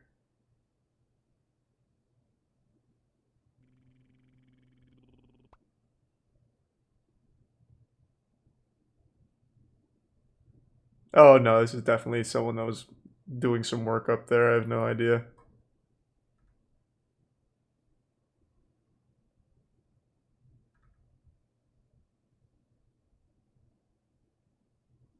Thanks to Prime, Sari Chin, and the resub Spooderling.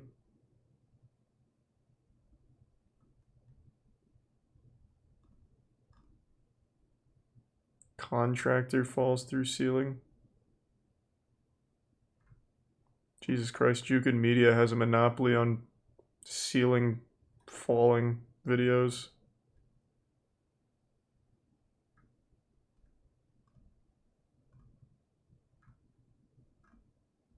I can't believe how many people fall through these fucking ceilings, man. Wild. Let's see some tits. You're in the wrong category. It's the pools and hot tubs category. It's probably to the right of this one. SpongeBob Evolution Theory. Seen it.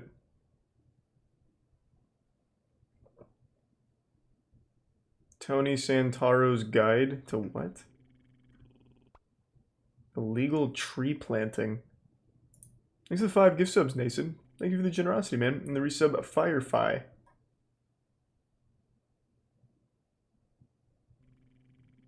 And the resub Aragost. Most depressing city on earth. New York City. No doubt in my mind, NYC. It was my goal when making this video to decide which city is the most depressing, which, in this situation, I'm just using as a synonym for unhappy. Yeah, I've seen it, Connor. Now, this is obviously just my And we're all opinion, caught up on but Good I did Chronicles. put some research into this, and I think that my answer is reasonable. Before we get into this, let's take a look at the rules. I decided that a city cannot have fewer than 50,000 people. Now, I know that's not the official definition of a city, but I think it takes a lot of remote settlements in places like Greenland out of the mix. I decided to look at what factors cause unhappiness. I found this list, and while some factors have no relation to geography... You looked way too deep. It's just New York City, man. Sleeping, Takes 3 seconds of thinking.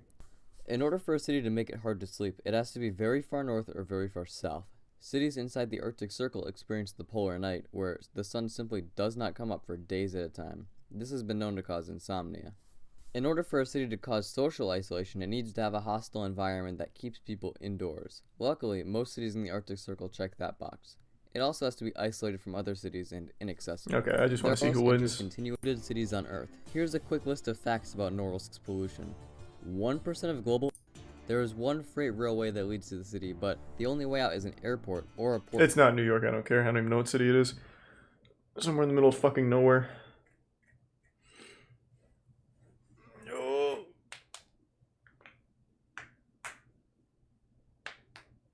What are your thoughts on Far Cry 6? I haven't seen it. I don't like Far Cry 5 or 4. 3 I only thought was mediocre. So, needless to say, I'm super excited for Far Cry 6. I'm sure it's going to be incredible.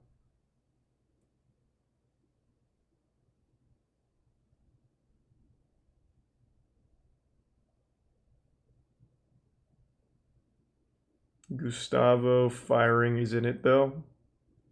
I don't even know what that means.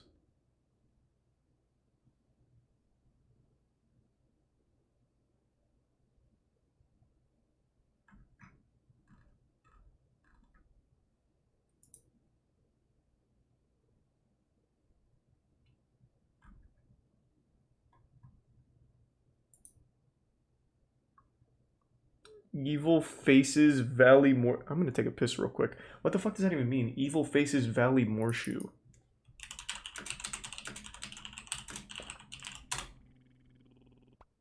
It's a goddamn YouTube poop. I knew it was gonna be some shit like that. I fucking knew it. I'm gonna go pee. Thanks to resub Real J. Oh, and the huge bits, Sari-chan. God damn, thank you. And some of it's alright. I don't know what kind in particular, Sari, but whatever you eat, hope you love it. I'll be right back.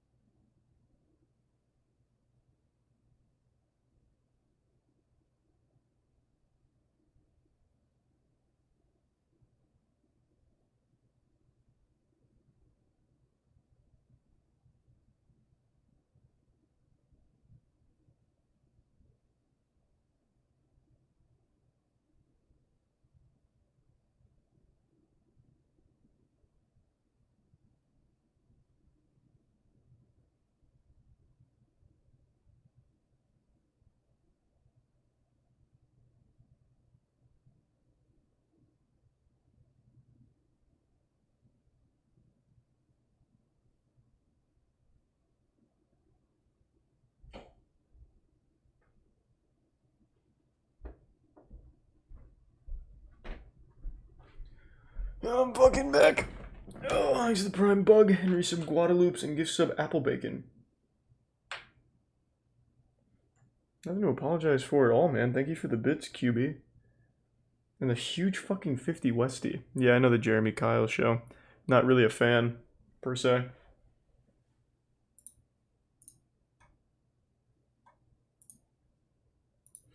Car chase in a Russian airport. Is this the video from a couple years ago? 2016, I think? It is! Hey, fuck yeah. I made a video on this a while ago. But it's cool. That's a really cool video.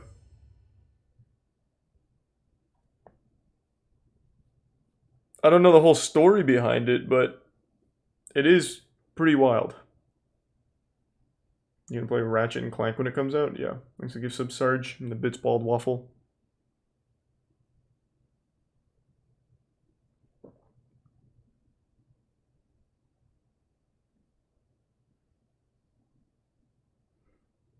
He was looking for the bus station. Yeah, that's what it looks like.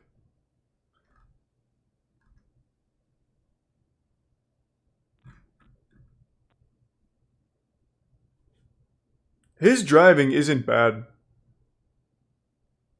I would have liked if he did a little more drifting, but he wasn't like planning on coming to this area anyway, so he did the best he could given the terrain.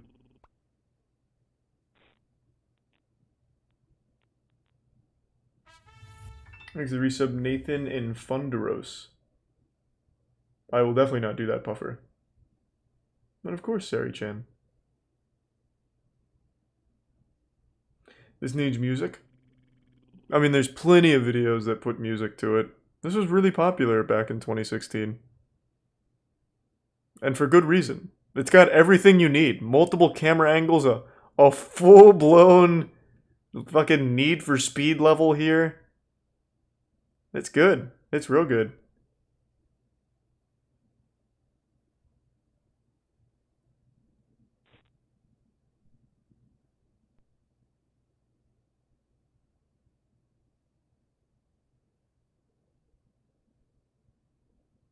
He goes all the way through to the other side. Yes, he does. With ease, too. Man's in hard cruise control. Thanks to the resub Zoot and the anonymous gift sub in the Bits Waffle. They got like 3 guards at this airport. I'm sure they have more, but what do you do? Like, they're not really equipped to handle a car blasting through it. They don't have fucking Tony Stark on staff to like stop it with his Iron Man suit. Like, there's not a whole ton. Maybe just guide him to the other side or force him out of the car, which they're trying to do.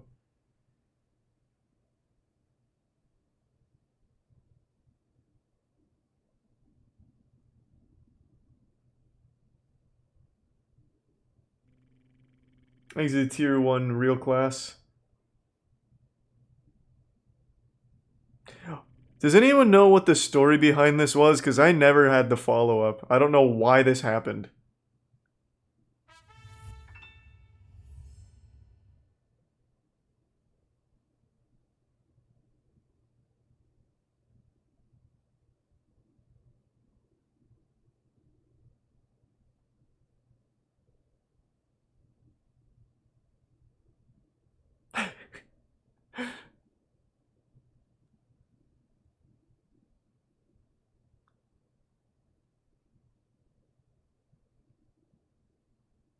Enjoy your meal then, Radish.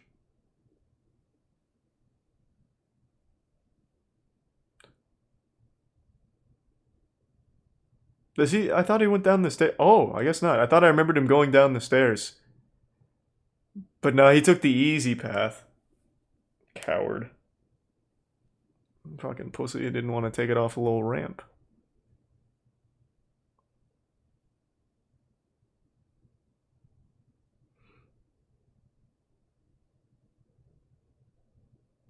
Thanks to the resub. Adam Palmer and Left Nut.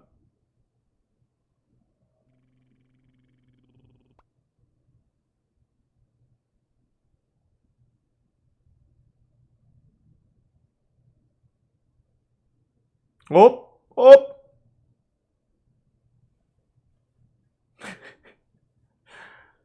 What an adventure.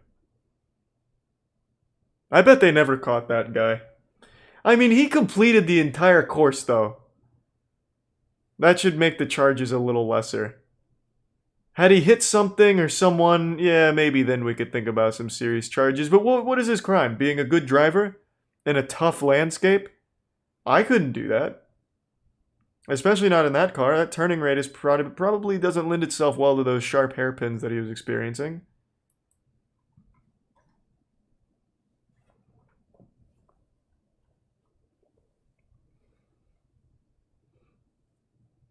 He got 15 days. He got 15 days in jail. No, you're fucking lying to me.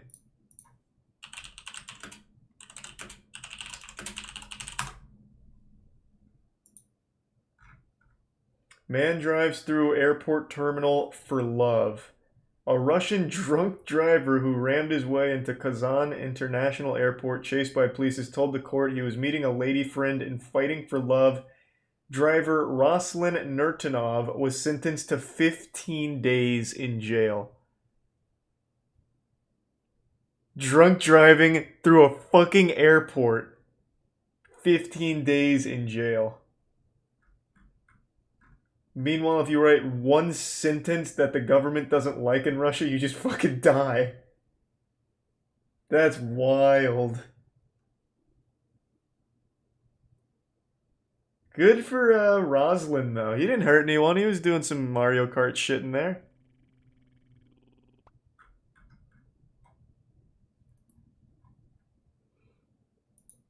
Thanks to the resub. Black nails and the bits Sarichin. I've never had White Claw. That shit got popular after I stopped drinking.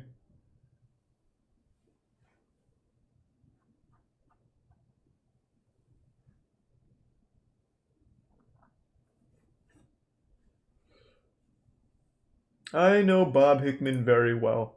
We've watched plenty of Bob Hickman talking about the PP Man.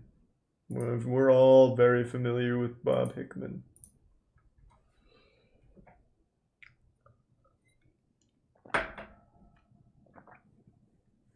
Sleep well, Dre.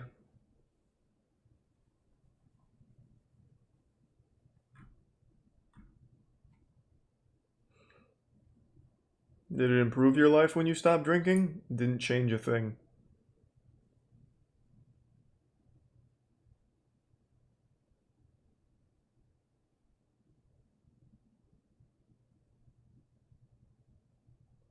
Dumb criminal caught and trapped by owner. I just said that. We've seen that one. That's the one where the guy just get... Okay, you know what? I'll just put it on anyway.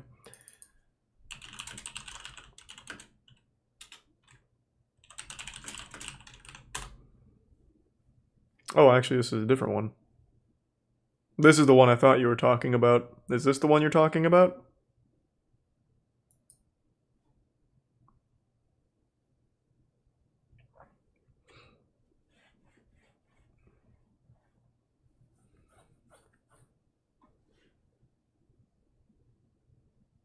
Oh my god, he falls through the roof as well. Or the ceiling. Man, how many fucking people fall through ceilings?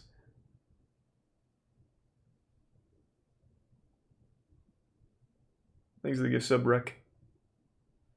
I used to do vodka Coke. That was always my mixed drink of choice. Cheap. And it just tasted like drinking very cold Coke. Very unpopular mixed drink, though. None of my friends liked it, and every time I ordered it at the bar, they always very confused and gave me some shit.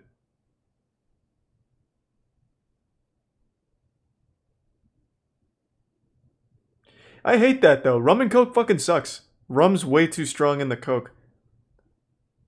Vodka and Coke, though, the Coke just completely hides it. So it's just like drinking Coke. It's not like I want to fucking taste my alcohol. Vodka tastes like shit. Rum tastes like shit. The only one kind of close to not being dog ass is whiskey. So the owner's trap was locking all the doors?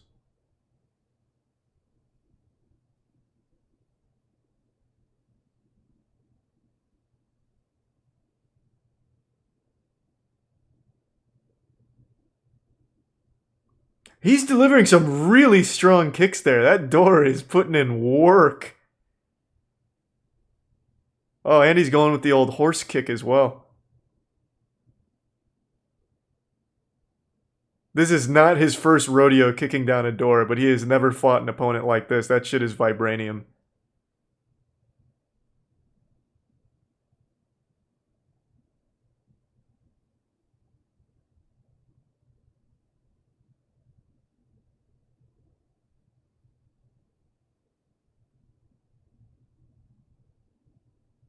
So what is he even doing here? It doesn't look like he was even trying to rob the place. It looked like he was escaping.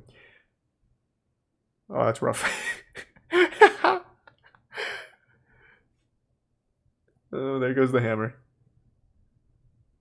Are we sure that this belongs to just like a normal shop owner and not somebody that was like torturing this guy and he finally got an escape going, only to get trapped in the second phase of the solve trap?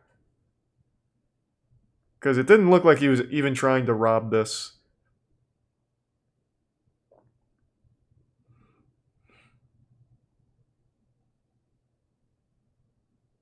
He's getting really close.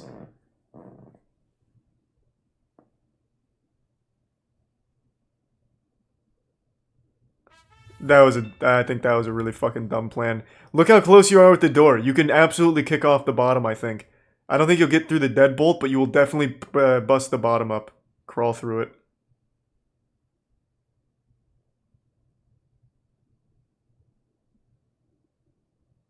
Can't believe he hasn't torn his Achilles yet. Oh, and now he's just going to pop his shoulder out of place. Very good, very good. The panic is really setting in. Next, he's going to just take the hammer and start hitting himself with it.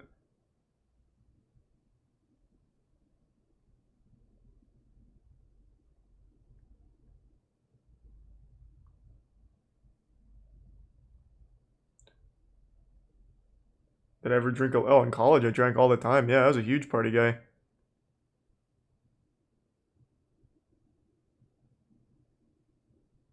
The fuck is going on? I don't understand. Is he running out of oxygen or something? What is happening?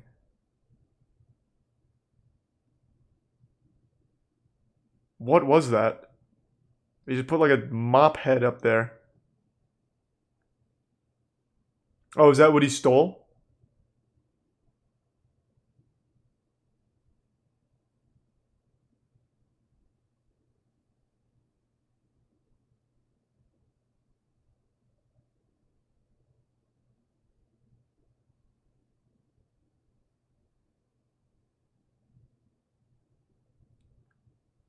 That leg is going to snap any minute now. But I'm sure he's resourceful enough to find a second means of getting this open.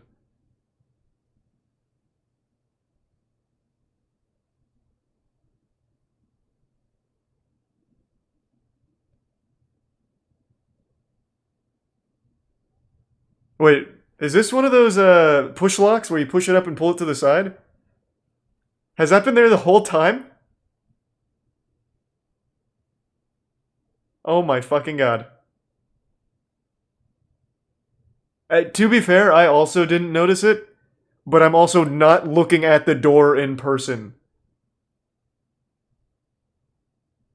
Wow, poor guy. What a fucking idiot.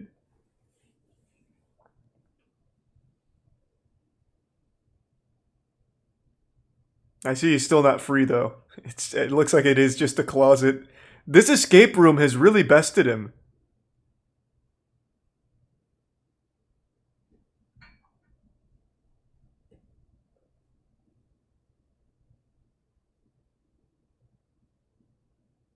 God, did you just live here now or something? Holy shit, how long is this video?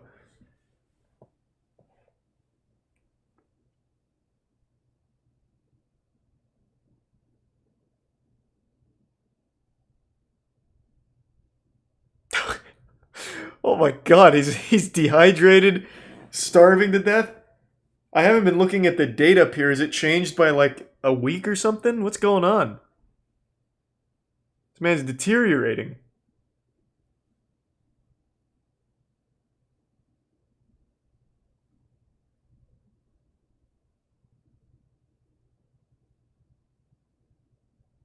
Is he just kind of sad now? Man, fuck this guy. What do you mean? He came here to rob the place. And apparently succeeded in robbing the place. He just failed in getting out. The extraction needed work.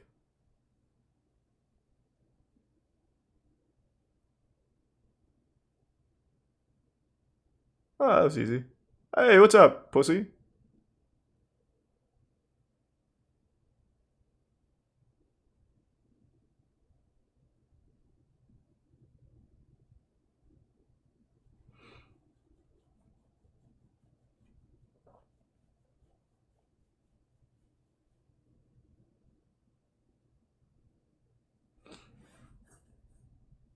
I don't eat a whole lot of ramen, sorry, Chin.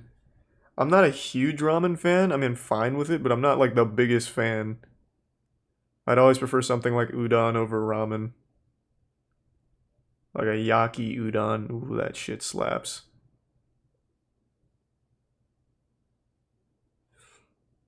Should have locked the cop in. That would have been a big brain move, but there's obviously another officer over here.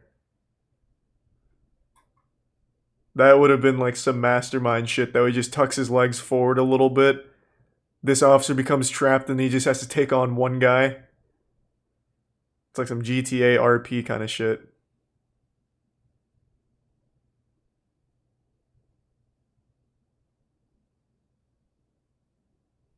No, there's clearly two cops is what I'm saying. Chat, Jesus, you would never succeed as a fucking villain. A, cops don't respond to calls alone. There's always backup. And B, he was clearly talking to somebody over here while the officer was behind the door. But I'm saying if he had let this door close, he would have taken out one officer trapping him here, and then he'd have one guy for a one-on-one and probably get fucking blasted.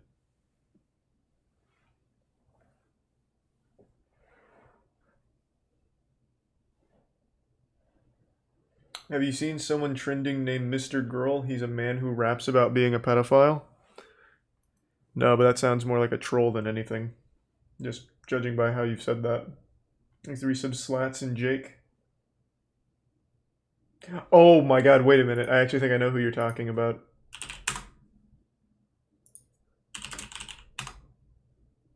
Yep, I know exactly who this is. Yeah, I'm pretty sure it's satire, but still fucking weird. The dude is the guy who was talking about how he got turned on watching cuties, so then everyone was saying like that's some real pedophile shit. So his response to it was to make a diss track on himself called I'm a Pedophile. To be honest though, the dude's got bars. I'm not going to pull it up on screen because I don't want to promote him because he's kind of not a good person from what I've been able to tell. But he's got bars. Question. Here. A lot of children ask me stupid fucking questions. Like if I rape little kids or if I believe in it. Well, shit. If you believe that, I'll rape you. Know why? 'Cause I'm a pedophile! Pedophile!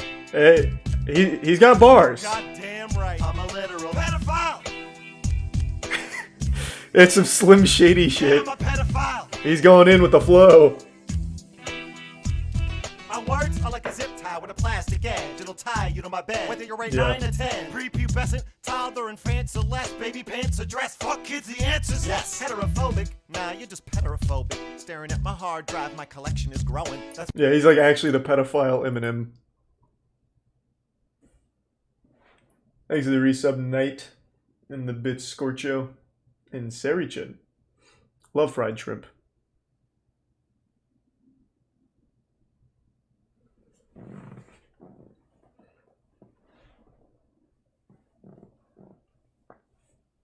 Yeah, we talked about it on the official podcast.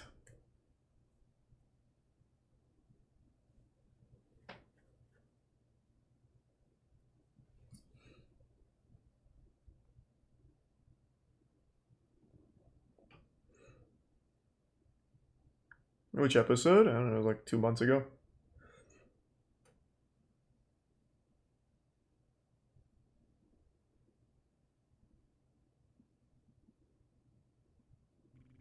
Thanks to the resub Naughty. The worst fake speedrun on YouTube? Eh.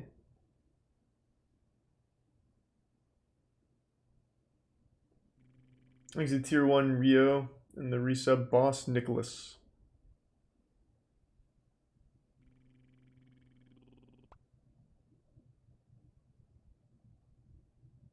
Top 10 YouTubers who are now in jail. I'm actually kind of curious. I don't like top 10s at all, but now I'm actually really curious. I can only think of one, which is Austin Jones.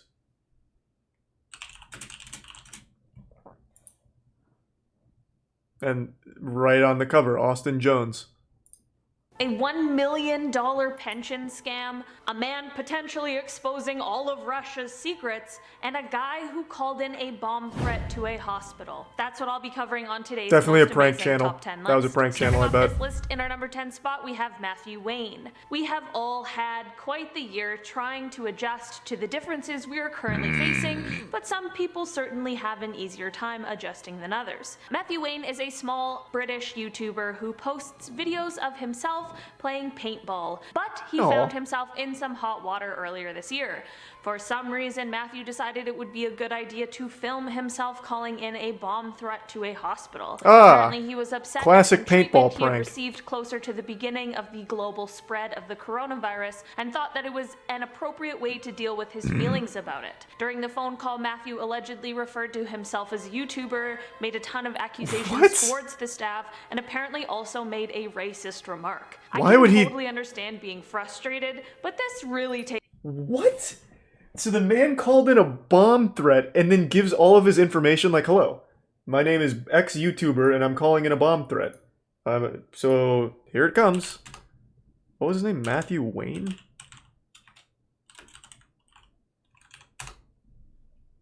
Oh my god.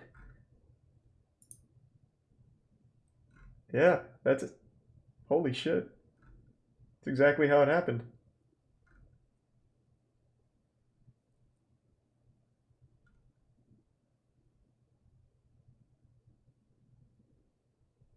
He's not in jail at the moment.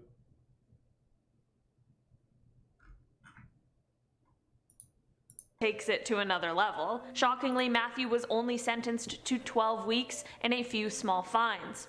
Let's hope this was enough for him to have learned. His eyebrows are aggressive. They look like a Today we have Voltorb. Kangwa Ren. Before I dive into this one, guys, please don't forget to hit that thumbs up if you're enjoying the video so far, because it really helps us out. Kangwa Ren, who is better known as his YouTube name Reset, makes gaming videos and has over 1 million subscribers on his channel. In 2017, he made a video that saw him remove the cream filling from an Oreo, replace it That's with this toothpaste, asshole? and then give it to an unsuspecting homeless man who later threw up. Oh, When people fuck, began I to never give knew him who did backlash that. for this video, he removed it and instead put up another video of him giving the same man a $20 bill as if that's fuck yeah. compensation enough. The Nah, it judge in saved this him. case certainly took into consideration the fact that he had made more than $2,000 on this video alone, so the measly offer of $20 was most certainly insufficient. The court decided on a 15-month sentence and a fine of $20,000, as well as a 5-year YouTube ban. It is unclear Fuck if yeah. Reset ended up actually heading off to serve his sentence or not, but his channel hasn't been posted on since August of this year. In our That is number a 8 huge spot, we piece of have shit. Austin Jones. Austin Jones was a YouTube Also a musician huge piece who of shit. started on the platform all the way back in 2007. I know this guy. Last year, Austin was sentenced to 10 years in prison for soliciting underage girls for photos and videos. The complaints started in 2015, and in Hey, 2017 he was Mugs. arrested. He ended up pleading I'm not guilty and replaying admitted to Biomutant. using No different chance. platforms such as Facebook and iMessage. The 10-year sentence comes from him pleading guilty on one count of the things that he was accused of. Initially, his YouTube account was demonetized once the allegations came to light, but it was quickly removed entirely following the guilty plea. In our number 7 That really undersold exactly what happened with the Austin Jones case. Another topic we've talked about on the podcast quite a bit, because that was ever evolving. That case is fucked. That guy would have his female fans make sure that they were underage, and then he would have them film themselves saying, "I'm 14, Austin Jones, and this asshole's for you," and then he'd have them clap their asshole for him. Like, his whole thing is fucking weird. It's that guy. Yeah, that's Austin Jones. Thanks to the bits Sarichin and Scorcho and the tier 1 crusty waffles. spot today, we have Ruslan Sokolovsky. Okay, No idea who that this is. one is kind of crazy. Russian YouTuber and law student Ruslan Sokolovsky is facing jail time because Thanks to he gift was sub, playing Krusty. Pokemon Go in church. He had filmed himself Oh. playing the game and a few weeks later was awoken in his apartment by the police coming in to arrest him. Apparently this is a crime Nice. in Russia because it is obviously offensive to the people who were there to worship. I completely agree that it was extremely rude and distasteful for him to pull this kind of a stunt, but 5 years in jail for playing Pokemon Go does seem kind of insane. We Like, just Matthew watched Wayne a called it video. Hold on. I don't believe he actually served that. We just watched a video of a fucking Russian drunk driver going through an airport in his car. And he got 15 days in jail. And that guy got 5 years for Pokemon Go? How do you spell Sokolov? Oh, there we go. No way he served that. He's still in jail. What the fuck? What in the fuck? Hey, man. I hope the Charmander was worth it, I guess. He got fucked in the ass real hard.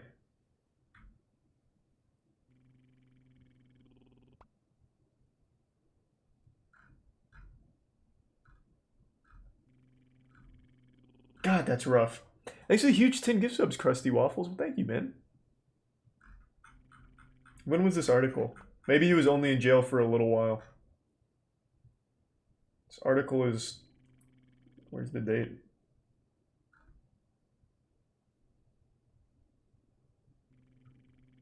It was late 2017 for this article. No updates, though. Don't see anything past 2017. I'm sure he's probably out by now. There's no fucking way he actually served 5 years.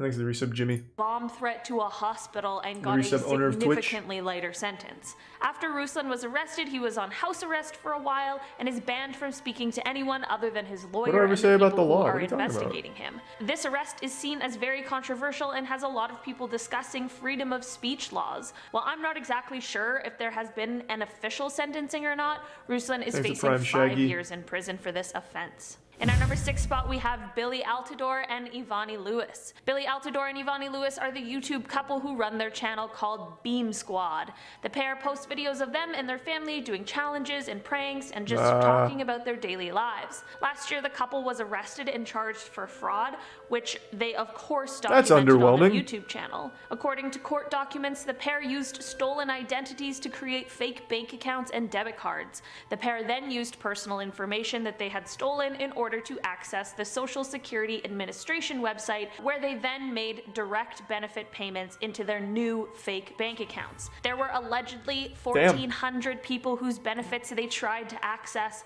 and of course some were successful and some were not. Appreciate it, After Krusty this, Waffle. the couple The then gift sub used commissar. stolen personal information to file false tax returns and again directed the false tax returns into their fake bank accounts. Of course, they were eventually found out, which is what led to their arrest. They both pleaded guilty, and Billy was sentenced to 2 years, while Ivani was sentenced to 1 year and 1 day. And they were also fined close to $94,000 in restitution. Billy Could've been has worse. since gone away to serve his time, but because of the fact that they have kids, Ivani will be waiting to serve her time until Billy is back and able to take care of the kids. Their Wow, channel she got a continues to good grow deal. and gain What? subscribers and sees around 12 uploads a month.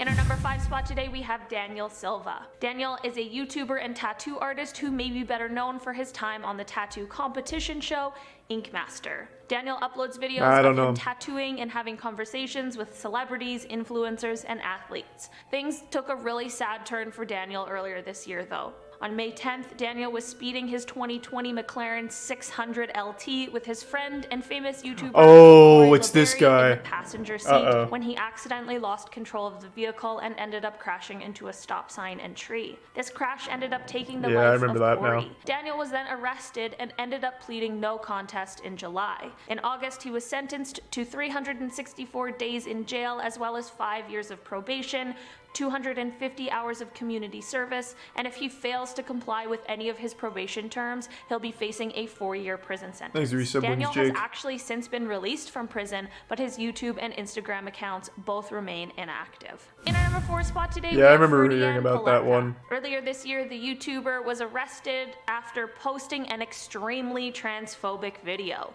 The video showed him handing fake aid packages to trans women that were actually filled with bricks and garbage and rotten vegetables. Jesus Of course, Christ. this video came under immediate fire for its disturbing content, and Ferdy Ann responded by posting a fake apology video. He was charged with online defamation under the Information and Electronic Transactions Act, Who which is this carries a guy? maximum 4-year prison sentence, as well as deliberately breaking the law and bringing harm to others, which is punishable by up to 12 years in prison under the same law. After Ferdy Ann's arrest, there were videos posted that quickly went viral of him being ordered around to do embarrassing tasks by other inmates. The videos received comments from his parents about how much it angered them to see their child being humiliated publicly. They are Oh. absolutely right, because that is not okay, but it sure is ironic. Luckily for Ferdinand, the trans women that he victimized have decided to drop the charges against him, so he ended up being released from police custody earlier this year. Fuck But that. of course not before he made a snide comment that he was more comfortable in his jail cell rather than in his car before driving off. Hopefully this was just an ill-timed joke and he has learned his lesson, because things truly could have been a lot different. Oh, I hate, that's a fucking Darman lesson right there. It's better to forgive than hold a grudge. I hate that shit. Finally, the fucking asshole getting a little taste of his own medicine, and then the desire to be the bigger, better person. Ugh, I hate that. I hate that shit. Can't stand that. I think it's a terrible lesson. It's not greater strength to forgive someone. Depending on the situation, I suppose. Like in this case, absolutely not. What was his name? Yes, it is. Yes, because I'm sure he learned his lesson when he gets out and immediately makes a fucking transphobic joke about it. Yeah. He's reformed now. It's stupid. I've seen it a lot with people when they lose a family member to like a drunk driver or someone doing some like crazy stupid shit or just deliberately killing someone, and like, you know what? I'm gonna forgive you for killing my fucking son. Good, yes, I'm sure that was big weight off your shoulders. That really helped. I just don't get it. I don't think it helps anyone. What the fuck was his name? I need to see how to spell it.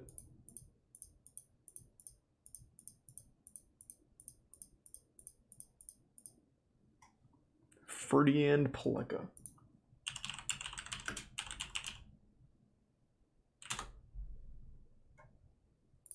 Oh, that was this year.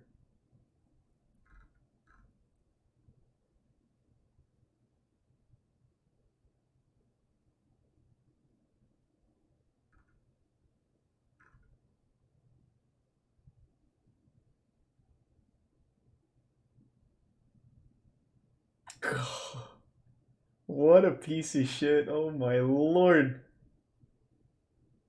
He promised to upload a real apology video, but only if he gained 30,000 followers. Yeah, it seems like he's still making content.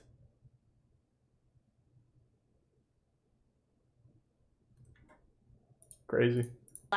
Earlier this state because things truly could have been a lot different for him. His YouTube channel remains active with just under 300,000 subscribers. In our number 3 spot today, we have Andre Pies. Andre is a Russian YouTuber with roughly 800,000 subscribers who posts videos of himself exploring abandoned sites and bunkers. He was arrested in August for allegedly obtaining and spreading state secrets. He is yet to face trial, but he is still in police custody and could potentially receive up to 8 years if he is found guilty. It is unclear if Andre plans to plead guilty or not to the charges against him. His lawyer has said that the charges are not linked to any of his social media posts, but some people speculate differently because of the fact that there is a suspicious anonymous comment on one of his Instagram posts. The post was from when Andre gained access to a functioning radar system that Russia uses for its nuclear strike early warning system, and the comment was promising him that big trouble was coming his way, which is super ominous. As of right now, his channel is still up,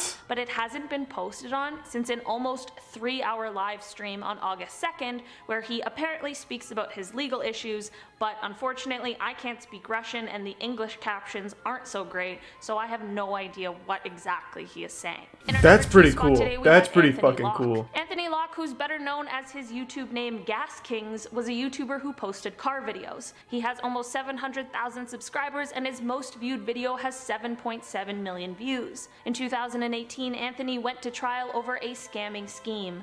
According to the court, Anthony and his partner Ray decided to set up a fake website in order to scam people out of their pensions. The website claimed that you could sign up and invest your pension funds, and that half would most definitely be returned back to you, but the other half would be invested into different eco-friendly firms, which ended up not being true at all. Instead, Anthony took the money from pensioners and spent it on expensive cars. If stealing people's money wasn't bad enough already, apparently some of the victims were already in financial turmoil, which certainly just makes the matters worse. Anthony stole close to £1 million and was charged with 23 counts of fraud and 3 counts of money laundering, which landed him a 5-year sentence. In our number 1 spot today, we have German Abraham Loera Acosta. German was a small but mighty YouTuber. He would put out motivational messages for his subscribers to view and was known for his catchphrase, "I think the mind is the only thing that limits us." While this may be true and potentially some great advice, things really took a turn for this guy. In February of 2018, the 25-year-old YouTuber was part of a group in a scheme that devised a plan to kidnap a woman named Talia Dennis, who is a lawyer, and hold her hostage for ransom. The YouTuber rented a house where Talia was held captive and demanded 2 million pesos in Bitcoin in exchange for her safe return. Well, it didn't exactly work out as planned. The police rescued Talia 2 days after her kidnapping, and boy am I glad that she was uninjured, although I'm sure that would have been a super traumatic thing to have to live through. All of the men who were involved have been arrested, and just this year German received his sentence of 50 years in prison, as well as a fine of 500,000 pesos. I'm glad that the kidnapping and ransom of Talia He looks like he's 15 years old. Very seriously. Wow. Alright guys, that has been our list for today. Thank you so much for checking it out. I've been your host, Olivia Kozlowski, and I'll see you next time. That was interesting. I only knew about 3 of the people on that list. That was pretty fucking interesting, actually. That was well researched. I thought it was just going to be like some dumb shit. Those are pretty wild. What was that last guy's name? I wonder if his channel's still up. German Abraham Loera. Let's see.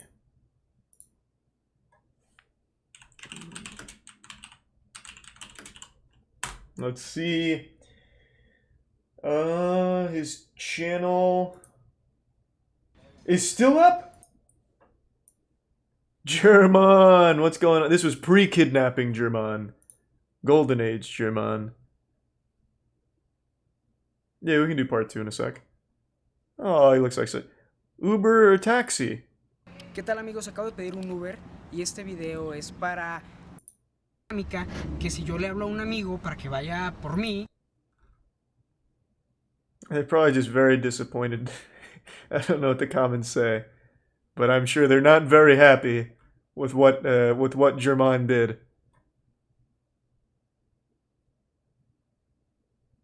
Okay, we'll do part 2 now. From a high-speed chase to some terrible prank ideas to dangerous stunts gone horribly wrong. This is what I'll be covering on today's top 10 list. Starting off this list in our number 10 spot, we have Mona Lisa Perez. Mona Lisa is a YouTuber who used to post makeup and fashion vlogs, but now makes videos more focused on her family and her children. On June 26th, 2017, Mona Lisa and her boyfriend Pedro Ruiz set out to make an she gets video. Oh boy, she kills him. They decided that they would put a really thick encyclopedia on his chest, and Mona Lisa would shoot a gun at the book. Yeah. They were expecting I made a video the book about to be this. thick enough to stop the bullet, but unfortunately this was a grave miscalculation. The bullet ended up going straight through the book, and Pedro passed away shortly after. Mona Lisa was arrested immediately, and talk began to swirl about who was to blame. In the end, it was decided that both of them played a role in this terrible day. Mona Lisa was sentenced on December 19th, 2017 to only 6 months in prison after she pleaded guilty to the charges. She has since served her time and will remain on probation for the next 10 years, as well as receiving a lifetime ban from owning a firearm. She continues to make YouTube videos now with 42,000 subscribers, but tends to get about 80% dislikes on her videos. In our number 9 spot today, we have Yeah. Thanks to the 5 gift subs, S-Doc and the Prime Julian. I am shocked that she's still on YouTube. I talked about that when it happened. This was during the real big prank trend, where everyone was making prank content. And this was a couple that wanted YouTube views quick, so they thought, and I can't believe this, they thought a good prank was to hold an encyclopedia over his chest and shoot it with a fucking .50 caliber round. It's crazy. I don't know what the prank really was, and I'm assuming the phrase "it's just a prank, bro" didn't save him at the end. But yeah, that was a fucking wild one. Yeah, they used the handgun they used 50 caliber ammunition. Let me get the story up again.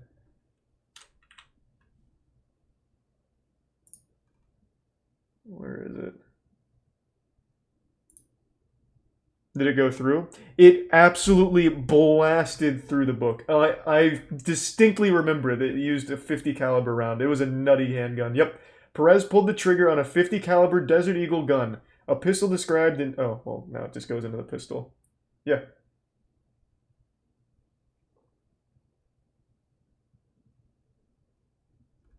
They really fucking committed to it.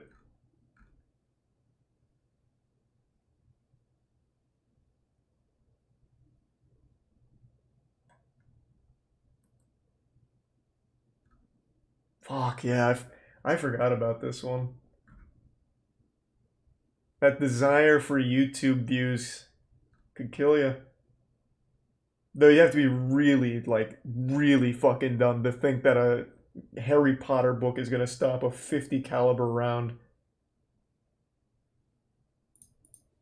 Valdrock's studio. But before I dive into this one, please don't forget to like this video because it really helps us out. Valdrox was a YouTuber who is known for his animated characters. Sleep well, Sari Chin, and thank you for the generosity. Not safe for work content, and the fact that he stole a lot of his content from other artists, as well as the fact that he was apparently pretending to be a teenage girl in the beginning while he was actually a man in his 20s. On April 11th, 2019, the man behind Valdrox, named David Alejandro Pascal Argueta, was arrested after the Guatemalan police raided his home. He was arrested for receiving and selling photos of girls. He would bait people into sending him photos using the guise of collaboration. In December of 2019, he faced trial for his atrocious crimes and received a sentence of 3 years and 5 months. Unfortunately, there is a law that gives people who have been sentenced to less than 5 years the option to pay a sum of money instead of actually serving time. It is pretty upsetting that money got him out of having to actually go to jail, but he has been banned from the internet, which is most certainly for the best. In our number 8 spot today, we have Jay Station. Jay is a Canadian YouTuber who is known for his fake prank videos. He's extremely controversial because of the type of content that he posts. He has been arrested quite a few times and has even deleted his channel in the past before starting a new one. Earlier this year, Jay decided to post a video where he claimed that his girlfriend had died. This was untrue and just an idea used to garner attention and gain sympathy subscribers. I forgot that was last year. I thought that was a lot longer. Showed up at Jay's house to arrest him after that same girlfriend had accused him of a and a with a weapon. Jay has since been released and has begun uploading on YouTube again with the same girlfriend. The pair has claimed to have reconciled their differences, and let's hope that this is the end of Jay Station controversies. In our number 7 spot, we have VJ Nair. VJ was a YouTuber who was arrested in September for posting videos that allegedly contained extremely derogatory remarks about women. Apparently, prior to his arrest, he was actually attacked by a group of women activists who took his phone and laptop to hand over to the police. His channel has since become private since the police need to review all of its content in order to conduct their investigation. There's a lot of bizarre stuff going on in this case, like his potentially false claims to be a film director as well as a teacher, and a potentially fake PhD that he claims he has in clinical psychology. He is still under investigation at the moment, but he is facing 5 years in prison if he is found guilty. In our number 6 spot today, we have Ahmad and Zinab Hassan. The Egyptian YouTube couple are known for their comedy videos and vlogs and quickly gained success. The pair recently welcomed their first child, who they quickly began adding to their videos. Once they began to include their daughter in the videos, people began to get upset over the fact that it really did seem like the baby didn't want to be involved. There was a video where the child was clearly unhappy being posed for it and was crying uncontrollably while the pair just laughed and didn't really do anything to comfort the obviously upset child. There was a video that ended up That's every family channel on YouTube. When it showed Zinab with dark paint on her face, which is already upsetting and derogatory enough, but she then clearly terrifies the child, who's again crying with what she has just deemed as a prank. The pair has since been arrested and is being investigated for child endangerment, as well as violating Article 96 of Egyptian law, which protects children from threatening situations. They haven't been officially charged yet, but could be facing life sentences depending on what the official charges ended up being. Holy shit! Today, what? We have Alex and Alex. Hold on, it's been 6 months since this video. Who are these? Who are these couple? What were their names? Life sentences? Hey, that sounds like justice to me. Fuck yeah. I was expecting like 5, 10 years maybe. I love to hear that. Wait, let's see. Is there any updates in 2021? Oh, these guys were huge.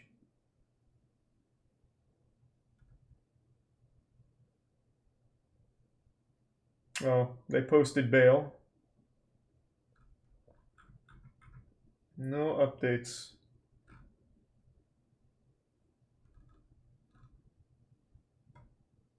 Are they still posting content?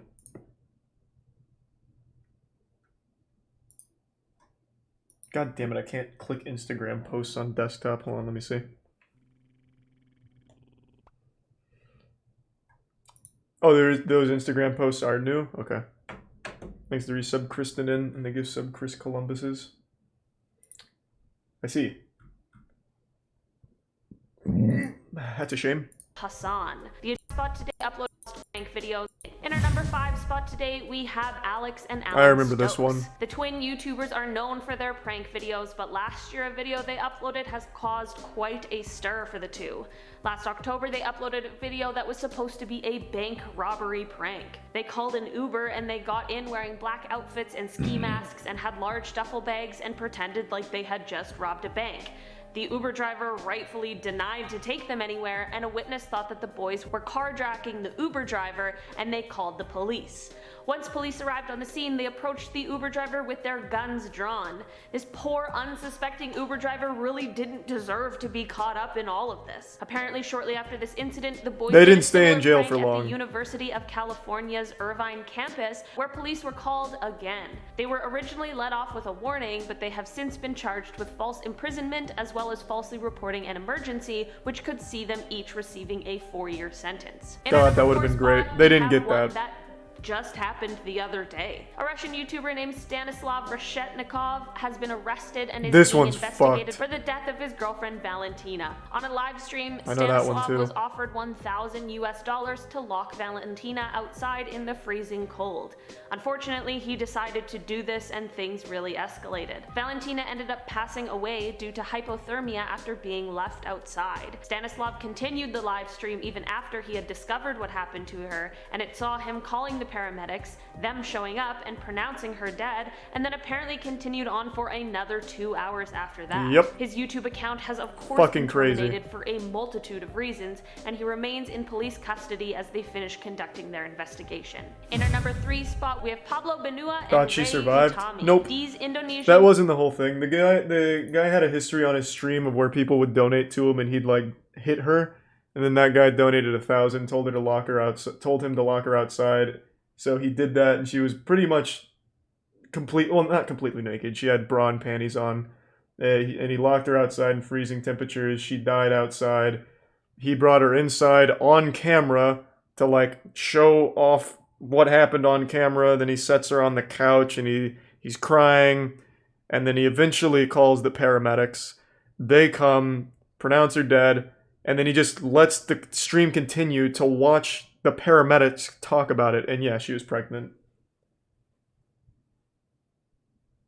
Fucking crazy story. That one I remember because that was pretty fucking recent.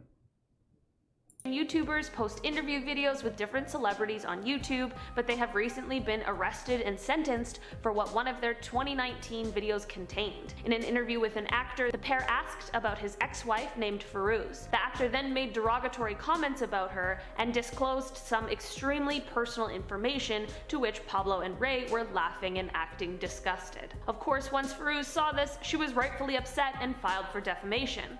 Earlier this year, Firuz saw some justice carried out when her ex-husband was sentenced to 2 years and 4 months, Pablo was sentenced to 1 year and 8 months, and Ray was sentenced to 1 year and 4 months. This obviously came as a huge relief to Firuz, as she posted on Instagram after all 3 were sentenced about her gratitude for the decision. In our number 2 spot today, we have Ryan Stone. In 2014, the YouTuber Ryan Stone led police on an incredibly dangerous high-speed chase. Wait, he was a that lasted YouTuber? over an hour, traveled over 60 miles, and critically injured a state trooper. I had no Ryan had idea. stolen a vehicle from a gas station that had a 4-year-old boy in in the back seat. He ended up also stealing 2 other vehicles and hit a state trooper going 90 This is an extremely miles per famous video. hour. We've all It has seen been it. said that Ryan may have been under the influence of drugs and was struggling with addiction at the time, which may have possibly led to this erratic and dangerous behavior, but others suggest that some disrespectful remarks he has made about the situation have shown him as being unremorseful. Ryan was sentenced in 2015 to 160 years in prison, but will likely become eligible for probation in 75 years, which would make him 102 years old. In our number 1 spot today, we have... I know everyone's seen this video. I'll pull it up real quick just so you know who they're talking about. I had no idea he was a YouTuber. This guy is fucking crazy. It is a nuts chase. Which one? I don't think... Is it this one? Yeah, because he sheds his jacket. I remember when he first got arrested, his plan was to monetize this video, monetize the police footage, enough to pay his way out of jail. I didn't know he was a YouTuber, though.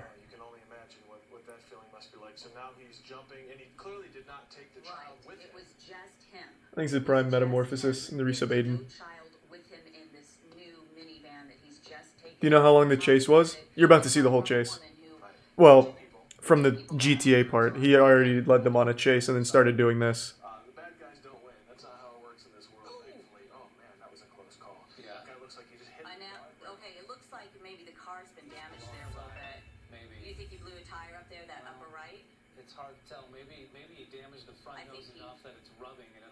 Oh, so she wasn't pregnant. Okay.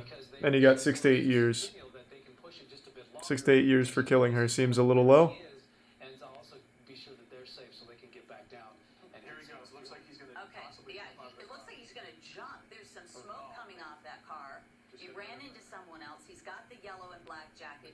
Thanks to the 5 gift subs for Find.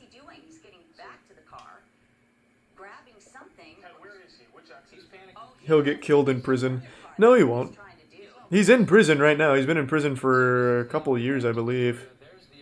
I think the sentence was a couple of years ago. But I can assure you he's not having fun in prison.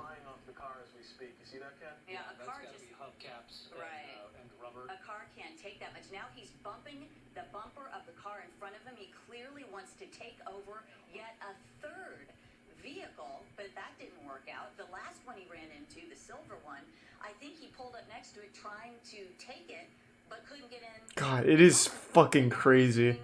He's run into someone else. He's lost a tire. At this point, he doesn't know. It looks like he's hope that the person doesn't open the door. This is live, guys. I want to warn you. This is live, so we're not sure what's going to happen next. Oh my gosh! And you're watching it. He's pulling someone else out of the car, and she's trying to stop him. Oh my god. I forgot how fucking crazy it was. Jesus fucking Christ. 160 years. And to be honest, that seems kind of low. I should have just fucking slapped the 250 years on it or something. Do people not lock their doors? She unlocked her door because she thought that it was just a normal accident and they were about to exchange information, so she was getting out.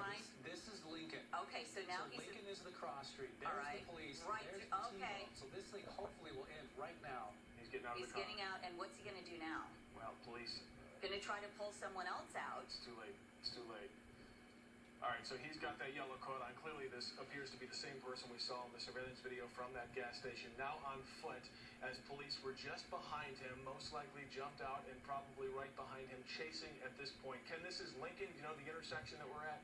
Lincoln and Peoria, so across the street from the wildlife... That's the car with the baby, that's why she was like that? Was it? I thought it was the van that had the baby in it. Like a Lamar's Donuts or a donut shop in there. I don't think it's a Lamar's anymore, but just east of I-25. Well, he slipped on the ice just then. That slowed him down. Now he's down to just his tank top, and he's trying as hard as he can to get away, but it won't be long now before police catch up. You guys are watching this live as we watch this person here trying to get away from police. We just saw a police officer to the right of your screen there, and he has gone down. Oh, and that's where she ends. His fucking plan was to do all of this and monetize the video.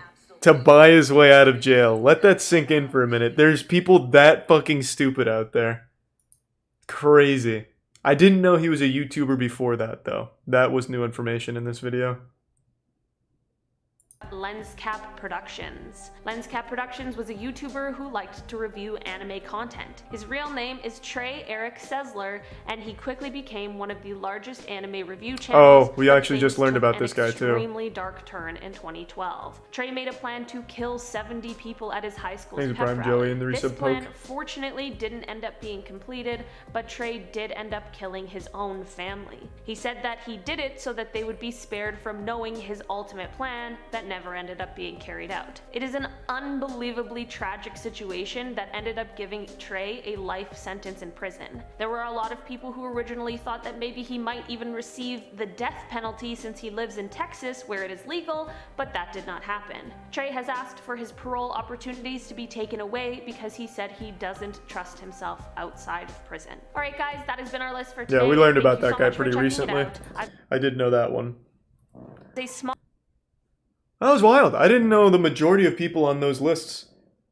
That was surprising. I thought it'd be the obvious ones. But it wasn't.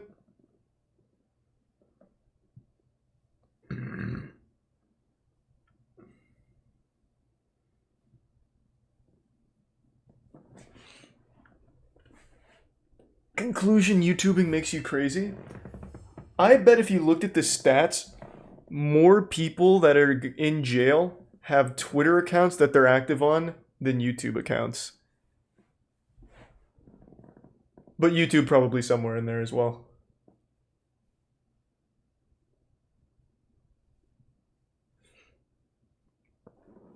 Watch Pokemon. No, I'll have to pass.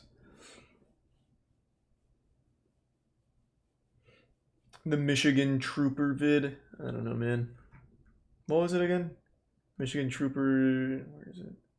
And Two Brothers. Oh, the brawl between the Michigan Trooper and Two Brothers. You were the prison guard, right? As you say here, check out the brawl between Michigan State Trooper and Two Brothers. One of them was in my prison. Were you the prison guard or were you a prisoner? I may be wrong on your lore. Thanks for the bits, Lofus. Is it something I can even watch, though? Because that sounds a little too intense for Twitch.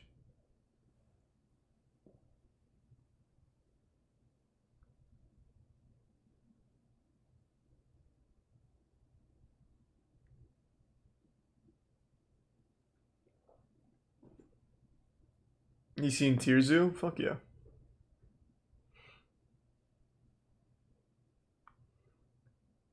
Check out George Brett's story. That is the first time I've seen that name. Oh, this is another weird, wacky baseball player. I'll save that till next time.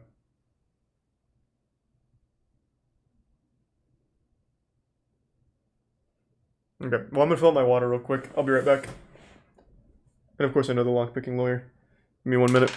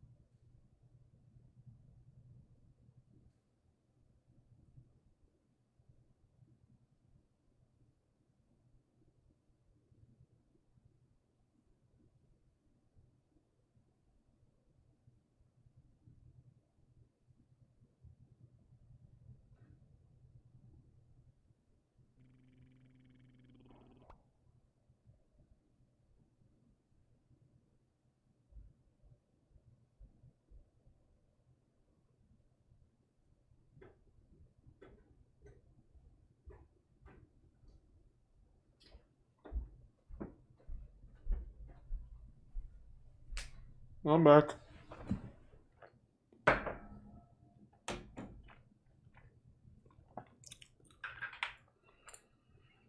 Thanks for the gift sub, Airy and Hummabeebs.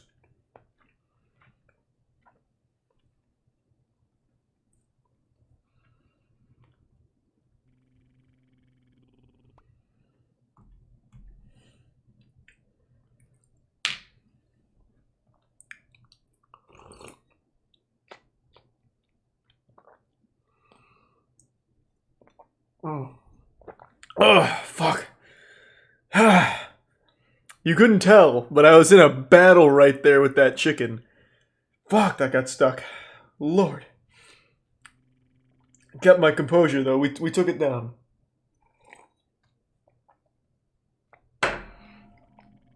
Jesus Christ. Thank you for the 10 gift subs, Airy, and the Tier 1 State Farm guy, and Tier 1 Dinky Burger. Yeah, I watch Channel 5. Watch on my own, though. I want to try occasionally puffing a tobacco pipe, but I'm scared that it'll cause health problems. I know you don't inhale into your lungs, though. Do you have any experience with tobacco pipes? No, I don't. Yeah, I mean, tobacco, I mean, it's not good for you. Even if you're not, fully inhaling in your lungs, I think a little bit might still sneak its way in there. Why do you want to start puffing a tobacco pipe? Are you like a 1950s detective or something? Or is it like, just like for the aesthetic? I am a little confused. I would just say, don't even bother. Why fuck with tobacco? Just do weed or something, man. Just make a fucking bong and make it decorated like a big pipe. I don't know. Just why tobacco? It's like the worst thing you could choose.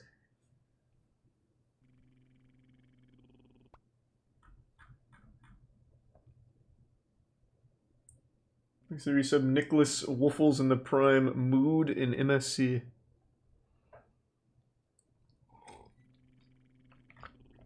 It's not worse than alcohol, at least. What, tobacco's not as bad as alcohol? Can we just say they're equally as bad? Yeah, I actually made a video with Kaya on Rikio, but I had to take it down. Great movie. Not at all in caps lock. Okay. What, are you like a chain smoker that's getting offended or something? What, you have to know it's not good for you, right?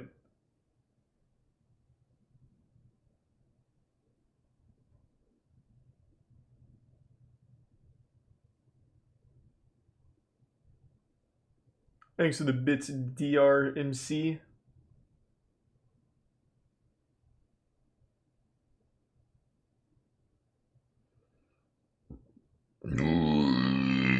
Oh.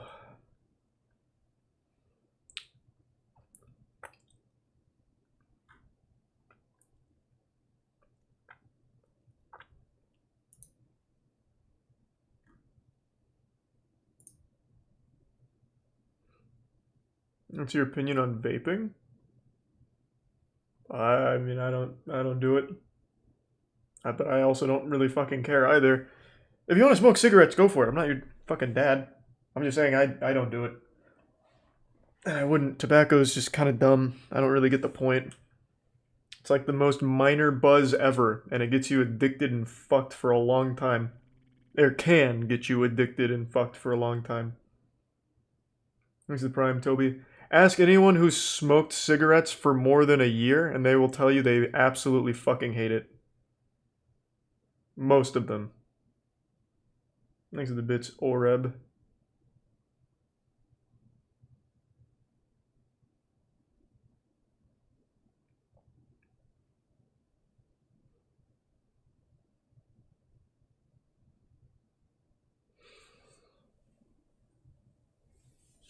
Check out more Vagrant Holiday, eh? At least alcohol is actually fun. Yeah, at least alcohol, you can have a fun night. But you can also get addicted to that too, and that's a whole nother problem too, man. Anything in moderation.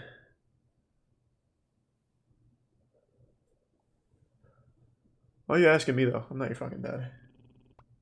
If you started shooting up heroin tomorrow, I wouldn't be disappointed in you. I would highly recommend not doing it, but again, I mean, I'm not your parent.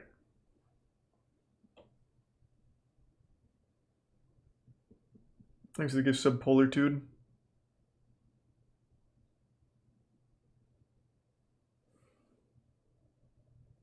Thanks for the bits, 42 Owser, and the gift sub, Pinhead Larry. And Shirashi.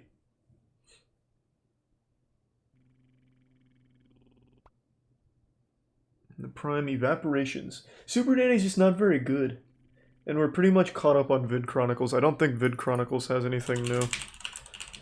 We watched them like a week ago and they don't pump out as much as Darman. Actually, they're doing one a day now. Holy shit. What is going on? I give you the 10 gift subs, Toby. Thank you. Thank you, man. Really appreciate that. Thank you for the generosity. Schoolgirl gets shamed for being smart. The end will shock you. Game designer gets catfished by competitor. What? Hey guys, we hope you're having a great day. Please remember to like and share our videos, and don't forget to subscribe. The people who are trying to make this world a bad place aren't taking any breaks, and neither will we. We hope you enjoyed this video, and remember to always let love lead the way. Fuck yeah. Let's go.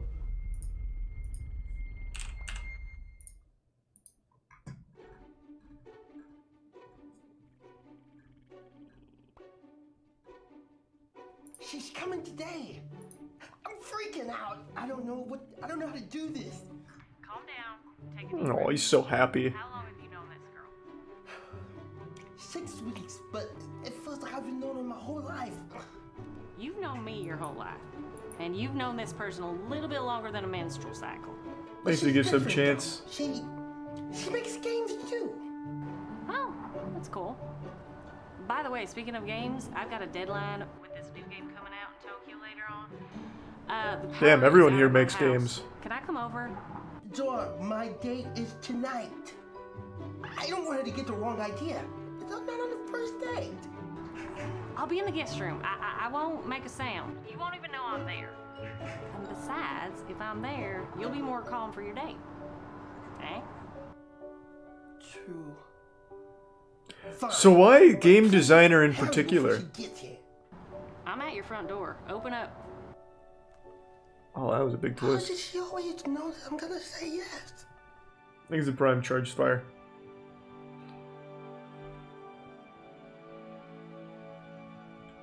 It's not a fake voice, it's called acting. You wouldn't understand. Were you out here the whole time? No, but I was close. Can I come in? Sure. This is pretty goofy. Don't get too comfortable. She'll be in. Alright, maybe just skip to the climax, I think. Mega. That's me. Hi, Emmett. Hi.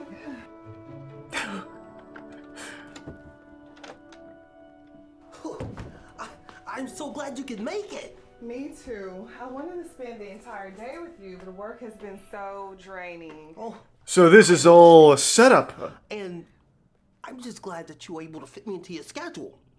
I'm sorry I Thanks a didn't bit, cook Noah. my order out because I didn't have enough time to. Well, it's okay. I'm not hungry right now. Tell me about work. How is everything? Oh, I don't want to bore you with work. Is this something that I can put on the TV for you? You're no bore at all, but you can put anything on it. Okay. Is there anything particular you want to watch? Yeah. Make you comfortable. Rick and Morty. That's very sweet, but spending time with you is more than enough. Thank you. Yeah, I got it. Oh, foot massage! Wow, right into it, You eh? know, Classic game designer. I can do this for you. I just want to show you how much I care for you. okay.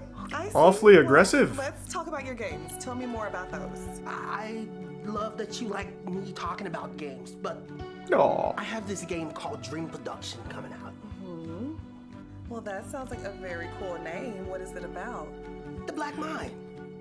It's like Oh, stealing the idea. That's what the competitor catfish is for. in order to get to God level, you have to expand your mind.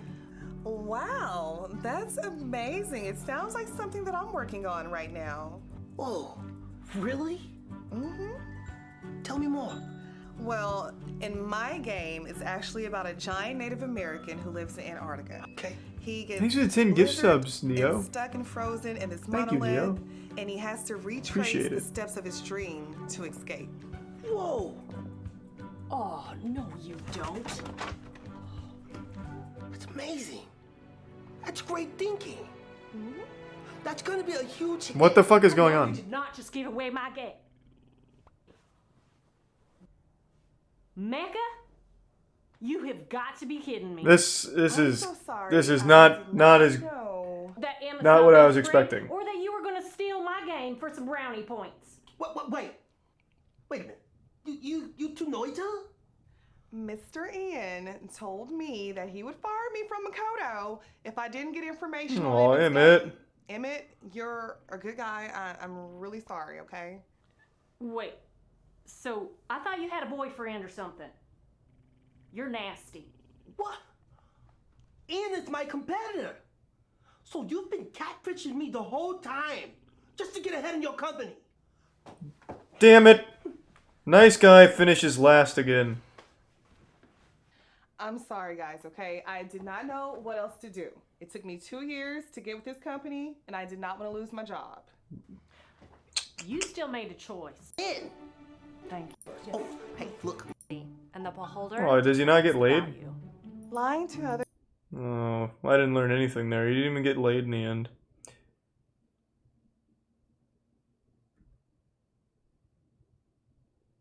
The girl lies about a family member touching her. Jesus. Father catches son messing with his wife. Jesus.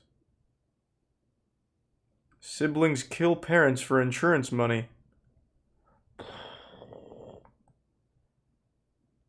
Husband finds out wife is being touched by her boss. Good lord. They always like ramp up in intensity.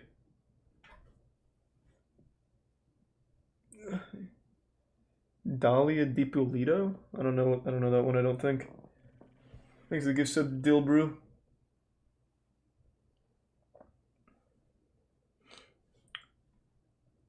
The biggest cheating scandal in Trackmania history.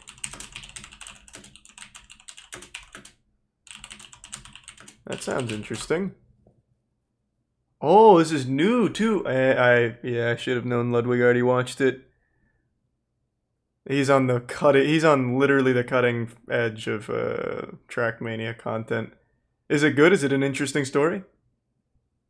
Or would I have to be into Trackmania to appreciate it? Because I don't know too much about Trackmania.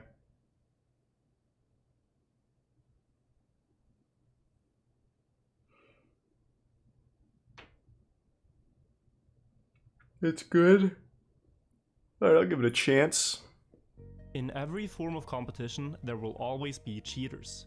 Our innate competitive drive and desire to win often lead people to do irrational things, and there will always be those who are willing to go to extreme lengths to become the best, by cheating and playing unfairly.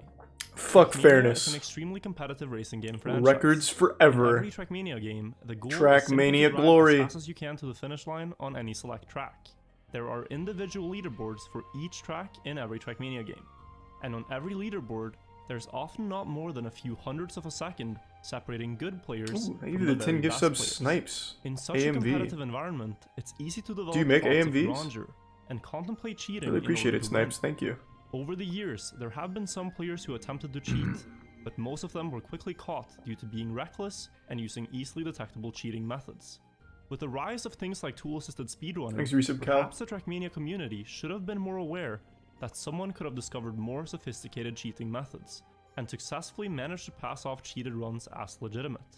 We were naive enough to think that it couldn't happen. The Thanks to Trackmania Tier 1 community Listo. is mostly based on trust and respect, and it was unimaginable to think that any of the top players would sink as low as to cheat records. But early in 2021, the community member Donadigo discovered the biggest instance of suspected cheating in Trackmania history. Oh boy. This discovery required a big investigation spanning over several months, with thousands of world record replays being analyzed. Wow. And now, the results of this cheating investigation are final. Before watching the video, I highly recommend that you go and read the full report. The link to it is in the top of the description. I also want to be very clear that this video is not about hating on anyone or stirring up drama. The purpose of this video is to document the events that have happened and to address the situation the Trackmania community is now facing.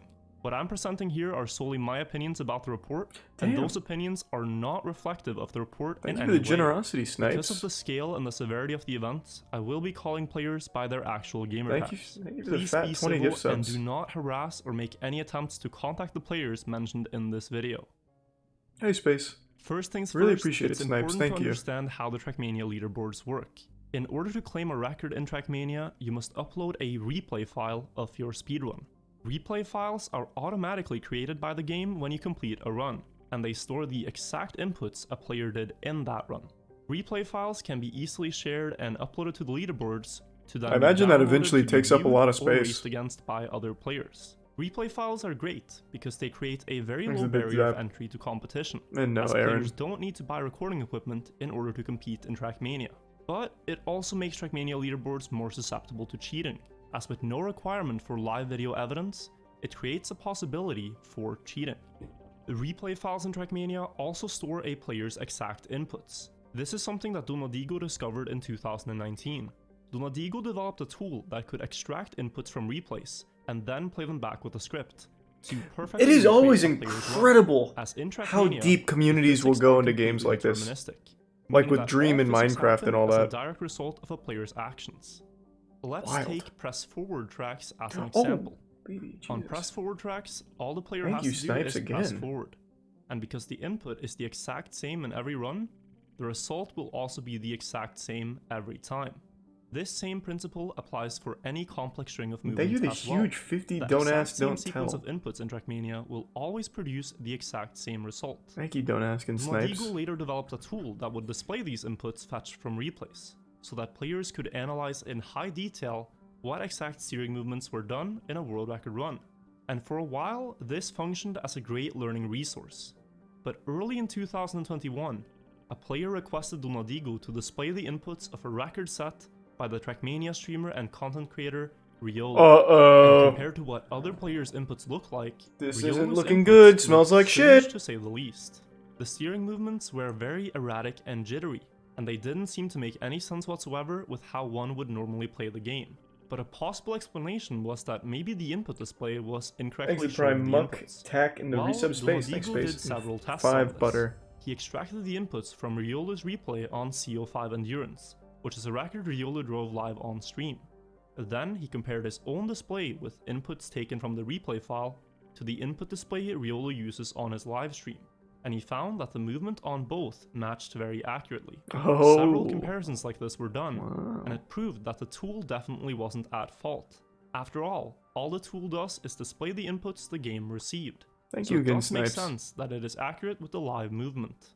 But could there be any other logical explanation for these inputs, like a broken controller, high sensitivity, playing on a joystick, or perhaps a third-party tool could affect inputs such as DX Tweak? Nope, All I think these it's cheating. possibilities were rigorously tested. If I can't and they explain can it, be it read means about they're in the cheating. report. And if they're better But than in me, none they're of the definitely tests fucking done cheating. with these settings, did Cowards. players get close to replicating the inputs in Riolo's runs, in terms of frequency or precision. With these possibilities exhausted, an investigation was launched with the goal of figuring out if Riolo and potentially other Trackmania players were playing unfairly. An early suspicion was that the inputs could be a result of slowing down the game speed, using software like Cheat Engine. The Thanks to advantage Prime of Demon. driving Trackmania in slow motion is that you can be much more precise in turns, and have superhuman reaction times to situations happening in a run. And slowing down the game speed does not invalidate the physics of a run, as the game doesn't check if a run was driven in real time or not. But when played back in normal speed, the inputs from such a run would obviously look insane. A player called Ogus was already banned from the Trackmania community for this exact method of cheating, and Riolo's runs did show some similarities to Ogus controller movement. For the sake of fair That doesn't even competition, look we began natural, looking though. into the idea of the runs being driven in slow motion. I feel like it'd be a dead giveaway instantly. I wouldn't even need to use any over most technical advanced details tools. of the investigation in this video, but they can be read about in the report. Since we knew that inputs in runs driven in slow motion would most likely be much more rapid than the inputs in runs played at normal speed, we developed a metric called spikes per second, in order to automatically detect replays containing fast steering movements. Anytime a player would change from steering left to right, or vice versa by more than 2,000 units, it would count as one spike. We then did an automatic analysis of 25,000 available replays from the leaderboards, searching for the ones with high spike per second values. It's important to understand that high spike per second values does not mean that someone is automatically Disagree, cheating, yes it does, fuck as it 'em. can just as likely be the result of things like using a defect controller, which would create a lot Where's the of prime noise fart? in the analog input signal. This analysis for replays containing high The spike per resubs, second values sus was god. merely an indicator into which players should be investigated further for potential cheating, and each detected player's case was carefully looked into in the report. I will now focus on the case of Riolu, as he is by far the most well-known Trackmania player in this investigation. Oh, I get you, Tabby. So You we put misunderstood. great I literally effort only into did that ensuring like the twice, case is and I hated it. and that we have considered So I wouldn't all recommend it. possibilities of how his records were achieved. Riolu has uploaded 573 records to the leaderboards Thanks to Prime in Lucky Ray. Nations and United Forever. In total, his peak spikes per second average out at 11.73, which is a very high score considering the number of records. Upon closer inspection, we found that only runs played offline exhibited very high spikes per second and unnatural fast tapping movements, while his steering movements in runs played live on stream or on online servers is much smoother and the steering changes are less agile. Well, Throughout maybe the when he does it investigation, we have tried to offline, find one online he's just record or entering one gamer run driven on mode. stream, which would showcase Riolu's ability to do these hand That's when he movements in a really live takes the setting. training weights off. We have yet to see any evidence of Riolu being able to reach such high spikes per second while driving precise corners. We have examined the possibilities of software such as DX Tweak or Joy to Key potentially affecting inputs, and we found that these tools do not modify a controller's behavior in a way that yields this movement, and especially not only at times when he isn't live streaming. The second most notable player that this investigation turned up is Techno, who together with Riolu occupied the top spots on the Trackmania United solo mode rankings for years. Techno reached out to us and admitted to having played many of his records in slow motion, using Ooh. cheat engine at anywhere from 40 to 80% of real Truth. game speed. He also notes that he isn't proud of it and that it was something that he felt he had to do at the time to keep up with Riolu. Interestingly, the inputs in runs that Techno has admitted to playing in slow motion and the inputs in Riolu's suspected runs look very similar in their nature, both players reaching incredibly fast tapping speeds and doing very sudden movements. Following this, two more players among the 10 that deviated the furthest from the norm, Lons Oh and Nico, boy. have also reached Just out when to you us and thought admitted it's that safe they to broke their trust records again. in slow motion. And when compared, their replays also exhibit the same behavior as seen in Riolu's offline Thanks to records. Tier 1 Tsunami We invite Pappy. Riolu to provide a logical explanation for why his inputs look this way in his off-stream runs. But after exhausting all other possible explanation, we can only reach the conclusion that the incredibly fast inputs seen in Riolu's offline runs must be a result of using an external program to modify the speed of the game. Or, to put it quite simply, we argue that Riolu has cheated his records by driving in slow motion. The And extent what of has this goes Riolu beyond said just about it? records set in Trackmania United Forever and Trackmania Nations Forever. These same steering movements can also be seen in runs on Trackmania 2 Canyon, Trackmania 2 Valley, Trackmania 2 Stadium, and also in Trackmania 2 Lagoon.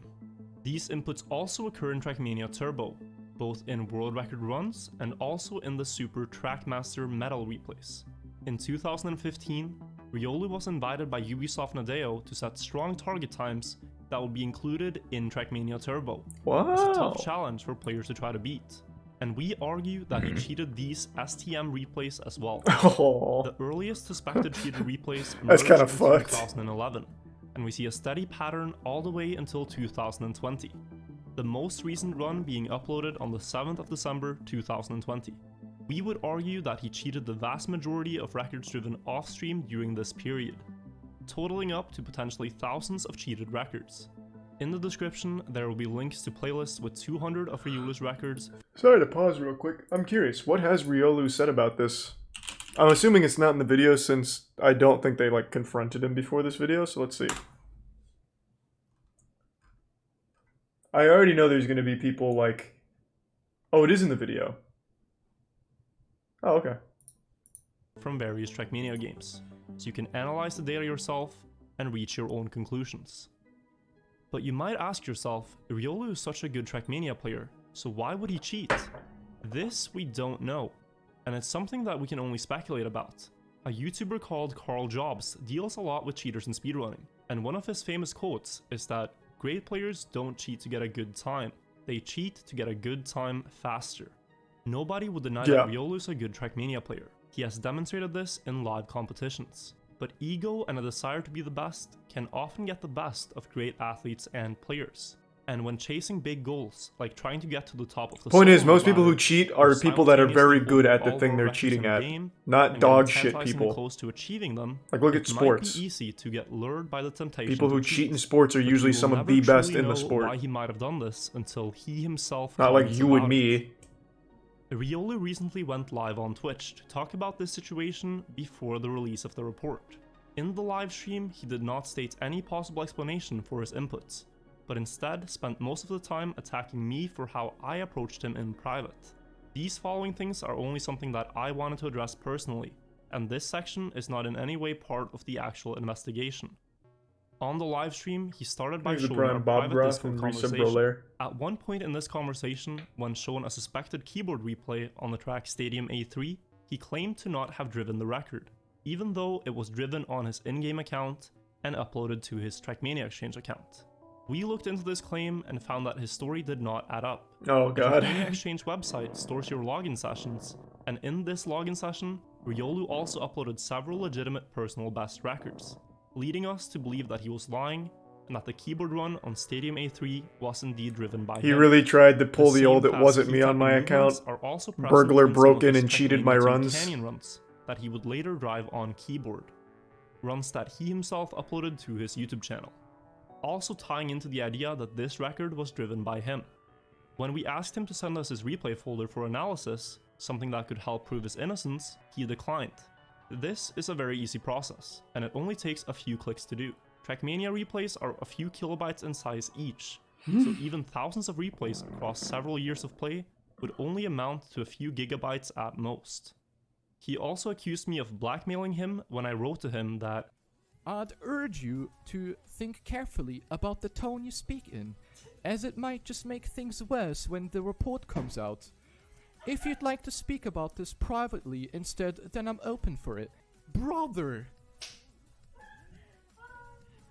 Jesus Christ, that's blackmailing if I've ever seen one. Like, I'd urge you to think carefully about this tone you speak in. Is he my dad? I mean, That is that kind of a guy's lame fucked thing up to say. already. That is a little lame. I don't know, man. Holy shit. It's not Many blackmail people at found this all, comment but to it be is a too little pushy lame. and rude, and I can own up to it and say that the way I wrote it wasn't perfect. Me and Riolu have been friends for several years, and my intention with this comment was to warn him of the potential backlash that big public comments could have if the report found him to be cheating. As once things are public, it's much harder to walk back statements you've made. This is also why I wish the matter could be resolved privately before reaching the public. In that very same message, he also omitted the playlist of runs that we sent him, making many people believe that we were witch hunting him over things that happened 10 years ago. I personally I wouldn't know, be I've talking seen it about already, this Yeet. if it was only about records that old. Everyone makes mistakes when they're young, and everyone can learn from these mistakes. There's plenty of examples from other games of players cheating when they were young, and growing up and becoming good at the I don't know game. who that is. But what we're dealing with now is more than just a single mistake. This is several hundred unique instances where Riolu has sat down and potentially cheated records. From That the was time he simple? was 15 years old until he turned 25. Simple cheated? What we are observing is not the result of a few mistakes made as a teenager, but habitual cheating behavior. I only know him spanning from his nearly a crazy decade. op clips. During the live stream, Riolu said, "There's more at stake than just records. Who Thanks cares to the about the bits PM. records? What matters more is actual human beings." When he And was right 12. now, human beings are not being treated very nicely, which to me is a weird thing to say after 10 years of supposedly cheating, when he in those years did not treat the human beings that he competed against very nicely. lacking any respect or decency for them at all. He mentions how his livelihood is at stake, but not once after becoming a Trackmania streamer in 2016 did he stop to think that this is something he should come clean about. Instead, we argue he continued to cheat records behind the scenes for many years after becoming a streamer, lying to the entire Trackmania community, his fans, his friends, and even lying to himself. If I sound a bit harsh in my tone when talking to and about Riolu, that is because I am, because this is a serious topic. As someone who is competing for world records in Trackmania fair and square, I find all forms of cheating to be absolutely appalling. Those who cheat play only for their own gain, with complete that's the point of a world record. And feelings of those who are competing fairly. When I was competing for Mr. Krabs overdoses on ketamine world record, I'd say fuck it to everyone else. That's my record, baby. Rightfully deserve to get called out on their actions when caught, no matter if they are a content creator or not. And if they are a content creator, then perhaps they should have thought better of starting a career on top of such shaky ground. Thanks for some Cosmic and After Cappuccino and give sub many Cammy. people have said that I'm only doing this for content, for fame, and for money, and that I'm willing to backstab my friends. But I want people to know that the one thing I personally care most about is competitive integrity. For many years, I have been strongly against cheating, and helped uncover cases where it has happened in Trackmania. In 2017, I detected the player Strollbar cheating in the Trackmania tournament. I created a video documenting the findings and compiled all the available evidence against him, and uploaded this video unlisted to YouTube. The video was sent to tournament organizers, and it has stayed unlisted ever since. Then, in 2019, when the players Gallagher and Yachter cheated on Trackmania exchange, I was part of the team that detected how they cheated. I was planning to make a video about the event, but after they confessed to it, I dropped the video to avoid unnecessary drama. And late in 2020, I approached Donadigo and asked him to make an anti-cheat patch for Trackmania Nations Forever, which is a product that he has now finished. And from now on, all world records on official and classic tracks will have to be played on the Trackmania competitive patch. This patch prevents players from being able to play in slow motion undetected, among a few other things. And hopefully this Did you at least pay the guy for making this? In the future. My intention has never been Seems to like it was a needlessly huge create undertaking drama. for him. I just want clean competitive environments. In a perfect world, the cheating investigation report would simply be published, and the cheaters would receive their punishment, and then we would move on. But this case sadly completely ruins the trust people have towards the legitimacy of leaderboards, and we as a community now have to confront a very harsh reality about the game and about our history. Many current world records and thousands of records from the past have not been achieved legitimately. I hope people will think about this with an open mindset, instead of pretending that these things haven't happened. It is the only way we can move forward. I don't think anyone's I once pretending, again right? urge you to read the report for yourself, do your own analysis. You can even fetch the inputs from the replays and create your own input display tool if you'd like. The tools for this are all openly available. And all of this wouldn't have been possible without Donadigo. Without him and Yeah, it sounds like he did everything. It would have been several years until this situation was It was all of detected and his dealt tools, with. his And maybe work, by then, and the he situation made would have been even worse. competitive patch. If you would like to show him a few cents of appreciation for his effort, there will be a direct donation link in the description below.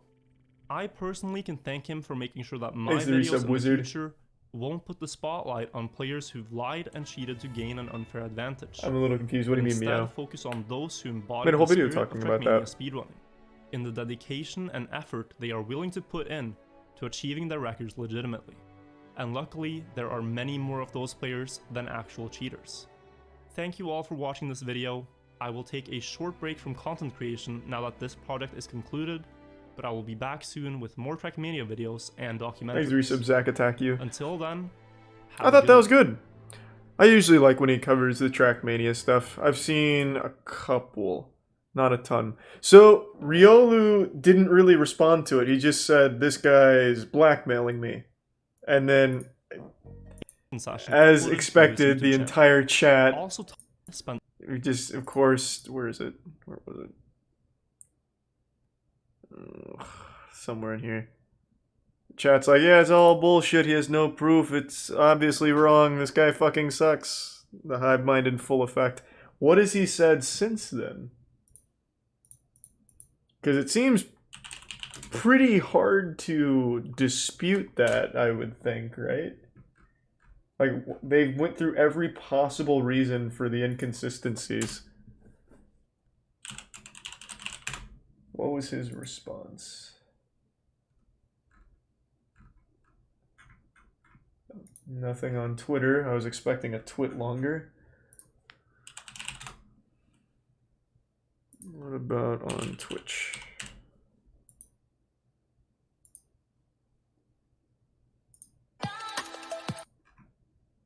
He has not streamed in 12 days. Damn.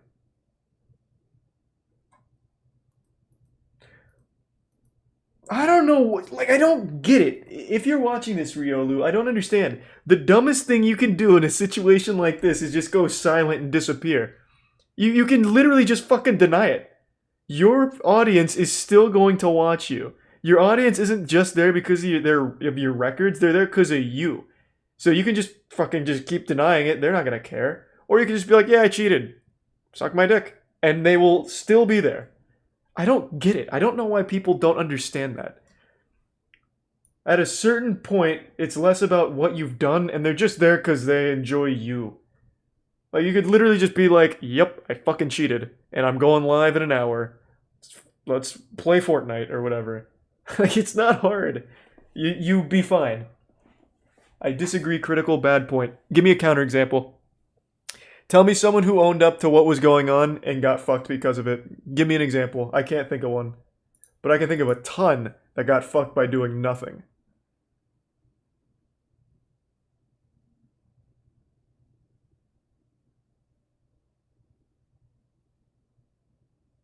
Pedophiles.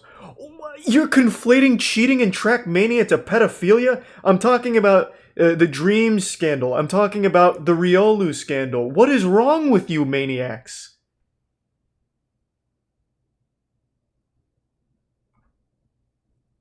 Holy shit.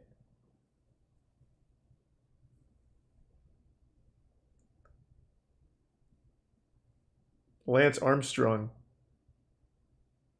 Lance Armstrong? Bro, that guy is still one of the wealthiest athletes of all time. He's not in jail. I just watched a house tour where he was going through his wooden oak fucking billion-dollar building. He's fine. People still love Lance Armstrong. He's completely fine. And it all came out and he admitted to it after he was pretty much done. No one seems to hate Lance Armstrong anymore. And that is significantly bigger than cheating in a video game.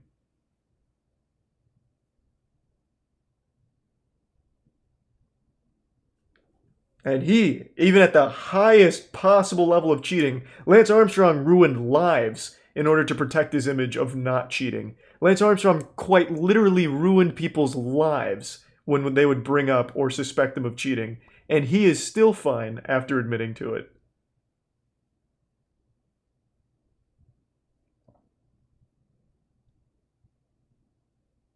Billy Mitchell will never admit to it. Yeah, and look how poorly he's doing. Thanks to the Prime Automatic.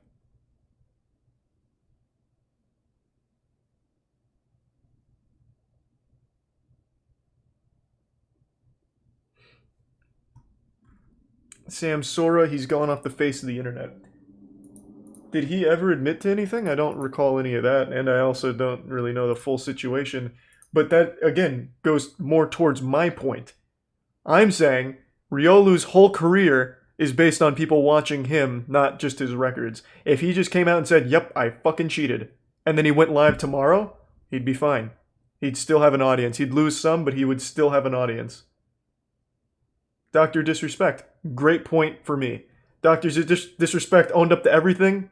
More popular now. Well, I haven't checked it in a while. Still extremely popular.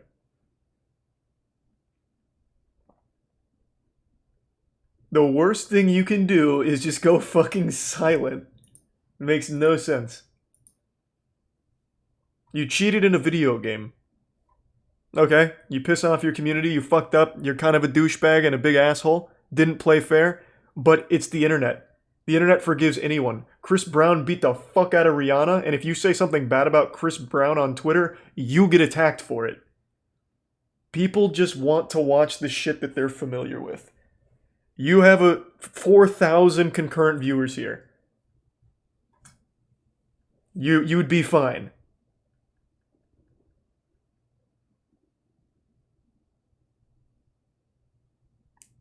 I hate when they go silent. I want to fucking continue the rabbit hole. I'm personally insulted. Chris Brown is scum. Yeah, he fucking sucks. Hey, I'm not saying I agree with it. I'm telling you the way it is. That is exactly the way it is. Hey, Kiwi's another example in my book. Dude literally admitted to some deplorable shit, and his channel is doing just fine. Yep.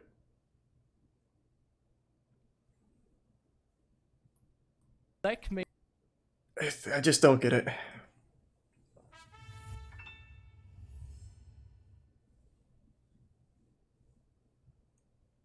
I clicked that earlier, Wingman. That's way too serious. What did he do? I'm not going to get into it. It's just look it up. Thanks to the bits, Angelo. It's pretty bad. And it has to do with Fortnite.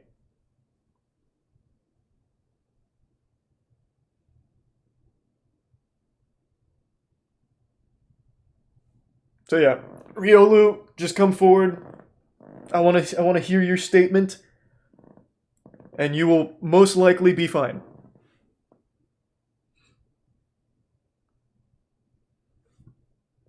So far, nobody has given me a counterexample. Oh. FaZe Jarvis cheated, but he's doing good. FaZe Jarvis is more popular now than when he was a Fortnite pro. FaZe Jarvis got fucking banned from his main game after admitting to cheating and became significantly more popular because of it. Another point.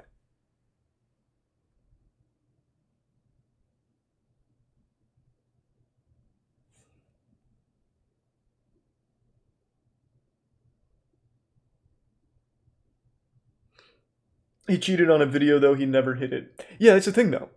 The whole thing is, they, like, Riolu trying desperately to avoid it. What was another? Who was the guy before him about the cheating thing? Techno or some shit? Whereas I'm saying, they just coming forward. Clearly, it doesn't have a big impact. And in fact, in certain cases, even helps.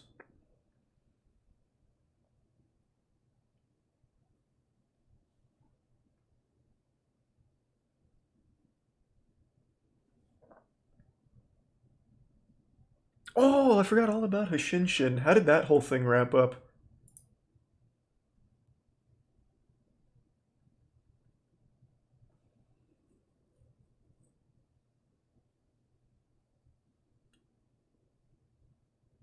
Less popular now? Let's see by how much.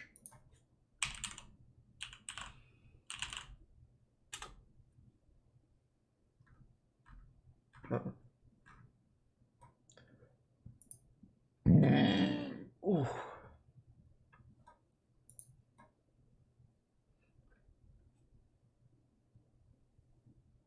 Gonna watch the fish tier list from Tierzoo. I already saw it. It was false though. Yeah, I didn't keep up with the whole thing. I actually don't know shit about it. Hey Java, hope you've been doing well, man. It's good to see you. Did you see Aiden Ross got banned? Oh, there's a lot going on. What'd he get banned for?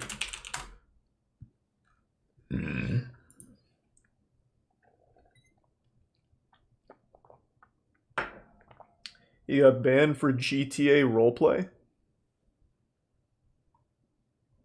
What?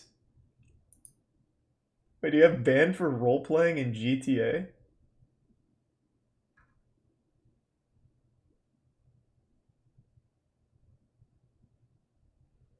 Erotic GTA sex roleplay. Alright. That sucks, but all the Aiden Ross refugees, all 100k, you're welcome to come over here and suckle on my bosom. I'll keep you company. I don't play Fortnite though, so don't expect that. Thanks to Prime Hard Rock. Remember when Dylan Thomas cheated? Who the fuck is that? Sounds like a Disney Channel star.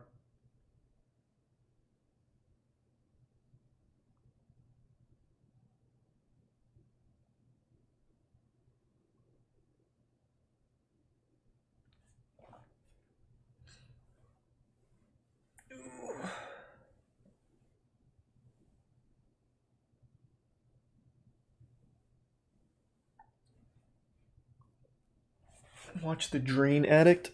Don't discredit him. He's not a drain addict. He's addicted to unclogging drains, which is a valuable service. My day's been good, Alan. Hope you had a good day, man.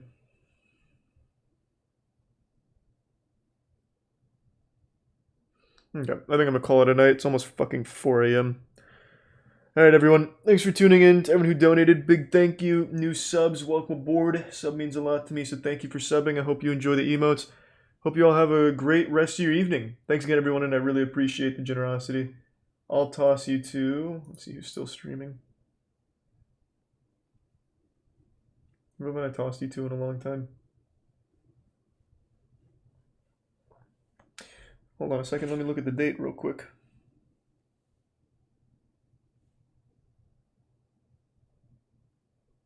Alright, I'm gonna toss you to Umbrella. He's got a birthday coming up. Thanks again, everyone. Take it easy. See ya.